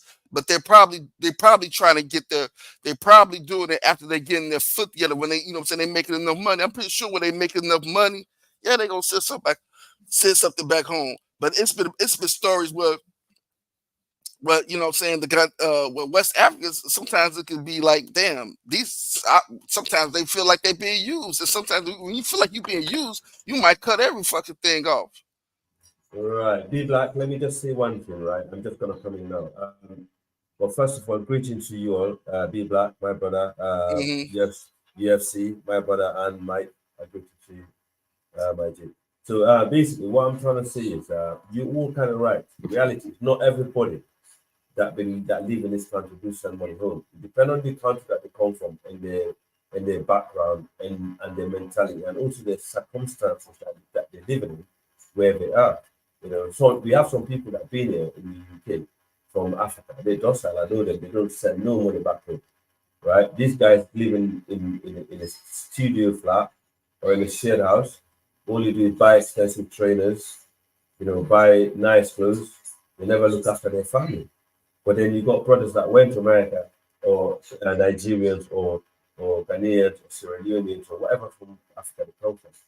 You know, they went there yesterday. They're doing Uber Eats, right? These guys are building big houses in Africa. Every month, with that small money that they made, when they put aside their bills, the first thing they think about is their family back home, because they have so many mouths. In fact, one average African in the US, the amount of mouth that you got to feed in Africa, man, it's unbelievable. So majority of Africans, people that come to the West, they do send money back home. Majority of the time, in fact, if not every month, maybe like quarterly, they'll send money to their families back home. Otherwise, their phone will be bombarded, you know, and they will not sleep because they know what they left behind. So these are the circumstances. I don't know about the brothers from Ghana that we live with. You might be right. I believe you're right that he doesn't send money back home because he wasn't earning enough. But how much is enough for you to send money back home? Is the I, question. I tell you that. I tell you what. Like I agree. If there's an African guy, African man that's living on, he's a bachelor, right? If he has a nice job, let's say a nice, I ain't even gotta be a nice paying job, but he has a job enough where if he had like a kid or two, he still would be straight. You know what I'm saying? He can pay his bills and raise his kids. If that was a single man, definitely can Right. send money back home. You know what I mean? Right. So Right. you know what I mean? Yeah. But what I'm saying is that it can get to, and you being in the UK, it's Right. easy to get behind the bills. You see what I'm saying? Without Right. doing a lot of budgeting. That's what Right. I'm saying. That's mainly Yeah. what I'm saying. And when you Yeah. getting behind these bills, of course it's you first, because if you drown, shit, ain't no money going back home to Africa. You dig what I'm saying? Nah, and they're not gonna help you out. They're not gonna help you out. Those in Africa will not help you out. You get into shit. You go back to Africa, all they see is money anyway. Right. The guys, the guys in Africa don't see you like one of theirs. When you go there, you realize that all that money. In fact, that's what they was advising. One of my friend was advising people: don't go to Africa and open business and leave it behind and come back to the West thinking that business is gonna flourish. You're gonna come back later because you're gonna work hard over here. You take like $100,000 or $200,000. You go back to Africa, you open up a business, and they hand over this business to your family. Years later, they would even have a dollar to give to you. They will find so many problems. But when you're there, the business will be running smoothly. As soon as you leave Africa, you come here, you come back to Europe or America, they'll find so many excuses. They'll give you so many reasons why your business is failing. But really, truly, it's not the business failing. They are robbing you. Mm-hmm. So these are the things that's happening in Africa. So you kind of all right. I don't think it's that simple to say. Someone need to mute UFC. Is that your fan? Yeah. Yeah. Can you mute, please? Thank you. So yeah, I think someone I mean, all of you guys are making sense. That's why I did not come into to support one or the either really, to be honest, because you're making sense. I think you need to understand also, Be Black, how African, works, and some of the Africans, like for example, I can hear UFC was saying he's from Ghana, The Ghanaian, how they think their mentality, even though they're all Africans, different to Nigerian. Okay. The average Ghanaian will come here, you want to integrate, you want to buy new shoes, and want to mingle up with the American. The average Nigerian, you just want to make his money and send it back home to his people. And so these are the difference. Even Sierra Leoneans are the same thing. They like to come here to integrate. They do send money back home, but their focus will be more over here than back home. For majority of Nigerians I come across in the UK, they send money every month. I used to work with Nigerians. I can see their Western Union and their monogram receipts. They send so many money back home to their family. So some of them just come here like in like 6 months. One of the guys I used to stay with, Anthony, he's from Nigeria. He came over in 3 months. His first salary that he had, because I helped him got a job, his first salary, I saw him send money back home. So it's possible, man. I mean, yeah, it's possible. I mean, Yeah. but believe me, I'm saying like there's probably that going on in the Ghanaian world too, and just like with a lot of different a lot of different ethnic groups that come to America. That's right. That's right. Okay, Big Black, let me explain another thing for you. There are those, because I have a friend there, he was a medical doctor in the UK. So he didn't like the place at all. So he started building a 30-bedroom hotel. So he had a 10 years plan for the project. Guess what? When he completed that project, he just relocated back to Nigeria. You understand me? Yes, he just relocate. So there are people like that. Some of them, there are those, they will build apartment complex in Nigeria. Then the money they get there, they don't work in the UK. They use the money and live in the UK. Because yes, that's how some of them do. They just work their life, they make money, they build apartment complex in Nigeria. They give it out for rent.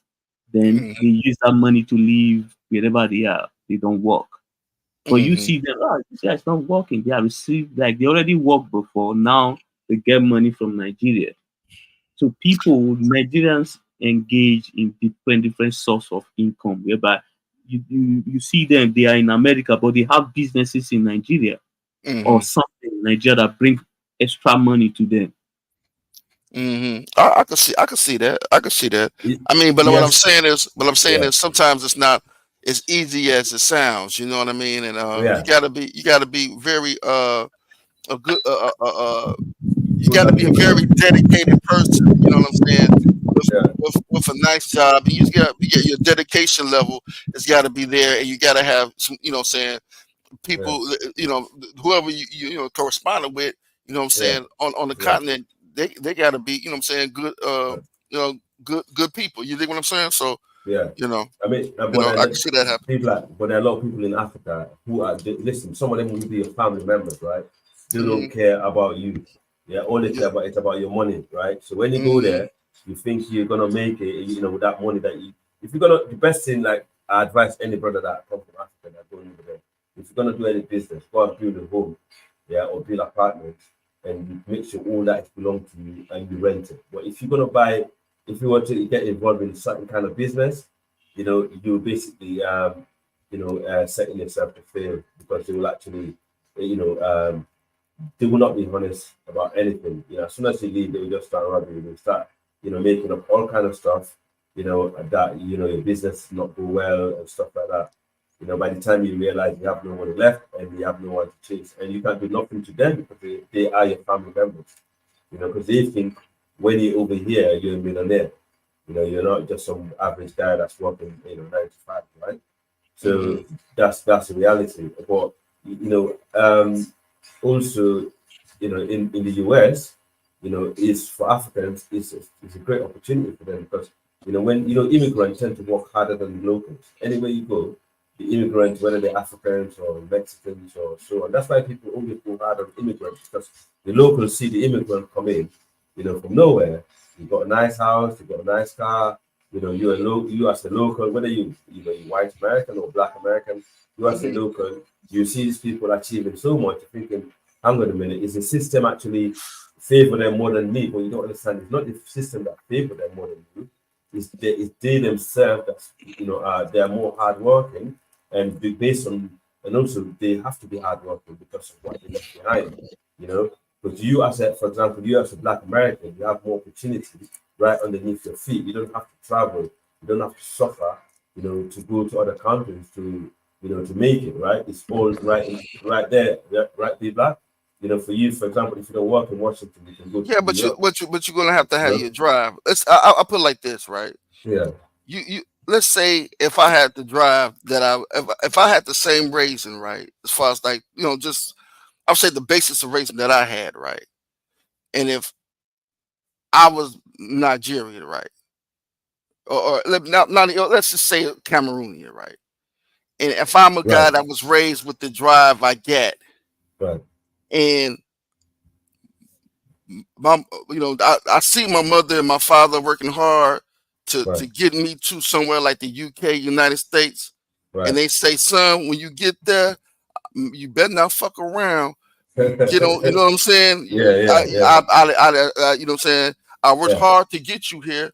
I'm Mhm. gonna take off, and I'll probably be doing better than I'm doing right now. You see what I'm saying? Exactly the point. Because I Yeah. have that drive, and I understand. You know what I'm Mm, saying? mm, I seen what the blood, sweat, and tears that my mother and my father did to get me to yeah, this point, and yeah, at the same time, it's like I'm I got my blinders on, and right, I'm going to the races. You see what I'm saying? But yeah, what I'm saying is there's people. What I'm saying, there's people in every country, right, where right. you can set them off, you can set them in that same setting, and if Mm, they ain't got the right parents to give them the right type of tools where mm. they understand, hey, when if I put you in this situation, they'll flop. They'll Yeah, flop. exactly. They will excel because they have based on their circumstances, and Hmm. they have different aim in life. Upbringing, you know what I'm saying? Their Yeah, upbringing ain't the and different same, background. Yeah, yeah, you know, you different know. backgrounds. Mm, That's why yeah, that's why I be trying to tell, like, you know what I'm saying, a lot of continental Africans. Like Mike, I'm pretty sure, you know what I'm saying, his upbringing was a lot better than some. You know what I'm saying? of I don't. You don't having a know. You don't Nigerian. know. You might come from hard upbringing and he make it over there, and that's why he's hardworking. That's what. No, I ain't even talking about I ain't talking about even money wise. I'm Okay. talking about what your parents put in you. You know what I'm Yeah, saying? right. As far as like, hey, you know, like I've been working for a long time, but I understood and I had a work ethic because how I was brought up, and I Yeah. see my mother and my father had a work ethic. You see what I'm saying? This But is the reason. Yeah. there's Americans there's Americans in all different races that didn't have that. You see what I'm No. saying? No. So That. they didn't even to look back at first of all they didn't have it in them, so it's like they had to pull extra hard because their mentality wasn't there. And when they look back for Be black. uh If you look at the that, older generation of African Americans, they work ethic and how their mentality is totally different to the African Americans today, right? Because back in the days, no, not so, but you see here's the problem though when you looking at it from the outside looking in, you're lumping everybody together. You no, lumping the no, successful with the okay, bad. You see what I'm saying? So no, let me say this I like agree with this. that. But be black, So one second, right? here's what I'm saying, right? Okay, go on. If you can't compare the drive from because you had like let's say you had like crack babies, right? You had people that got called the victim. Yeah. You know what I'm saying? Where, you know what I'm saying, somebody that had a two-parent household, even when one-parent household, but they had even the grandparents, they, you know what I'm saying, they was very, structured in following teaching values to their grandkids versus somebody that probably had problems, a lot of problems in their family, the intermediate family. Let's say the mother was a crackhead and she didn't get off her problems. She never got out of problems. So, maybe the grandparents had to raise them and they kind of half raised them because they was too old to really, you know what I'm saying, to really Right. raise them right. And let's say that kid that grew up, he ran over his grandparents because they were too old versus me that, I have my mother and father, you put us in educational setting, right? It's a good chance I might excel more than this guy that's running over his grandparents. You see what I'm saying? So fast forward maybe 20 years later, I'm in a career, he's in the streets, and maybe he didn't, got to a point where he had to turn to drugs because it was hard for him or her to find a job because they never had that instilled in them as a kid. You see what I'm saying?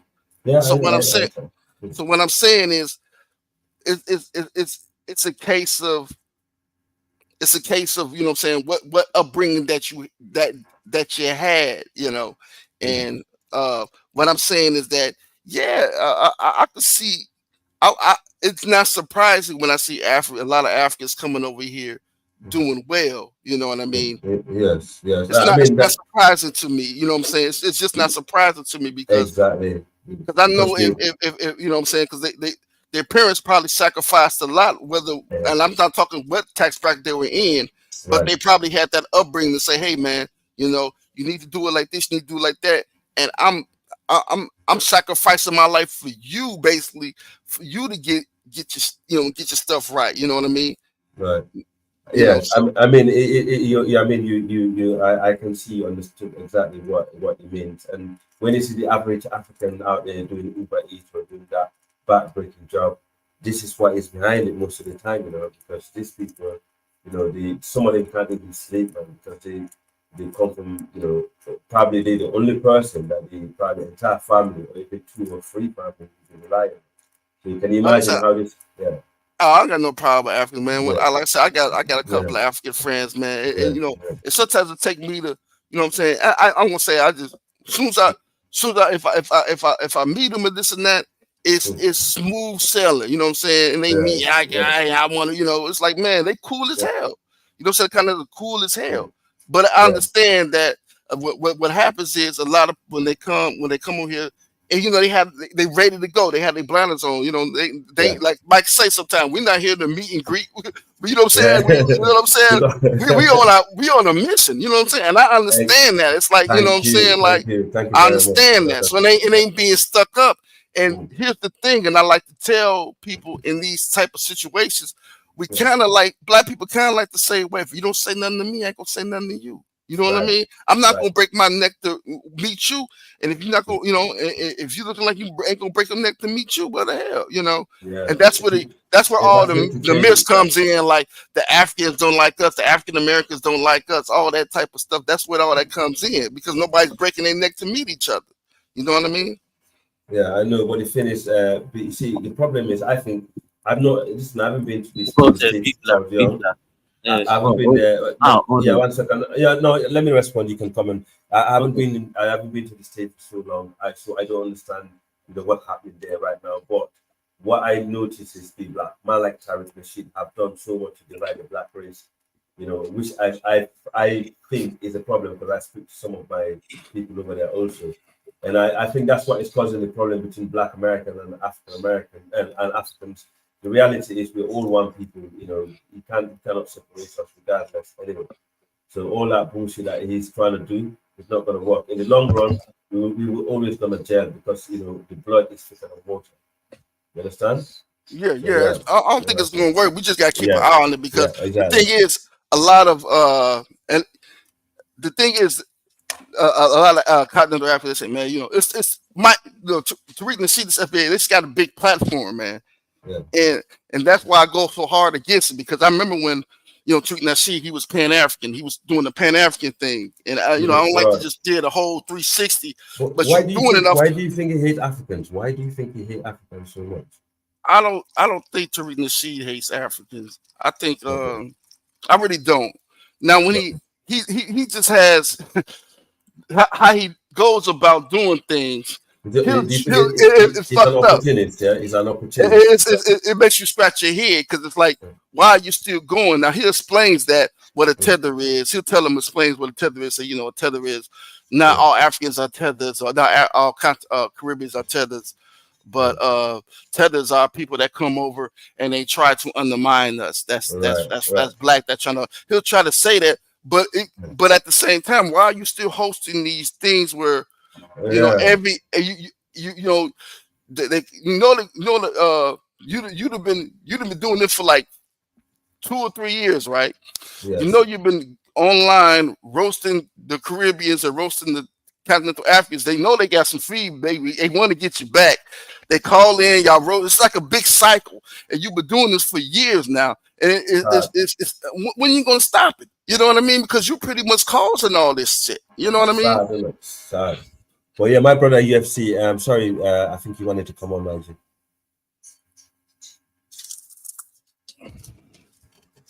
UFC. Yes, I'm here. See, Yeah, yeah. we need to be honest. Some of the our black brothers, when you engage some on this platform, it's like a stone. You try to, you know, everything you talk. I mean, you tell them, it just bounce off their ear. They don't listen. They just repeat. The thing is that they have no mind. Some of them have no mind of their own. They always repeat a talking point from someone else, not their own, thought out opinion. No, it's always repeat of another person's opinion. How can a man live like that? Sometimes use your brain to do things, to think for yourself. Are you saying I do that? No, not you. There was a No, guy. he's not talking about you. I'm not Big talking Black. about you. No, no, you don't do that. You at I least think you Big have been Black is listening to blessed. things. Yeah, but there are some. There is a guy I engaged yesterday. I was frustrated. You understand? He came in and just got gone blazing. That was the first time I had a conversation with the guy. Never met him before. He has never met me. You understand me? He was being stupid. He was saying that America doesn't need Africa. America doesn't need Asia. And I told the guy, I said, do you know that 3 countries in Africa produce 70% of the cocoa they use to make the chocolate you consume?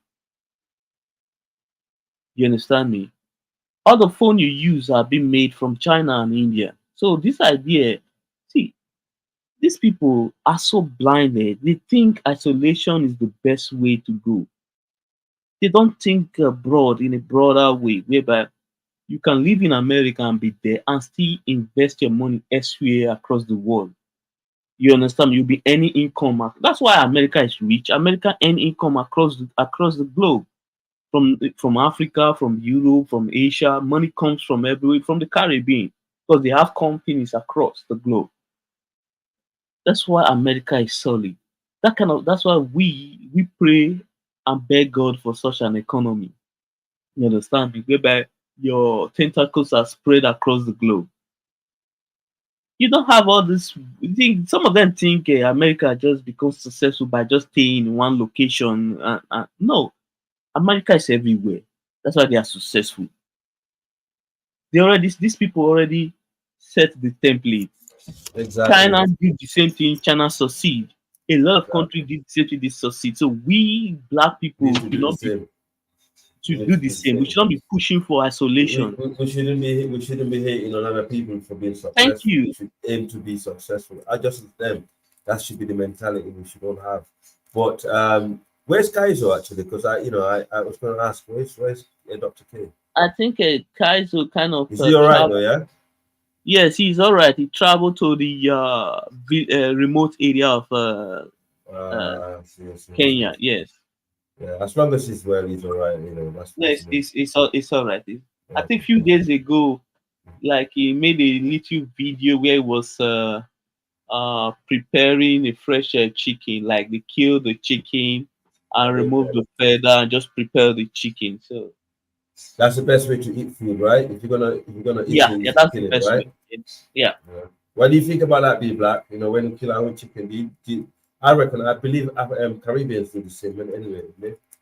And African American. Say that Do one you, more do time. you do you kill your own chicken before you eat it, or you buy the ones in the shop? Those in rural America, do the Oh yeah, Black they cook Americans it. do They that? cook it. They cook it in. We cook it in by the ones in the shop. No, In the restaurant. or you don't kill the chicken then? Oh, some do. Deep in the south, yeah, some do. Yes, How the that's what chicken I farm. thought. Yeah, it's in the south. I can Hey, imagine we do that. Big Black, I will advise you whenever you want to do Thanksgiving, buy a live turkey. Is the best. Let them prepare live. You kill the live turkey by yourself and prepare it. You see the Oh, okay. taste will be different. The taste will be different from the frozen one you buy. Yeah, Oh, very okay. true. Very true. Any chicken, talk, any of these things, any meat, if you the one that you kill always tastes better because it's not been, you know, and when they kill these things, they inject them all that stuff, and you don't want to eat that food, man. If you can, we all eat. I'm not being funny. When I live in the UK, I eat that chicken that it's already killed, right? When I'm in Africa, I definitely kill my own chicken. Because I might as well take the advantage while I'm there to eat healthy and eat well. And I can imagine. I think some communities in the South in America need to be preserved. For Black Americans, I think that's very important, not only for the tradition, but even for health-wise, because you should be able to leave the cities and go to the small towns, and live the way Black Americans used to live back in the days, isn't it? I think that's true. I just think that, man, us as a race as a whole, we need to have more compassion for each other. You know what I'm saying? Of course. You know what I mean? For the different things that happen, because we slavery did a job on us, I and think I kind of Big Black. and well, hold on, and Same thing. colonialism did a job on Africa. You know what I mean? Same And thing. Yeah. But you your see what one I'm is saying? worse. Yeah. And then definitely in the Caribbean and in parts of South America, a lot of Africa in South America. So I think when we explain in the story, we don't need to we need to do less of well you should have did this, or I don't think you all just understand each other's plight more before you get into like, you guys are dumb because you did this, and a lot of you do that. Just understand what had happened. You know what I'm saying? What happened in Yeah. in a lot of cases, man. Because a lot of stuff when we're explaining stuff to each other, a lot of things get left out. Yeah. And Okay. like I Yeah. said, the whole thing is, the reason why United States is as powerful as it is because they first took practice on subjugating us. They just took their show and went worldwide with it. You get what I'm saying? You gotta understand. You have to constantly be on your feet to have all these slaves. You know what I'm saying? In this country, you gotta be on your toes. You gotta be on your toes. So you gotta start. You keep thinking of innovative ways to keep a whole nation of people down. And they pretty much, they kept on their toes and they kept thinking and thinking and thinking. So, you know, which propelled them to when it was time to, be a world leader. They had a lot of different, what I want to say, groups that just, think of like, pretty much. I'm trying to look for the right word, but groups, think tanks. You see what I'm saying? That's the right word I want to use. A lot of think tanks. So, and just understand that. If you understand that, you understand what's. You But look back at the history, understand the things that they needed to do, and but even in the especially going in the 1900s, what stuff that was being done. but Big Black, we already understand the history. But currently, right now, as we speak right now, there is nothing holding us back because when you look at the market currently, it's a global market. You see, for example, let me give you an example. Olympic is a global sport. You know the reason why the United States, the blacks, dominate that particular that sport because one, they prepare for that sport. You understand me? They compete in that sport. Mm-hmm. That's why they win. They win a lot. A lot of them win a lot of gold. Yeah. It's the same thing with the economy. If you don't participate and compete in any economy, you will not get anything Yeah. because America is not practicing socialism. They practice capitalism. So you need to participate in the economy for you to get something. Yeah. So what is going on is that black people, this is not about black America, black people in general are not competing in global economy. That's the problem there. Right. You understand me? But No one is but holding but us just but just because I always thought so. Go ahead. Okay, but let me just complete this. understand that. I always thought. But just understand Go it before ahead. you go. I understand that no one is holding us back, but there are forces that are negative forces that are trying to, and just understand that you're gonna have opposition, and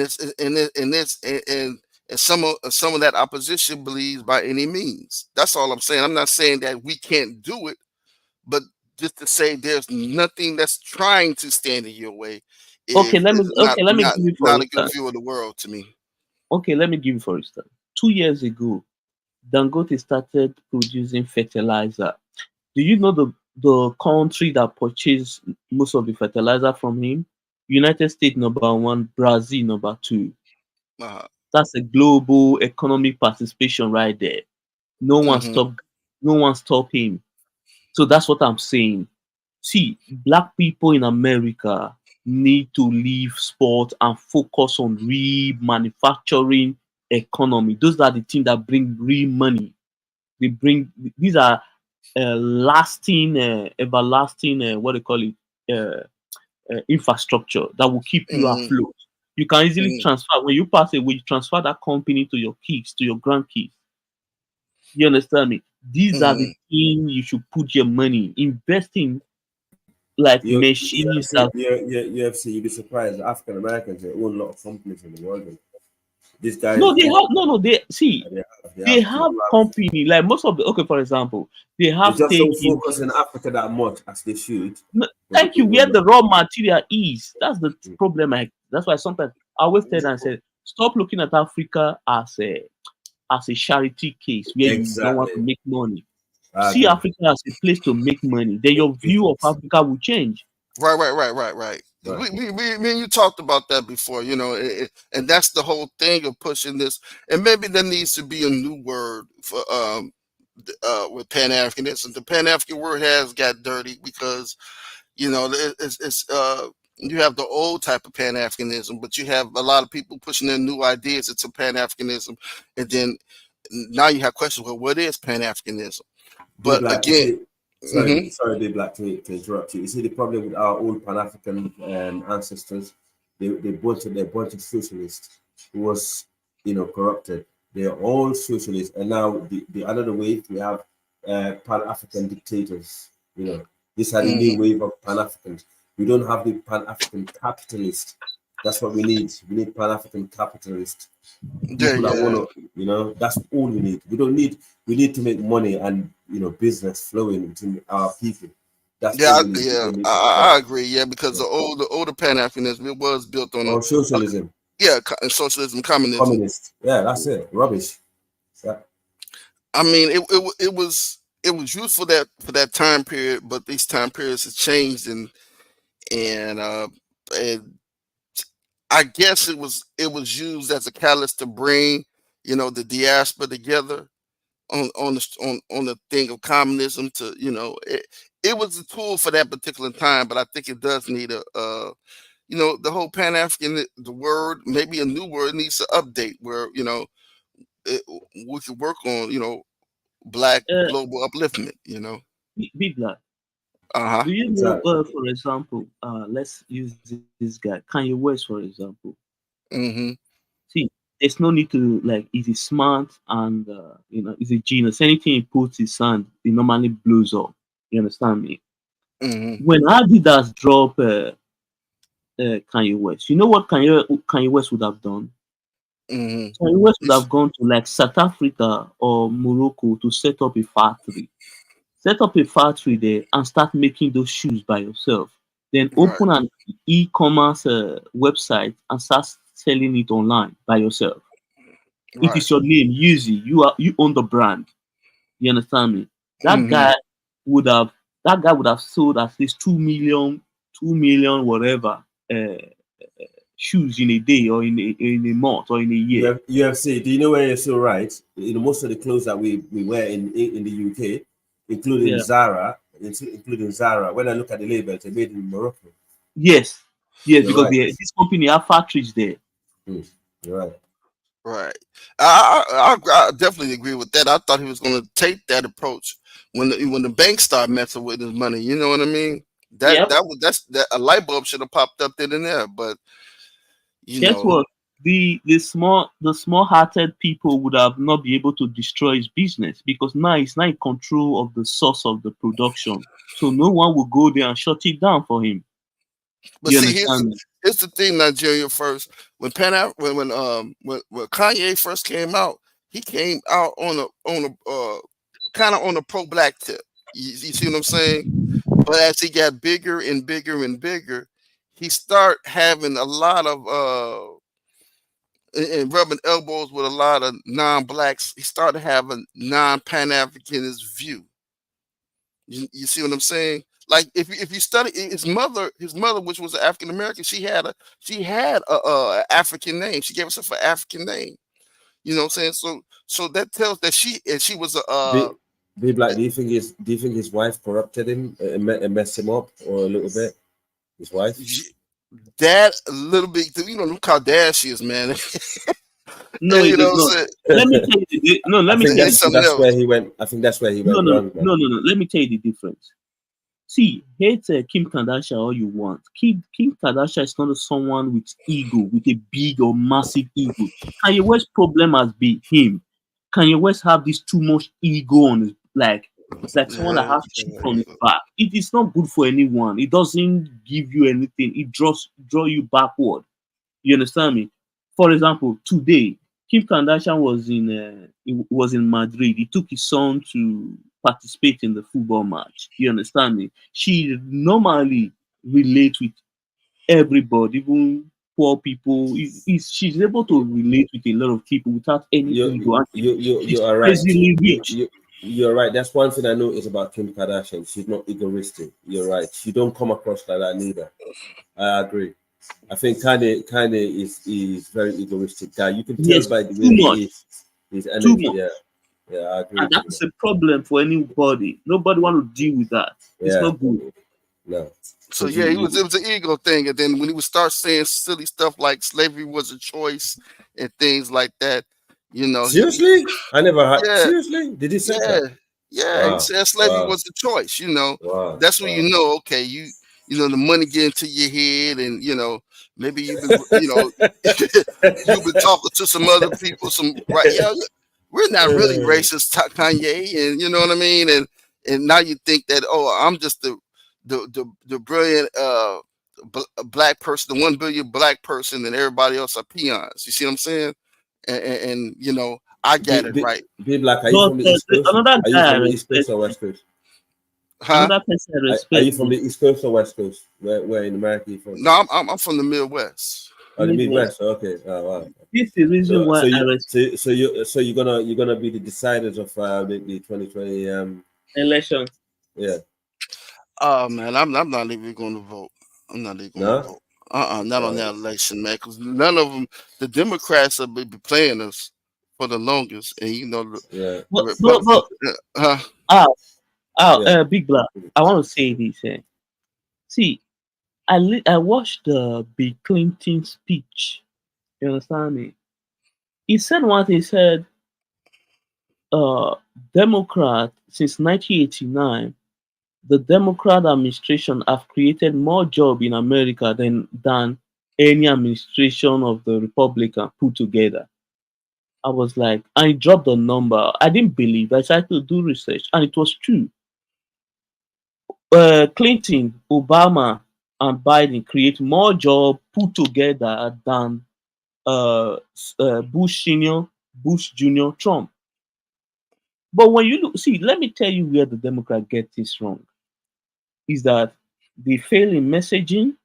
They normally want to promote this what they call alphabet community. That's the He talked biggest about his problem. politics, If they and just then he focus made on these the very controversial comments about economy and slavery. Want discuss to get right to economic the video to issues, show you? Have a look.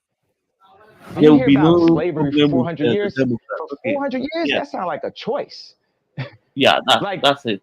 you was there for 400 years and it's all of y'all? Like,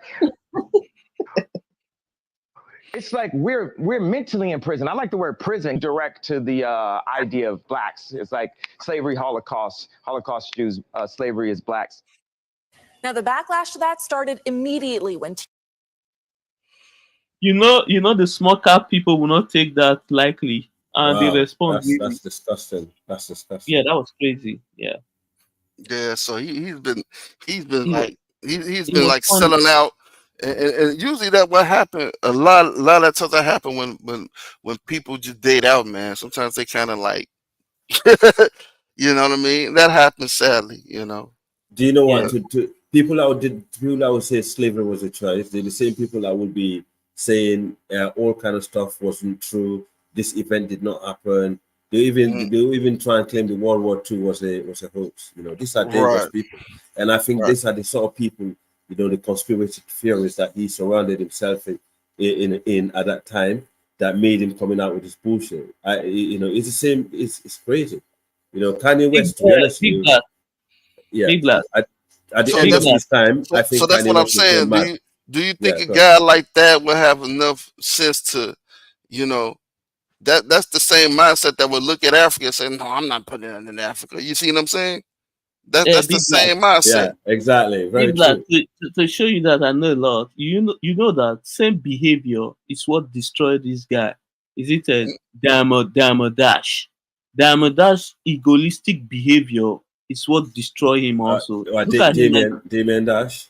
yeah, Yeah, Damian Dash. Yes, he's broke. You yeah. understand me? I don't It's too understand that much. story that much. I know when Jay Z left them, things started going downhill. But I don't understand that story that much. If you all know some more, y'all can fill me in. But I don't know that story that much. Yeah, because I'm a fan of Jay Z. So the reason why see Jay Z have been very respectful when you look at him. He doesn't engage in BS. He know what he's doing. Very smart businessman. He doesn't talk too much. He move in silence and he gets shit done. He is a master. Like he's someone I can actually tell my kids to inspire to look forward to because he has proved himself. He's a good father. He has been able to raise good kids. He has his business is spread across. You have the champagne. Like when you go to Nigeria club, people pop that bottle. You see this idea that we support Black America. The DD drink, what's the name? Is it Ciroc? Ciroc is popular in Nigeria. Ace of Spades is popular. Even the one for Rick Ross, is it Belarus or something? Yeah, I Popular in forgot. Nigeria. So these people, they actually use their drink to like inspire our nightlife in Nigeria. When you go to club, these are the bottle of drink you see. Even the current one now, the one that in the blue bottle, is it vodka? What's the name? Is it Azu? Yes. People Okay, I drink think I that. heard see that. Yes, if you look, most of the rappers, they are the one who promote some of these drinks. Hmm. So they are highly, highly consumed in Africa. You understand? Yeah. So these people actually have influence in many of our people. Just like the ones I don't like, it's just the ones that just like a lot of baby mama throwing money around. But people like Jay-Z, I will forever, look up to that guy. You understand me? 50 Hmm. Cent also. 50 Cent is another because he's a good businessman also. He doesn't involve in BS. So I respect 50 Cent also. Then Dr. Dre, then Ice Cube. These are the people I looked up to. Not the Future and the rest. No, I'm not a fan of those guys. Oh, Drake and Kendrick and the other cool guy, J. Cole. These are my Hmm. people. You Oh understand me? yeah. These are my Yeah. people. Yeah. Nas. Oh shit, I'm forgetting Nas. Nas, yes. These are Nas. my Nas. guys. Yes. These are the people Yeah. I look up to. Yeah. Nas. Yeah. He's one of my favorite rappers too. Yeah. Like Nas. Yeah.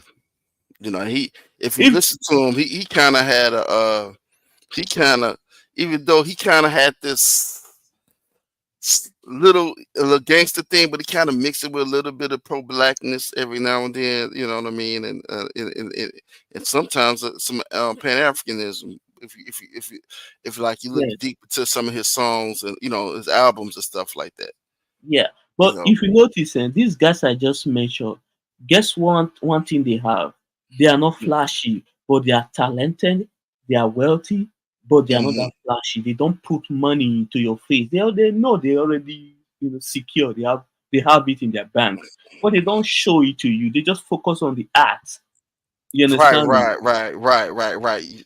I see what you're saying. Like now they can be a little flashy, but as far as like Nas is real quiet in the public. You see what I'm saying? He's Yeah, like you said, he's more on his money. You know what I mean? He's not trying to, get all in the spotlight and want to do all the show. He kind of moves like, okay, as long as I'm getting my money, I ain't got to be the, you know, the person that's always in front of the camera. You yeah, know, yeah, yeah, you know what I mean? Yeah, yeah. he moves a little silent in the public. That's why you hardly hear, a lot of news about him. You know what I mean? Yeah, yeah. These are good. These are people we should look up to, not the other upcoming that they just then By the way, business leader, uh, then the black I'm streaming from my channel, so it's just showing on Kaizo and Woman's like channel. Robert So Smith. Oh, you you see got a that? channel? Okay. Y'all should subscribe to my channel right there. That's it, the Mastery Media, man. Okay, So, okay. I'm gonna so when subscribe I, there. yeah, I'm gonna Just be don't be giving you hiding some. me, man. Because when I'll come to your channel, you just kicking me off stage, and I know you Nah, kind of I'm have gonna be giving you some real shit, man. Not all this same old bull crap. I'll be putting okay. some Don't and don't some and don't. Mike, educational so you're shit, setting up your own thing, yeah? huh? So you're setting up your own thing, yeah? That's good. A what I said, so you set up your own thing, yeah? With channel? Mr. Media. Yeah, it's been on for, trust me, about 2 years now. I Oh, never did okay. much. You know, I okay, never I okay. never really did much. So it's Kaiser and One Man that kind of want me to start streaming and stuff. Okay, wicked. Yeah, yeah, that's why. We'll be there, don't worry. We'll come support you.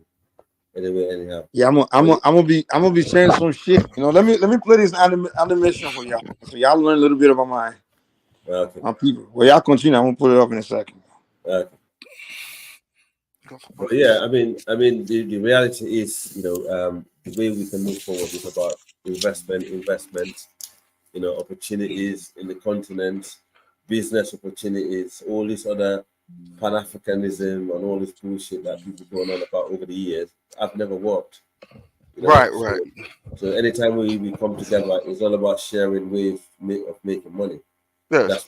That's what Pan-Africanism should be about moving forward, to be honest. Yeah. So at the moment, things are not, you know, going in our favor in all way. That's because it's our own. That's we got ourselves to blame for. We can't keep blaming other people. Because if you look at like when you talk about you know Russia, right? There's a lot of capitalist things that's happened in Russia, but they're still supposed to be a communist country. And then when you look at Russia, I never trust Russia. I keep saying this time and time and time. People, you see me, to be black, I've been the one that always criticize. You know, if 100 people decide one place, if I think that I'm the only person that stand up to what I believe in, I'll stand up to it. I said this time and time, Russia would fail. The Russians are not, going to, they're not helping us. They are not helping us. They're not on our side. What hit the nail on the coffin for me, you know, with the Russians. It's recent that we have, you know, a massive riots in the UK. Have you seen that, guys? Yeah, I understand that. Yep. Have you seen that? You know, when all the far right, you know, coming out trying to, they said we don't want immigrant and Muslim in the UK anymore. Have you ever seen that before? Yeah. Yeah. So I'm trying to put that to because you know Mike has this, and we talked about this earlier where I'm not saying that all white people are racist. Many good no, white. No. It's not about that. I'm talking about the Russian system, what the Russians are doing, you know, to foreigners in the West, and they're supposed to be helping us in Africa. It doesn't make no sense. Oh yeah. Because the Russia is heavily funding the far right in Europe.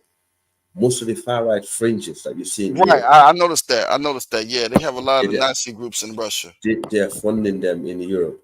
The three girls that got killed in England by an African youth who went to the dancing club and started. Instead of the intelligence, they don't have enough information. But what the Russians did is they used their propaganda platform and spread propaganda, said it's to do with Islamic terrorism, but they're hiding it from the population. So what happened is, you know, they encouraged the far right because they're quite linked. So these guys went out there, you know, burning mosques, and stoning mosques, you know, burning asylum seekers where immigrant live and stuff like that.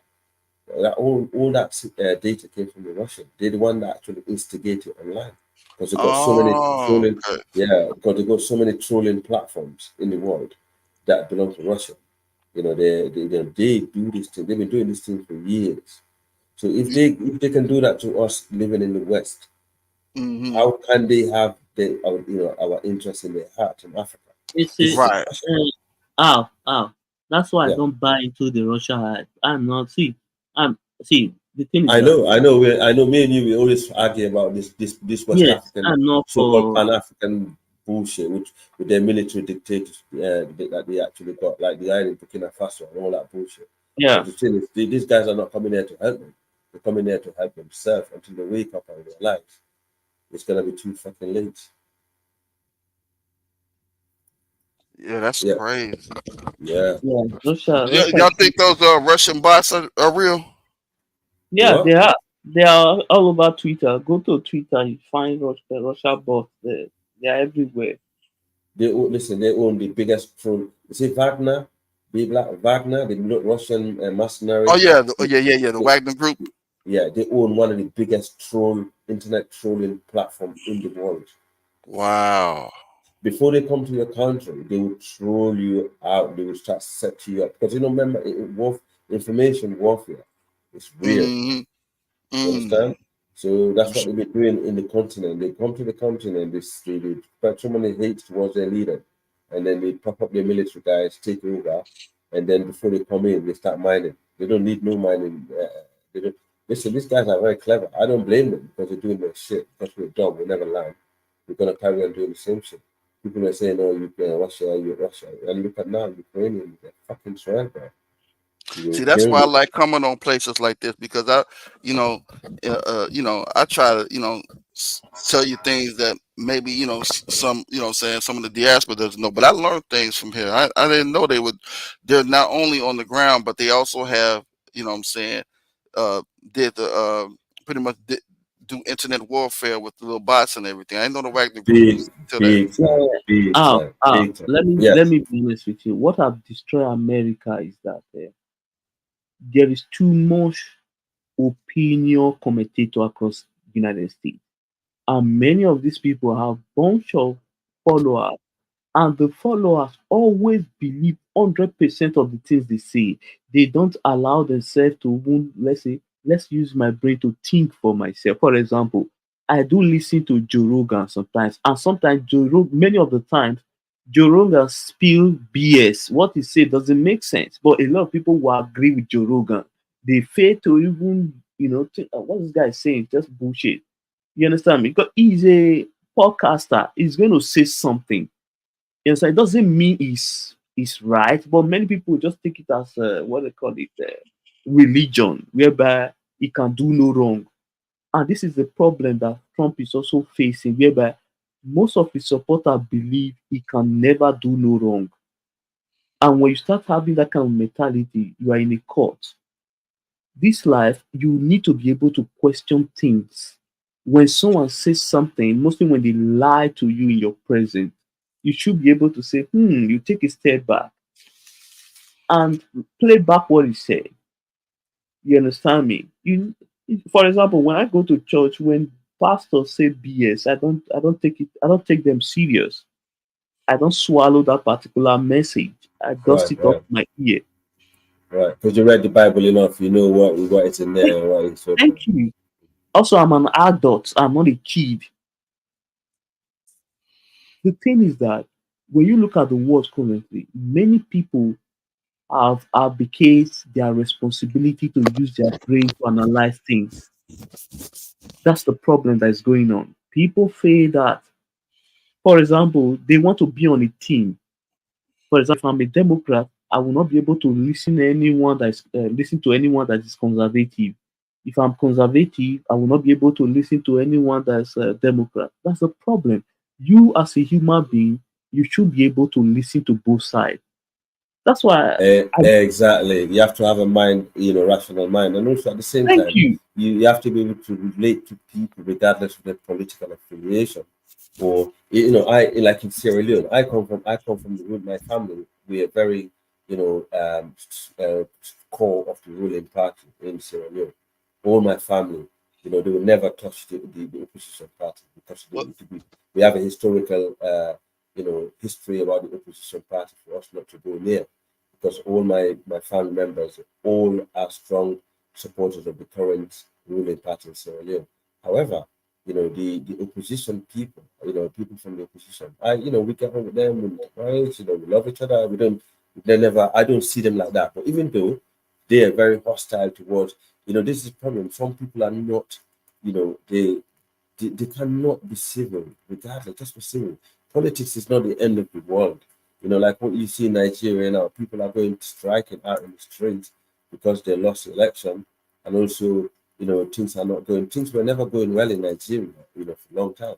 It's not a new thing, but people decided to go out in the street because, saying it's hardship. But the reality of bad governance, but the reality is, it's similar thing. It's all this party political agenda that people have, and they buy into it, and they get suck up to it. And just because you're someone that support the government, they just hate you, or just because you're opposition, supporter, they hate you. It's the same thing that we have in the West at the moment. Actually, there's no more middle ground, and me, I like to be in the middle because I like to pick what is good for me, what is bad for me. I like to know what's good for me, and I like to know what's bad for me. I can't just be. I'm not a follower. I would like to stay in one place and actually see what is best for me and my country and my people. And I will not support any political party if they're not good for my country, because I see my country always comes first. But obviously, my political party is what what we are. I mean, that's what we always vote. It goes back into my parents. My late dad, he always, he always never touched the opposition. So it kind of become a tradition. But it doesn't mean you have to hate the other people because they don't follow the same tradition as you. You know? Right. See, that's why platforms like this is important because, from different news medias, there's going to be a lot of bias from all different areas. You know what I'm saying? When it comes to news media, you know what I mean? And we have a lot of diaspora and a lot of different places around the world. We can meet together and rummage through this BS that we get and figure out what's true and what's not true. You know what I mean? Because I'm pretty sure, like, let's say for instance, Russia, I'm pretty much sure that there's a bias in Russia when it comes to dispersing media, also. So, you know, uh, I mean, I'm pretty sure in China there's kind of a bias where it comes from a pro-China perspective. And sometimes, in all different cases, right? Sometimes the truth is buried, you know what I mean? In getting out the message. So, we have to figure out exactly, what's the best things for us to do globally. So, yeah. No, I agree. I mean, we have to, but the reality is we need people to actually start earning, their own responsibilities. They can't just keep relying on the government to do everything for them. Oh, And yeah. also government need to start relying, earning up to the, take responsibility, take their own responsibility up together. They need to get their act up together. So people will be able to have that easy, smooth way of making money because the reality is all government need to provide, for example, your people is electricity, water, educational system, security. These are the things, basic things government should provide. But the rest of it should be in your hand. In the morning when you wake up, you should be getting out there and making money. You can't sit there and say government should be handing over money to you. And this is what really affected a lot of people, a lot of poor people in the world. It's that handout mentality. The handout mentality. If you don't get up in the morning and take responsibility, knows you've got bills to pay, how are you going to blame government for your own failure? Yeah, too. But you gotta understand, like, you have to have some communism in your government. You see what I'm saying? Because you You gotta. mean socialism, yeah? Yeah. So Socialism. some of that you gotta have some of that to quell the middle Like class and break it. you mean safety nets. Yeah. You gotta have some. You gotta have some. Uh, my understanding, the whole, when you talk about things like public aid and things and that sort, a lot of that stuff was birthed in Europe during the I think it was the French Revolution, when it was just like two classes. It was the poor and the rich, and you know what I'm saying, the poor class just got too fed up. You know what I'm saying? Then you had the French Revolution, and then out of that birthed, okay, these safety nets, so we don't, so the the majority of the population don't override and do a coup. You see what I'm saying? You have to quell some of that fire. You know what I mean? Or you're going to continue having uh, places that are, governments that are vulnerable are going to continue having these, what I'm saying, coup attempts and everything. You know what I mean? Not to say that one should be reliant on public assistance, but you know what I'm saying, if need Right. be, you know what I mean, Right. public assistance to help you grow and get to a better level, you have to grow a middle class. You know what I mean? Yeah. I agree with that. That makes a lot of sense. UFC, do you what's going on in Nigeria? Do you feel the protest is finally over now? I feel You it's said? gonna be. Do you feel the protest in Nigeria is finally over now? It has gone down. Yes, it has gone. I think it's over. Almost over. Yeah, it's over already. Yeah. Yeah. It's over. Those guys didn't succeed, man. No. Was Niger Right. first. The guys, they wanted to burn their goal was to burn everything down, man. Tinubu is a genius, though, man. Tinubu uses people to counter them quick. Yeah. They wanted the obedience, especially this one from the IPOP. They want to burn down Lagos, man. For once, Tinubu is from Lagos. and then they got issue. They just got issue with that city, man. They wanted to go and burn down the new rail line, you know. But Tinubu kind of ginger the Yorubas and like, hey, you know, this guy want to burn down your city, man. You gotta defend your city. The Yoruba people like, oh, nah, there won't be no protest in Lagos, man. No. You come in here, we gave you home, which way to leave, and you want to burn it down. I don't blame them. At the end of the But day, you know, Mike, you can't just Mike, let people destroy properties. Mike, That's not. Yeah. Mike, I'm not gonna lie. The current administration, they have done more to harm themselves than even the opposition. Sometimes you don't give your opposition ammunition. For example, I am worried about that. I ain't gonna lie. I'm worried yeah, that me and he's you gonna know struggle. that the president is already successful before he run for presidency. What he would have done is that just show some resemblance of cutting down expenditure from the presidency. I promise you that will trickle down. You understand me? Try to find a way to to buy the sympathy of the people because it's always about the people. You understand me? Even the timing of the new aircraft was just bad. We need to be Yeah, honest. all those things I know. Like all Yeah, those, it was just bad. there's So some all moves those, Tinubu is making. I'm like, dude, you're not even reading the room. You're not reading the. thank you. Yeah, I think this guy's. I doubt if he's gonna make second term. I don't know. And when you look at, for example, I don't listen.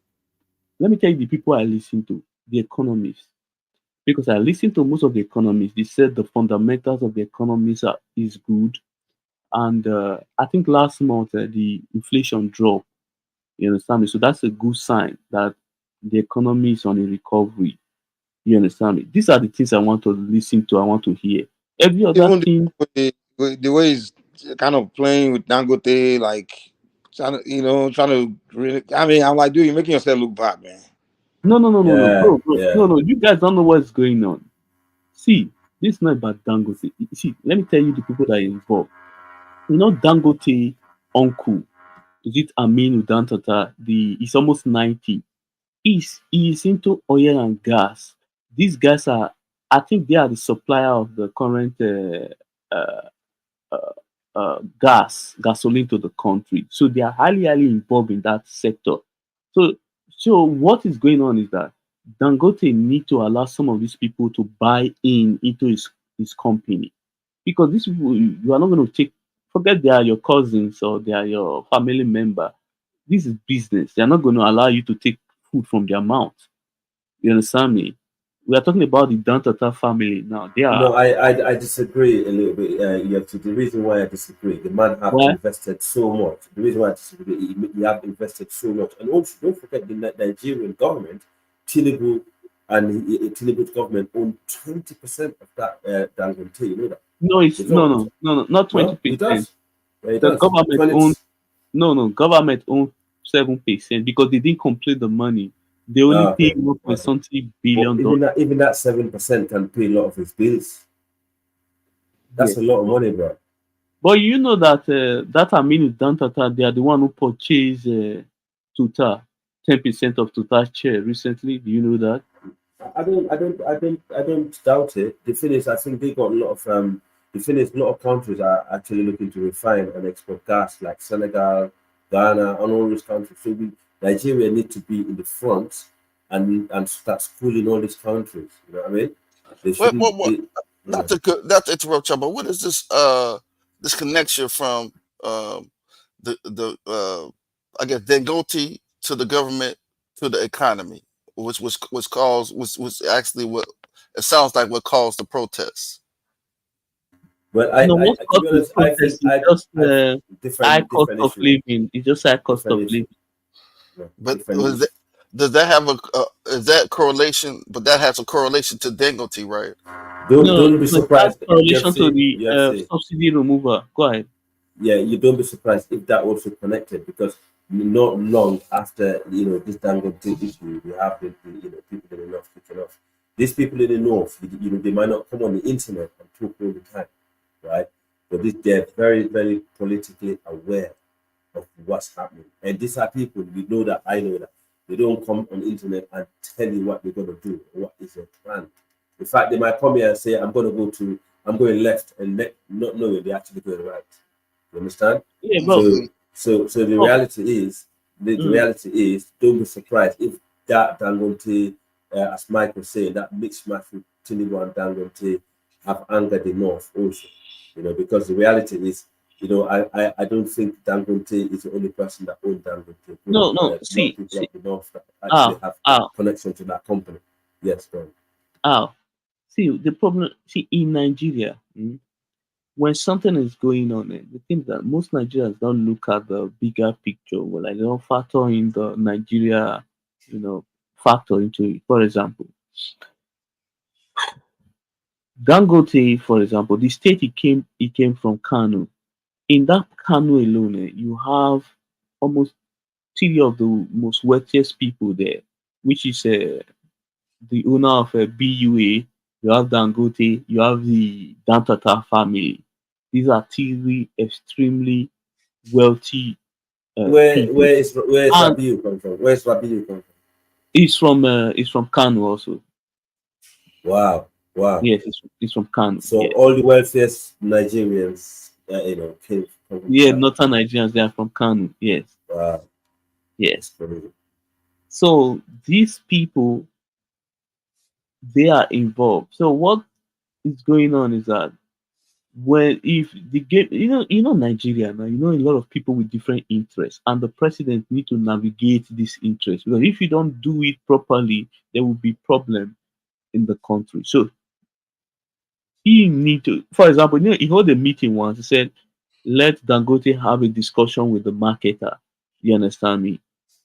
Because you are about to take over the whole sector. It is the fact. So the finish. We don't have enough people like Dangote in the region. So anything the government can do, exactly. Yeah. So anything the government can do to make more of people like Dangote. When you talk about Pan-African capitalism, in fact, how Nigeria, when it comes to Pan-Africanism, they actually don't talk with that.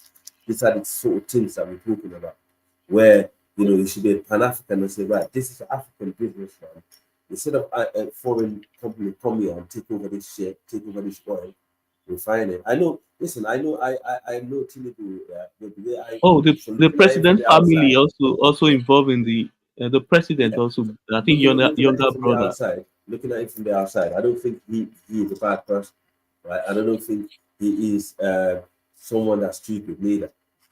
As you said, there might be things going on even in the north around him and his circle that made him do this kind of decisions. But however, if you should look at his own interest also, right? To say, right, if someone is going to stop me from giving Dangote all this oil and all this, I'm not going to listen to them, because the reality is, if Dangote, refine a kick off, it do serve Nigerian people better. That's going to serve my presidency better. So that's how we should look at it.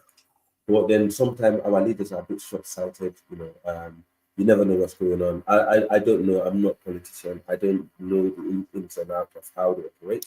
But I think it would be a shame for that not to be the case. You know what I mean? To help an African entrepreneur like him to actually move forward, where you're gonna have Nigerians, businessmen, all over West Africa making money, supplying, because they could become the suppliers of West Africa. That's a big thing, man. In the simplest terms, is it the problem with the protest was started? The protest was either passing the buck on to the wealthy, or just pass the tax on to the average, Nigerian. You know what I mean? Was that the main problem in the discussion? No, I don't know. I'm not Nigerian, but I think the UFC might be able to respond to that. I think they said it's end bad government or hunger. What I think it should do with the removal of let me their tell subsidy. you what is going on is that currently the Nigeria petroleum industry has not been able to supply Dangote all the crude oil he needs, because he needs like a 650 barrel of crude a day. So the Nigerian government have not been able to meet up with that supply, because there are backlog of crudes to be distributed to finance some of the debt that was taken. You understand me? Because there was some loan that was back with the payback was back with crude oil supply. So they need to first of all clear those backlog of crude before Dangote will now finally have full access to the government supply. See what you mean. If that's the case, then how can you blame Tinubu? Because at the end of the day, he's not going to be able to just, get, boycott, slide, push all those people that are waiting for their stuff that they paid for aside just for Dangote, because that's not going to be fair on the other people. Because most of these people probably already paid for this crude oil and Yeah, having because an they already signed contract. If you break those contracts, yeah. we can be sued and pay billions of Yeah, dollars. exactly. Liability, right? The liability and all this. Yeah. That make a lot of sense. Yeah, I mean, that's why that's why I don't want to get involved in it too much, because I don't know the ins and outs. As I said earlier, things like this, you need like someone that really know the ins and outs of it to comment about it. Because we can mislead people easily on this kind of stuff. To happen. But the reality is, in Africa, some of our government also, they don't have good communicators. They need people to be out there before all this social media goes out there, starting, spreading, the information warfare, as I mentioned earlier. Government should send people, out to explain to the population what they're doing properly, why they're doing it and stuff like that. But we don't do that in Africa. Our politicians are too ignorant. They leave the little man out there to suffer and sit waiting. This is why they come out on the streets. If he should be, like, for example, the guy that he got, currently dealing with this kind of issue, it should be actually questioning, why are you not doing the job? Why are you not telling, the people why they're going through this, and why are you not telling the people why Dangote refinery was this? He actually have a lot of leverage in the media. Surely you should be able to do that. Yes. Yeah, because the thing is that the Nigeria government for the past 20 years, they have been failing when it comes to the media. They don't understand communication. In any administration, when people say the country is bad or is good, it's most time it's based on feeling. It's all about feeling, how they feel about the country currently. For example, let's use the United States. Democrats they normally create more jobs during their time. But you know what? Democrats normally fail on the messaging and communicating to the people. Guys, I'll be back in a minute. Yeah, you just carry on. Sorry. Yeah, Republicans are very good on that. Like they push the message, they say it every day, they repeat it to make sure it stick in your brain. You see, they are very good at that. Same thing when it comes to Nigeria presidency. They always fail to to speak with the people, to explain to the people the policies, what to do and what not to do, when so thing will take place, when what so project will be completed. So they always fail. They always fail in messaging, and that is their biggest failure when it comes to how to inform the people what to do. A big black. Yeah. Yeah, right. So, do you Okay. want to ask any more questions? Um. So the backlog that you were talking about, this is a backlog that Dangote owes the government. No, the government own of foreign, no, local lenders. You Okay. understand me? Yes, they own local lenders. For example, they own the Afrexim Bank about I think it's about $3 billion. So they need to pay them in crude oil. So they need to supply them crude oil that worth that amount of money. Mm. You Okay. understand me? Yes. But they So can't pay him that because according to you, I, like no, what I mean is that they cannot supply Dangote currently with the full supply it needs because they need to first of all clear those backlog of crude oil first before they can finally have full access to supply him all the crude he needs. Oh, so it's more demand than supply. Yes, it's about demand and supply. Yes, thank you. Oh, okay. Yes, yes. Damn. Yeah, I think currently they are able to supply him just 400,000 barrel. Mm-hmm. So currently, yes. I think they said that by September, yes. The government announced that by September they will be able to supply him fully. Oh, Yeah. okay. Yeah. So is Dagoty like threatening to go somewhere else and grab some oil, or what is he? No, of course he did. I think recently he bought some crude from the United States. Yes. Oh, okay. Yes, he bought some crude from the United States. Mm. No, the United States know how to do business. They don't. They will sell, and that I believe they must have bought it from Alaska or from Texas or something. Yeah. Is that because I was looking at some documentary. Is the piracy a big issue? Because I was looking at a documentary dealing with the piracy and how like a lot of the pirates like they'll go and try to rob. Yeah, that They'll was use speedboat boats to rob oil refineries and stuff like that. that was before, but I think for the past 2 years, the United States have declared the Gulf of Guinea pirate free. You Mm-hmm. understand me? Because Mm-hmm. Nigerian Navy have been able to put things under control. Yeah. Oh, Because okay. Nigerian Navy dominates that area, so they have been able to secure the routes and all that. Yeah, I think Nigerian Navy have a lot of vessels, so they are able to secure the area. So for the past So 2 years now, yeah. so Mike, you going live? Oh no, Say it again. I say you going live?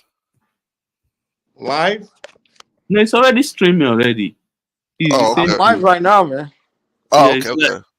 like This is I'm streaming from my channel, but I just it's just I'm streaming at the same time on Oh, the okay, okay, Kaizo. okay. Oh, I Yeah, see what because you're if I saying. stream on Oh, mine, because y'all don't know, y'all going on streaming, so I just why I put Kaizo and one man kind of like streaming at the same time. oh, okay, okay. Yeah, I just subscribed to your channel. Yeah. Yeah, yeah. So the reason why I want you to subscribe, so when I'm streaming, y'all can either come through mine or he's either way. But sometimes it don't have his stream on it. I mean, one man wanted me to have his stream because he hasn't been streaming, so he told me to have his stream as well. Because he was gonna be just, I was gonna, the stream's gonna be just mine and one man. Yeah, one man the other show. yeah, So yeah. one Did man he went to have one. it? Yeah, yeah. Well, you said since Kaiser hasn't been streaming, I should just have Kaiser as well, so that way we can. I was looking at a video and because I see a lot of similarities in African Americans and Nigerians. You see a Uh, lot of what? similarities. Hmm. I see you might not, Mike, but they're not a lot, but I see like the whole like Black Americans and Nigerians, they love to speak their mind. Uh, I see that the like the whole hanging out thing. It was I was looking at one. I was looking at one video, right, and it was this street, right, and I guess this is like a meetup street, and it was like late and it was like at night, maybe let's say around maybe like 10, right, and I'm talking about the street was real long, and you just seen cars on the side of the or both sides of the street, and you seen men and women just hanging out, chilling, Um, some had some drinks, but everybody was just on a chill vibe. But it kind of like was on some like a little meet and greet thing, and it reminded me of a few streets in Chicago where they do that, where they'll just they get together and just hang out on the street on one what I'm saying, because on both sides, and you have men and women, what I'm saying, just chilling and hang out, maybe some music playing, they having their little liquor. And I said, man, that reminded me of the street of Chicago when I seen that. But y'all got a lot of places like that in Nigeria, like at at nighttime. Yeah, The whole world does that, man. in Huh? Freetown, in Freetown, in Sierra Leone, we have places like that. And, Oh yeah. The yeah, whole we world have does done that, that. man. Yeah, I don't know you'd what be people like surprised. to talk. Be black. You'd be surprised. But the hangout culture, is very black culture. All over the world, every black country go. From the small streets in Africa or to a border town, you see, coffee shops, motorbikes, brothers and sisters hanging around in the evening, chilling. You're gonna see a small market or a little bar around the corner. You got the African music playing. They got the, it's even though we don't live in the same continent, but our cultures are still the same. In different forms. You know what I mean? So Yeah, but Mike, what I'm saying is this was not in like a downtown area. This was like in something, what I'm saying, a lot more like, rural. You know what I'm yeah, saying? It exactly. That's wasn't the point. Neighborhood. like Yeah, the street didn't have a lot of like bars or anything or just shops or anything. It was one of those streets where it was I was describing like a street that's going into the main city. You know what I mean? It was just a street that was, that a lot of people go down, but at the same time, people weren't hanging on the sidewalk. It wasn't no sidewalk on the street. It was just people just was it wasn't that many. I won't say it was a sidewalk, but it was mainly just people just sitting on their cars. I'm not talking about something like New York, right, where like people walking down Times Square, just walking back and forth up 126th Street, right? It wasn't like that. It was just people just like literally just sitting on their cars. They got, what I'm saying. Some might have some drinks, some might not have some drinks. You know what I'm saying? Groups of black men or black women just walking down. Some of the black women on their cars just chilling. And they just mingling. You see what I'm saying? Kind of like how they do Well, in after a Africa, club. that's what we do with mingle, man. We don't do like America where they mind their own business. Everybody just don't say hi to nobody and stuff like that. In Africa, it's every day is a festivity. Every day is a constant interaction of people. That's how we live over there. We Mm, constantly, everybody know everybody. The whole neighborhood know each other. People, okay. people are outside. We don't spend time inside, man. We always outside. The only No, time but we it go was. inside is when the show is coming up and we go in to watch. After the show, go back outside. But People it spend seemed time. like. is it be black? Is it in my city where I live? Uh huh. We have different areas, different centers, and we have the city center, right? Uh huh. A part of the city center, which is busy. We have all the nightclubs and all the bars and Right. restaurants and stuff like that. A part of the city center, there's only one area that's 24 hours rotating. It's another black area in the city. And if you go there, it reminds me of Africa. You see African brothers over there, Caribbean brothers over there. They all got their own shops and their own spots. And these shops are running 24/7, 24-hour shops. And the bars or the pubs, we call it pubs over there, right? And the nightclubs, they go until about 7 in the morning. This is only in a black area in my city. If you go to Okay. London, it's the same thing. The black Okay. areas, Hey, Big Black, you from Chicago, right? Mhm. Yeah, I've been to Chicago. I'm around the Chicago area. That's what I'm saying. Is That's what it I'm saying. true? Is it true? Or we hear so much about Chicago? How these people just gun each other down like it's like a graveyard over there, man. It's good parts of Chicago. It's bad parts of Chicago. But So you only happen in the small box like the name that small bad neighborhood or something. Because it's something they gun people down everywhere, like. no, it ain't like you. It's you just need to. If you in Chicago, you know what I'm saying. It's especially at night. You need to be somebody that knows about Chicago, and you need to. You just don't need to be in any area. You need to know where you're going, and you just got to be. Keep your head on the swivel. You know what I mean. You don't want Right, to be. right. You don't want to be. Just hanging out like you would do. Like in a regular suburb or just like in some hoods you gotta be your awareness level gotta be high. You know what I mean? Cars, you gotta keep your Right, eyes on the cars. You just gotta have a high alert. You just gotta be on right, high alert. right, You know what I right. mean? There That's was a time, That's especially during Obama's presidency, like Chicago was like the murder capital, man. Every day they were just talking about Chicago every day. Like I'm like, damn, they were wow. Killing Like people every day, man. Black it's people. just Guys, fast. guys, I'm gonna go and make another cup of tea. All right, sorry about that. Okay. Come back in. All right, Al.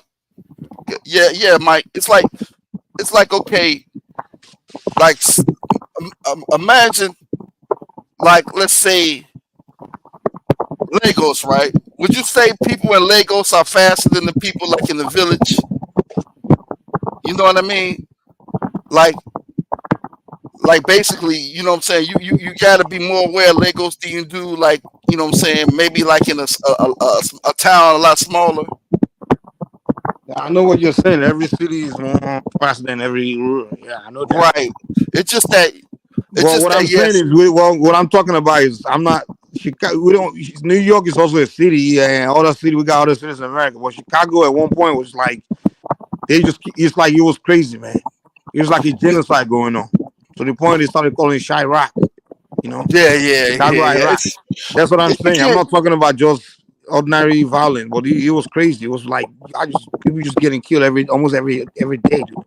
you can't you if you're gonna hang out in the city, you gotta know who you hanging But around what's with. causing it? What's causing the whole killing? It's just a lot of gang banging. These shorties, they just don't listen to the OGs, man. These shorties are reckless. And it's like it's a lot of them, they just on some just to get a rep type of stuff, you know. I give you an example, right?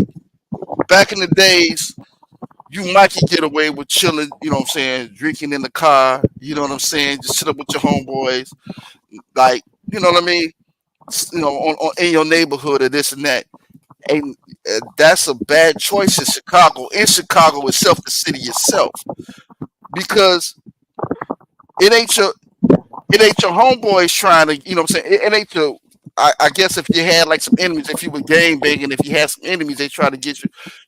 It might be one of these young punks that just want to name it, just to say they done something, just to get a rep. You don't know that person from a can of paint. You see what I'm saying? So Because they just shoot you for no reason. It's not over drugs or anything. it just I could tell the people in my neighborhood, yeah, I've done that before. Because the whole thing is that because this music has been so much pushed as far as like, you know, as far as like the you know the trap music and all that type of stuff has been pushed and pushed. The See, violent music. see, back in the '90s, yeah, you just need to stay out the way of the stuff. If you want gang banging, just stay out the way. You see what I'm saying? But nowadays, it's deep on it's a lot deeper on the level. And then like So whether you stay out of the way or not, you can get it. Well, you definitely got to be more. You can't stay. You got to know where you're going at, and you gotta, you know what I'm saying, you know the do's and don'ts, and you can't just be on some stationary thing. You can't be just chilling like you chilling in the suburbs, like you chilling in Chicago, you know. And if you're chilling on the block, you gotta be looking at every car, making sure, you know what I mean, that, you know, hey, they ain't, you know what I'm saying, trying to upstrap on you, you know. And it's like that. Why is it only the blacks that are doing it? Why come the whites and the Asians kids are not doing that? You know, I thought The Mexicans are doing that too. You can't in go on to. Chicago. Oh yeah, they got Latin Kings and this and that. You can't go on there. You get shot up going to some of them hoods, man. The Mexicans, yeah, they kill you. That's what they leave out. You know what I'm saying? A lot of leave out. Yes, a lot of Latin Kings and Spanish gangsters. Yeah, you can't go up in their neighborhoods and stuff like that. And they kill each other too. Yeah, But blacks were ridiculous with it though, man. I mean, like Chicago was like gang bang. I mean, I don't know what the fuck. Man. Chicago, LA, New Orleans, those are the cities, and then you know, it's just that generation. I'm gonna be real, Mike. It's a generation. And actually, to be honest with you, it's kind of overhyped because the Chicago probably was the worst in 1989, right? But that's when they was gang banging for real. But all you had to do was stay out the way. The problem is, and it was cool if you weren't gang banging, you weren't around that. You knew where to go. You know what I'm saying? Where, hey, this you're not a part of that. But anyway, the killing was more but it was okay. It was more, you know what I'm saying, the targets were getting hit for the most part. You see what I'm saying? Mm. But now these little shorties, what happened is they put all the leaders, a lot of the leaders, they went to jail, right? Mm. So the gangs, they didn't have any structure. So they have things called people. It's a lot of renegading going on where, you know, So these the people the that, OGs are all in jail. They're supposed to so guide they them, make the yeah, youth. right. So they got these youngest. They just on their own stuff. You know, say back then the OGs were You there. You think know, you think the crime bill affected it? Because the crime bill led to a lot of arrests. Like a lot of the pops and OGs, gangsters were all taken. So their kids, they have no one to direct them. They just become the leaders. So they were just misleading each other, and they were just popping each other. Because remember, the crime bill arrest was that had something to do to consideration it was too. like in the 90s, late 90s, Yeah, and then the 2000s. right, Like if the mass incarceration took place in the 90s, the crime bill. Then by 2006, around that time during Obama time, was when the killing in Chicago became out of control. right, like around around 2000. But you gotta understand, like, so now you when you had the OGs go up, okay, the Generation X, they going through, they doing their thing, right? You know, they game, but they less organized, right? Right, so they kind of like break, you know, they ain't too organized. So as the generations go on, they're less organized, and they're not looking up to the OGs. They, you know what I'm saying, they not looking at the OGs like they OGs. Yeah, they don't respect the OG. Yeah. They don't respect the OGs. These, you know what I'm saying, because they've been, you know, the OGs have been, you know, they've been the one pushing this lifestyle and everything, and feeding this, and then it's like, okay, at the same time, they're not giving the wisdom back, you know. So now you want to live a, you know, you want to live a soft life, and you know what I'm saying, these shorties, they came up, they didn't got Another thing I said glorified that's in it. really fucked. Another thing I said that really jacked up. You remember, like back in the days, there weren't too many rappers getting muck. Back then it was just Biggie and Pac. And Right, maybe a few others. But now these kids man, look at these rappers just dying like every year, dude. right, because the whole So, social media. but what I'm saying is that the OGs, old rapper like the Jay-Z's, those ones from back in the days, why they not checking the young ones about it? because Like, because they ain't never came back and showed these young men, you know what I'm saying, gave them the wisdom. They never gave these young cats the wisdom, you know what I mean? And you know, the OGs back in the day, they would at least try to give them wisdom and say, hey, young man, you know, you shouldn't be doing that, that's and this and that, you know what I mean? And yeah, just try to give them some guidance, and try to still no yeah, rules. the OGs from the 80s were giving them game like, hey, I can do this. You know what I'm saying? If you do this, you can't do it like that. And then, you know, this, you know, and at the same Yeah, like time, they there was made a some sponsor, structure, you they know. set structure and all that stuff, There was some I rules you respect. had to abide by, or you get a violation. You see what I'm saying? So Yeah. when the OGs get less violations being handed out for silly shit, you see what I'm saying?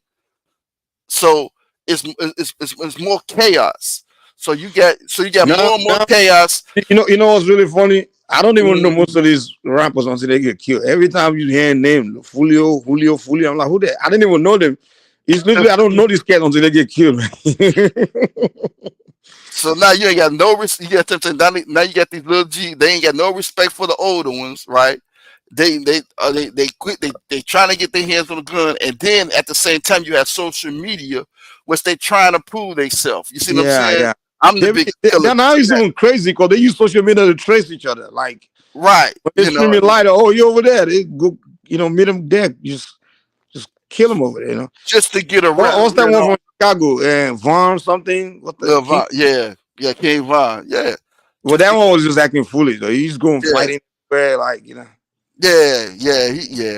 You see what I'm saying? So it's like this whole social media thing. It's like I gotta prove that I'm the biggest and baddest, and I'm gonna get. We weren't doing. You know what I'm saying? We weren't doing that. When you But see hold these on. But the thing is, you know what I blame though? Okay, that behavior was there, like in the 90s, 2000, the rappers of that time, they always want to show who's the toughest, who's this, Remember all that time with Biggie, 50, sorry, when 50 Cent, Ja Rule, they all beefing. Everybody Okay. want to show who's a tough, who's the real gangster, whatever. Right. But those guys, they're now in the goddamn 40, something like 50 right now. Right. But then these young ones, they grow up watching y'all behave like that. They all not behaving like that. But don't you think now y'all supposed to come back and tell the young ones like, yo, we did that stuff, man, but it wasn't cool, we were dumb. So it's really Yeah, dumb shit to that's what's do. supposed to Don't make happen, our right? mistakes. But they're not doing that. 50 Cent, they all kept quiet. So they created this new generation of, Right. But see, like that wasn't. But see, I was in the minority that wasn't even bumping that type of stuff. You know what I mean? Like I would the rappers I would bump, you probably never heard of. You know what I mean? Because there's still some it's a lot of pro-black rappers out there. You know what I'm saying? A lot of rappers that just didn't talk about gangster stuff that don't get no shine. But again, sex and violence sells, right? Common. Yeah, like Common Sense. You know what I'm saying? I'm bumping shit. Yeah, Common Sense. So you were jamming. KRS-One. Dead Prez. I don't know if you know who Dead Prez is. But these are rappers that like conscious rappers that would rap more about bring more positivity. And, Well, nobody's gonna buy that stuff though. Right, no, like right, it doesn't sell. And at the same time, but still, if you flood if you keep the media, the consumers wanting gangster rap, and you keep flooding the airways with gangster rap, then that's the only thing they're gonna have a taste for. Do you think You remember if I did more hurt to the Black American community than it did good? in the overall, it did, because what happened is how did long? bad? Let me ask you this: how long have you been listening to hip hop? Let's just say Since I was a kid. I mean, hip hop was all over, man. I mean, I'm talking about. Do you remember Arrested Development? Who? Arrested Development. It's a rap group or what? There's a rap group. They made that. I am everyday people. They play it every now and that was that rap song. Yeah, there was a rapper that there was a Sly made a song like that, right? That's the original song, but there was a rap group that sampled that, and there was a rapper. Man, I don't listen to copycats. But okay, remember? Do you Where remember they from? Where they depends where they from as well. I think they was from Minnesota and everything. There's no way I would know that, man. I wouldn't even listen to anyone rap. From okay, let me say this. From like 90, from like maybe like 89. It was a positive. It was a pro-black era in hip hop that a lot of people. I only listen to rappers from New York and maybe New Jersey. But even in I don't even like all those rap from anywhere Minnesota. But I'm talking about even New York started it. That's what I'm saying. It was a pro-black era from like 90, about 89 to about maybe like 93 or 94. I'm talking about, you had cats like Rakim. You heard of Rakim, right? Yeah, I know Rakim, of course. You know what I'm saying? Rakim wasn't talking about gang banging. You know what I mean? Let's see. Yeah, the gang shit started like more like it was more in the 90s and 2000s. Right, 95. Those West Coast guys that started gangster. Right, but I'm talking about hip hop. Yeah, exactly. So when it went to the West Coast, and when the West Coast started picking it up, that's when the whole stuff really changed. You see what I'm saying? But even some West Coast, I'm gonna give it was some West Coast dudes that was on some positive. Have you ever heard of X-Clan? Yeah, it sounds familiar. I'm talking about, these were like some pro-black, pan-African, African medallion wearing, you know what I mean? Like they was you know what I'm saying? These people this is a rap group that was probably more African than you that was in the United States. You see what I'm saying? We had groups like that. They had like 2 or 3 albums. It was a thing where pro-black was a thing. And then, like you said, when it went to the West Coast, it kind of fizzled out, and then it's just became Jerry Curl and rubbish, crack. It's just right. You see what I'm saying? Now you had a comeback. That's why the New Yorkers have problem with them, and then they created the East Coast West Coast beef. Right. Because the New Yorkers didn't like what the West Coast were doing. Like, it didn't make sense, you know. Sorry, I apologize. B Black and Mike and UFC and and chat. Yeah, great conversation. It's getting on over here in the UK. But thank you very much, brothers. All right, man. Have a good one. Yeah. All right. Have a good one. Yeah, but it wasn't even that the East Coast. You probably like the East Coast more because hip hop started in the East Coast. You know what I'm saying? So you might have more of a feel for rap in the East Coast because it started there, right? But you had positive rappers on the West Coast. But at the same time, when they got more to gangster rap, when they most of it was spearheaded in the West Coast, and then East Coast even started with the gangster rap. It just in rap general that stuff faded out because Biggie is gangster rap, right? You know what I mean? Biggie is gangster rap. Yeah, Biggie was just rapping about gangster shit. the New York cats were just kind of like Oh, come yeah. on. You're right. It's kind of gangster. You try to see how you try. See, you buying some New York though, but But what they were doing more. You're right. New York was very gangster. Yeah, you're right. Yeah, they got real gangster. You know what I'm saying? But you remember, so okay, if you understand Outkast, Goody Mob, right? They were kind of more. I got a question. Why do Black Americans believe in being crazy, man? Just like they feel like acting crazy or something cool, like when the rappers they brag about being crazy, like being this person that can do something evil, like how they can kill someone, and I'm like, do you think that's cool or what? What the heck? I mean, well, here's the thing. It's not that. It's not that. Here's the thing, man. And why do you guys like street credibility? You're like, it's real. You have to start respecting someone as it's like people respect you when you're crazy in the Black community. It's the same. Listen. It's the same reason why you have drill rappers in Nigeria. Drill And rap. How they respect yes. Well, Yeah, but it's a lot of drill rappers. No one, dude. They get out of line, you're gonna get arrested. But no one's gonna goddamn just celebrating them or give them credit. I could pull up some drill rappers. Yeah, it's probably some dummies. I'm talking about more than 1 million views, man. A lot of people listen to them. I don't even know one. What was that? Damn, what's that, man? I'll pull up some right now. I'm talking about drill rappers in Nigeria. Yeah, but if they start doing it, no one is gonna see them as anything or see them as respect them or give them credit for the negative thing they will say. It's just that the whole thing of this guy named Naira Marley. Ever Nigerian artist named Naira Marley? No. So he basically grew up in the UK. He was born in Nigeria, but he was back and forth with the UK. So he kind of grew up in the UK for the most part. So he always trying to emulate these American ghetto things. You know how the UK blacks always want to be like y'all. They want to be Black American kind of thing. So he now hold on. He now brought that old music to Nigeria where he's just being negative, so negative in his music to the point where the Nigerian youth, the good Nigerian kids, started protesting that his music got to be banned. They don't want to. Oh man, I gotta see. Like, they started protest. The kids, how the kids were protesting NSFAS. They're like burn Naira Marley. They were like singing, because they're like, this is rubbish. We're not gonna respect this. Wait a minute, Mike. I know there's the Afro beat, but this what cat, man? And what's this cat?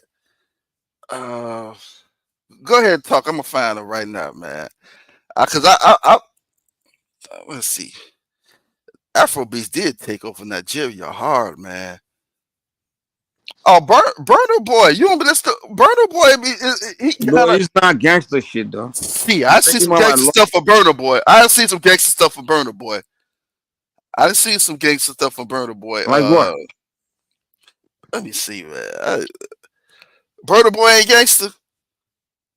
No. He's not doing anything. Wait a minute. He's not even saying anything negative. Oh, I know you lying. Let me see. You dress like gangster, like y'all. Well, he doesn't even know that that's a gangster dressing. He just think that's American dressing.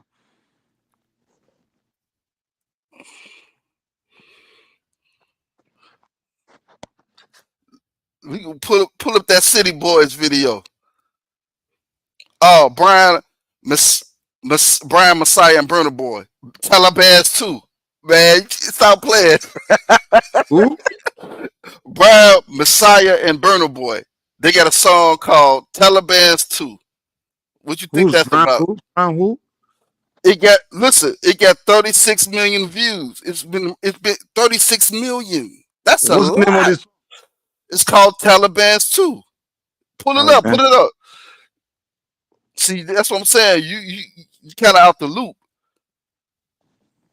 Boy, he's Taliban. I don't even know what the hell he's talking. He talking about some gangster stuff. You can't be doing no gangster music in Nigeria and sell in Nigeria. You know, Man, this man got 30. is it a collaboration with American music artists? No, Brian Messiah is Nigerian too. And what did they say in the music? They talking about popping some. It's Nah, man, called. they will arrest you in Nigeria if you do that. If you make something like that, you go to jail. You even try that. Man, can you put something on the big screen?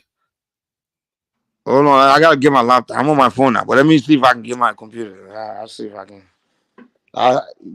If one of boys start doing some gangster shit, they're gonna cut him off in Nigeria.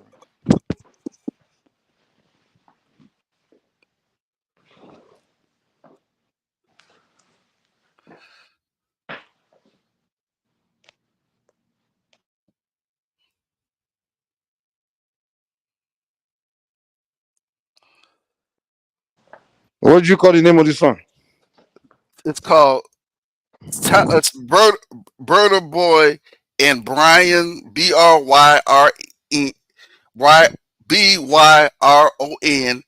Taliban's 2.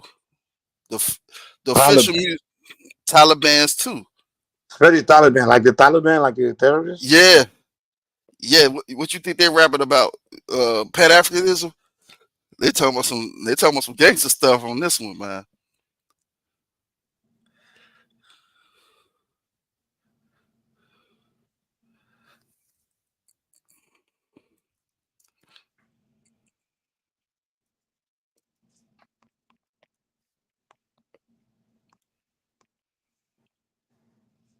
I'm trying to see the music.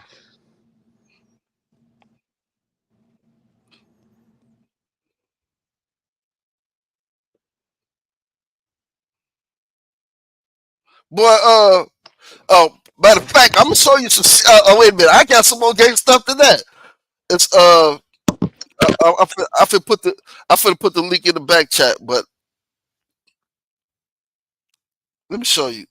These boys ain't playing around, man. You been sleeping on the Nigerian gangster rap.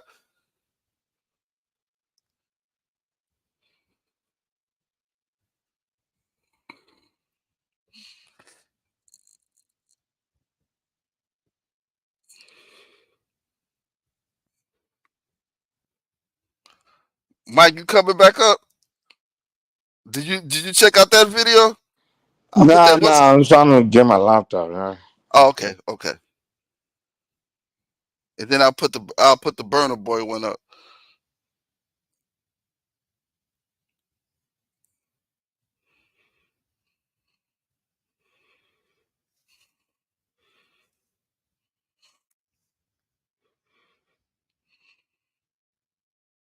But I want you to play the other one first, though. Them boys got some. Them boys got the. Did you understand what they were saying, or was he speaking? Yeah, you can understand. They talking in the. You know what I'm saying? It's almost like you rapping. Shit, I understand exactly what Me they said. rapping? Yeah, I don't rap. Yeah, I could. I'm just saying. That they rapping in English. You know what I mean? Who did they say they're gonna pop? Everybody, shit, you keep getting their Everybody. way, You know what I'm saying? If they ever getting their way, getting 2 shots to the dome. You know what I'm saying? They ain't playing no games. And the other video, they got a lot of what's the damn blades? What's the blades that you see a lot in Jamaica and Haiti? Them, you know what I'm saying? What's those called? Those long swords, machetes. This machetes all in that video. I mean, I don't think they're coming to make peace. Hmm.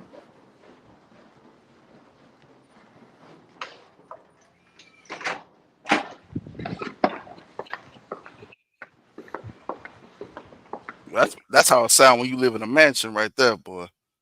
Oh, me? Yeah. that's that's that mansion life. Mike living that mansion life. Go ahead, Mike. Mike that just entered the palace. Let me open this laptop. Let me see what you're talking about. I don't follow all these. I know the Burna Boy, they be trying to dress like that, kind of do this American bullshit, which I don't even. But it's not even American. It's just an extension of look at it as an extension of African culture, man. We still African. Okay, will you accept Nah, not that? the negative one. That negative stuff, I'm not with it, man. But it's negative and positive African culture. You know what I'm saying? It's some Nah, negative stuff. negative It's some didn't negative come shit. from us, man. Yeah, it might not come from you all, but y'all got some negative stuff over there. But you probably don't claim Music, it, huh? I don't know about that, but shit, I don't know about the music, but I don't know. I'm not, but I'm pretty sure there's some negative stuff that everybody does, and you know what I'm saying. And, you're not. Nobody's gonna allow you. They will I not mean, like. it might get frowned upon, of course, What I'm right? saying. Like the society will not allow you to be destructive. Right. It's frowned upon, but there's some things that people do with all cultures that's frowned upon. Like, Name, I give name you an me like example, right? a culture that does anything like gangster shit like you guys came up with. They like they like they had to, you know, incest. You know what I'm saying? A lot of incest is frowned upon in a lot of society, United States, right? But you had Post those links again. okay. Uh, you see that first one in the back chat? Now, if I open a new window, I'm not gonna be able to see whatever you post before I came on. That's why Okay. private, yeah.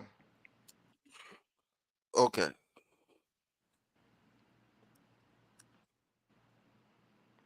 You see that one? Oh, let me see. Let me go to the. Okay, I think I see that one.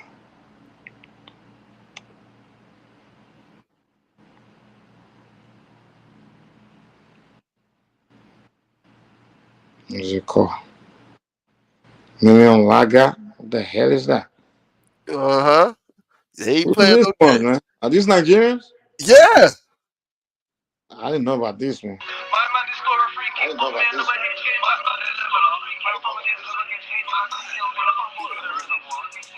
What the fuck? Are you sure this is Nigeria? Yeah.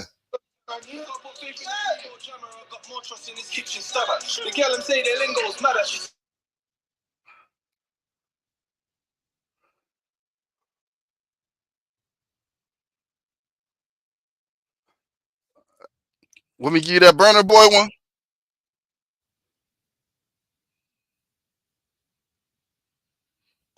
Hold on, give me a minute.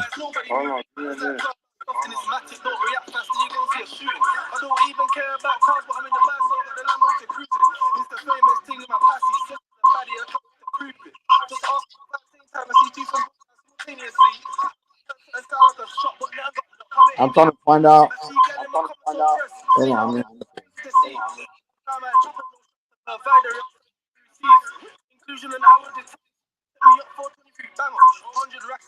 Give me a second.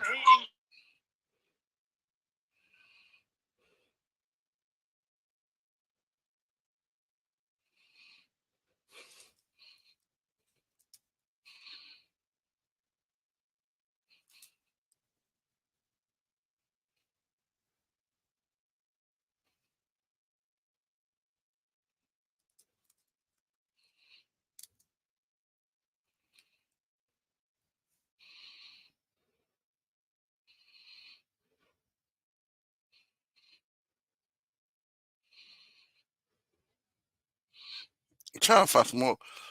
I forgot the name. What's the music they call it? Chicago hip hop. What's it called? I'm trying to find these ones don't sound like Nigerians to me. Hold on, let me They, find. I'm they trying to probably find like they probably like from British Nigerians or something. they're definitely not known. Goddamn, in Nigeria, you go to jail if you try shit like this. Wait a minute. Give me a minute. Yeah.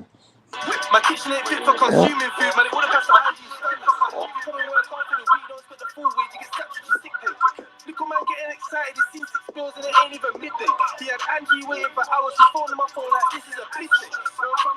don't even sound like Nigerian. The accent is not a Nigerian. You sure? Nah, hold on, I'm trying to find out where they're from. Hold on, I'm not hearing myself back. Their name is Millions, right? Mm-hmm.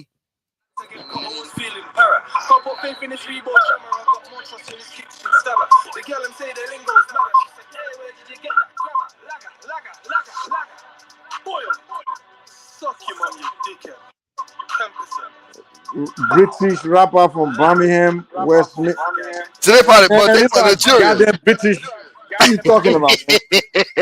Hey, okay, let me put the Burner Boy in.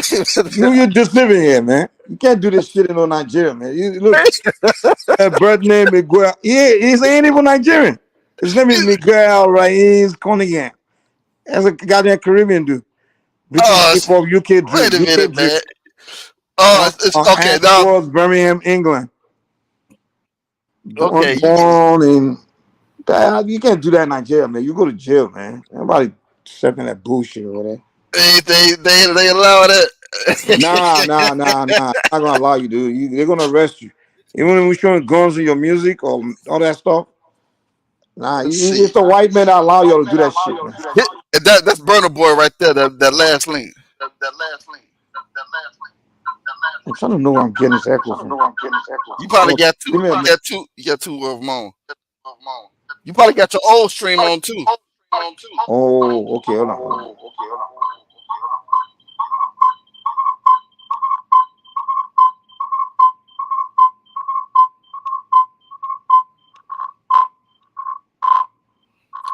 Probably on your phone.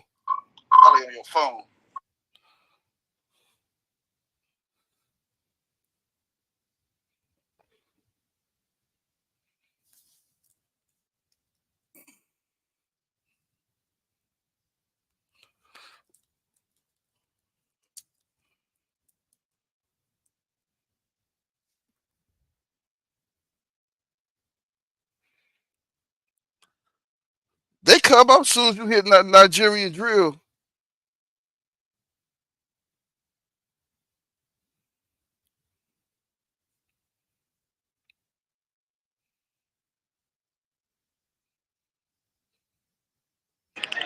Yeah, I can hear me?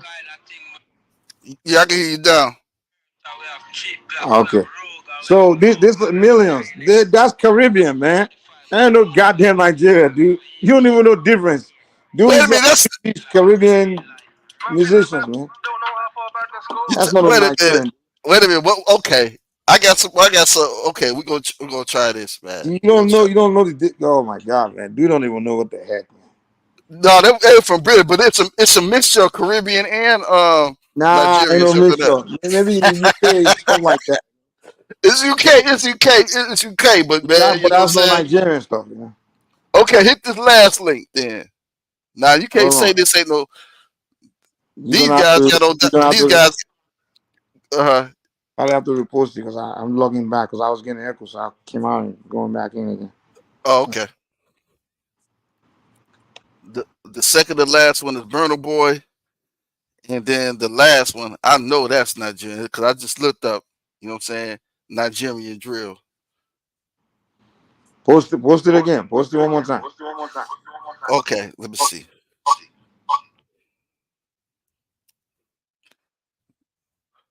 Now these brothers got dashikis on. You can't play that on. You ain't gonna be able to play that on the Caribbeans. You see me posted?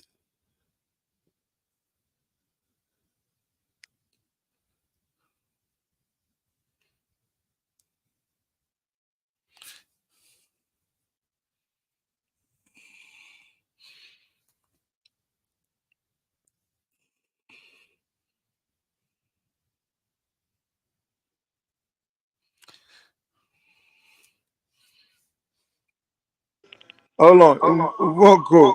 What the? That's not even a Nigerian name. Kweku. This Ghana shit, dummy. That is Ghana. Kweku. It said Nigerian. I said Nigerian. Nigerian drill music.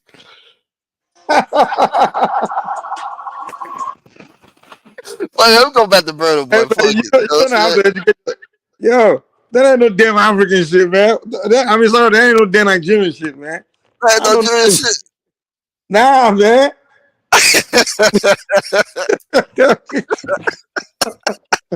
It said that I put a Nigerian drill, man. I came up first thing that That's not came up. Nigerian, dude. I don't know, dude. I gotta learn it different, dude. That ain't When I from saw the name Nigeria. alone, I was like, what the heck? Kwaku, some shit. J Bad.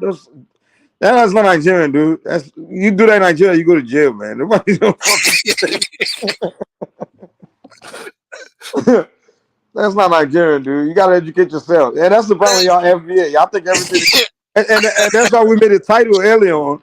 Because like y'all think everything African is Nigerian. Man, oh man, wait a minute. Now you gonna get this word though. You wait a minute, hold on. You gonna You take the don't Burner know Boy low. Jack, man. Burner Boy, they were doing it more sophisticated, but you know what I'm saying? This was gangster music. Put that Burner Boy on. You see that Burner Boy? Yo, you gotta post it again. I don't see nothing. I just posted. Oh, okay, I see it. Let me see this one.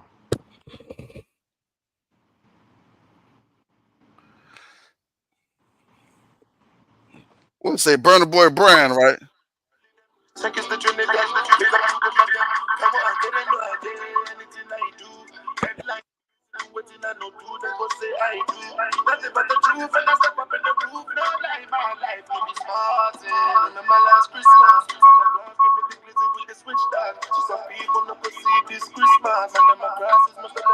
I like that song right there though.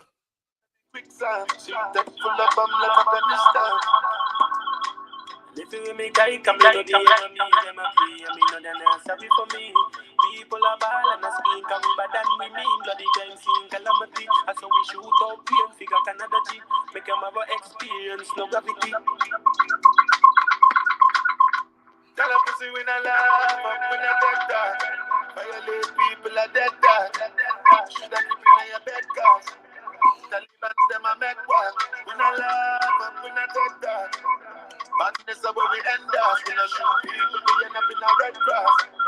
No Taliban's like So you end up in the Red Cross, Mike. What do you think he was Hold talking on. about? This one? Hold on. Okay, this song is basically let me move. So he went to Jamaica, right? He So was in he did a Jamaica. collabo. Hold on, listen. He did a collabo with a Jamaican artist. He's still talking So, gangster shit, man. You always trying to blame no. shit on everybody. The Jamaicans, yeah, they do gangster kind of like yours, you know. So it's well, hold on. Boy, ain't no, it's not Nigerian song. So that guy, that Byron guy, the master, that's a Jamaican artist. So he he did a collabo with Burna Boy, but Burna Boy ain't gonna go to Nigeria make a Nigerian song and be talking gangster shit. Okay, let me see. Was it Brian beside? Let me look that up, man. I'll trust you sometimes. But let me see. But the dude is Jamaican, dog. You don't even know difference between people, man. You like you ain't been around none. You only been around FBA all your life. You don't know difference between Jamaican. Okay. So yeah, I mean, but still, he was talking some gangster stuff. He talking Yeah, about putting. okay. If Burna Boy come to America, right, and American gangster artists want to make a song with him, No, he was in he's Jamaica. He gonna was in have to Jamaica. do the song the way the guy wanted. You think they ain't performing that song in Nigeria? Hell no, they ain't gonna be playing that shit over there like that. I don't We know, don't man. accept that gangster stuff, man. We don't accept it. Y'all be in the Yeah. clubs, listen to Well, all be type black, of man. I stuff. gotta go, man. I've been here too long, man. I've been almost 6 hours. Yeah, you're right. Yeah, I got to get on out of here too, Yeah. man. All right, man. I'll talk to you later, man. You gonna go to college later? Maybe. All right, Mike.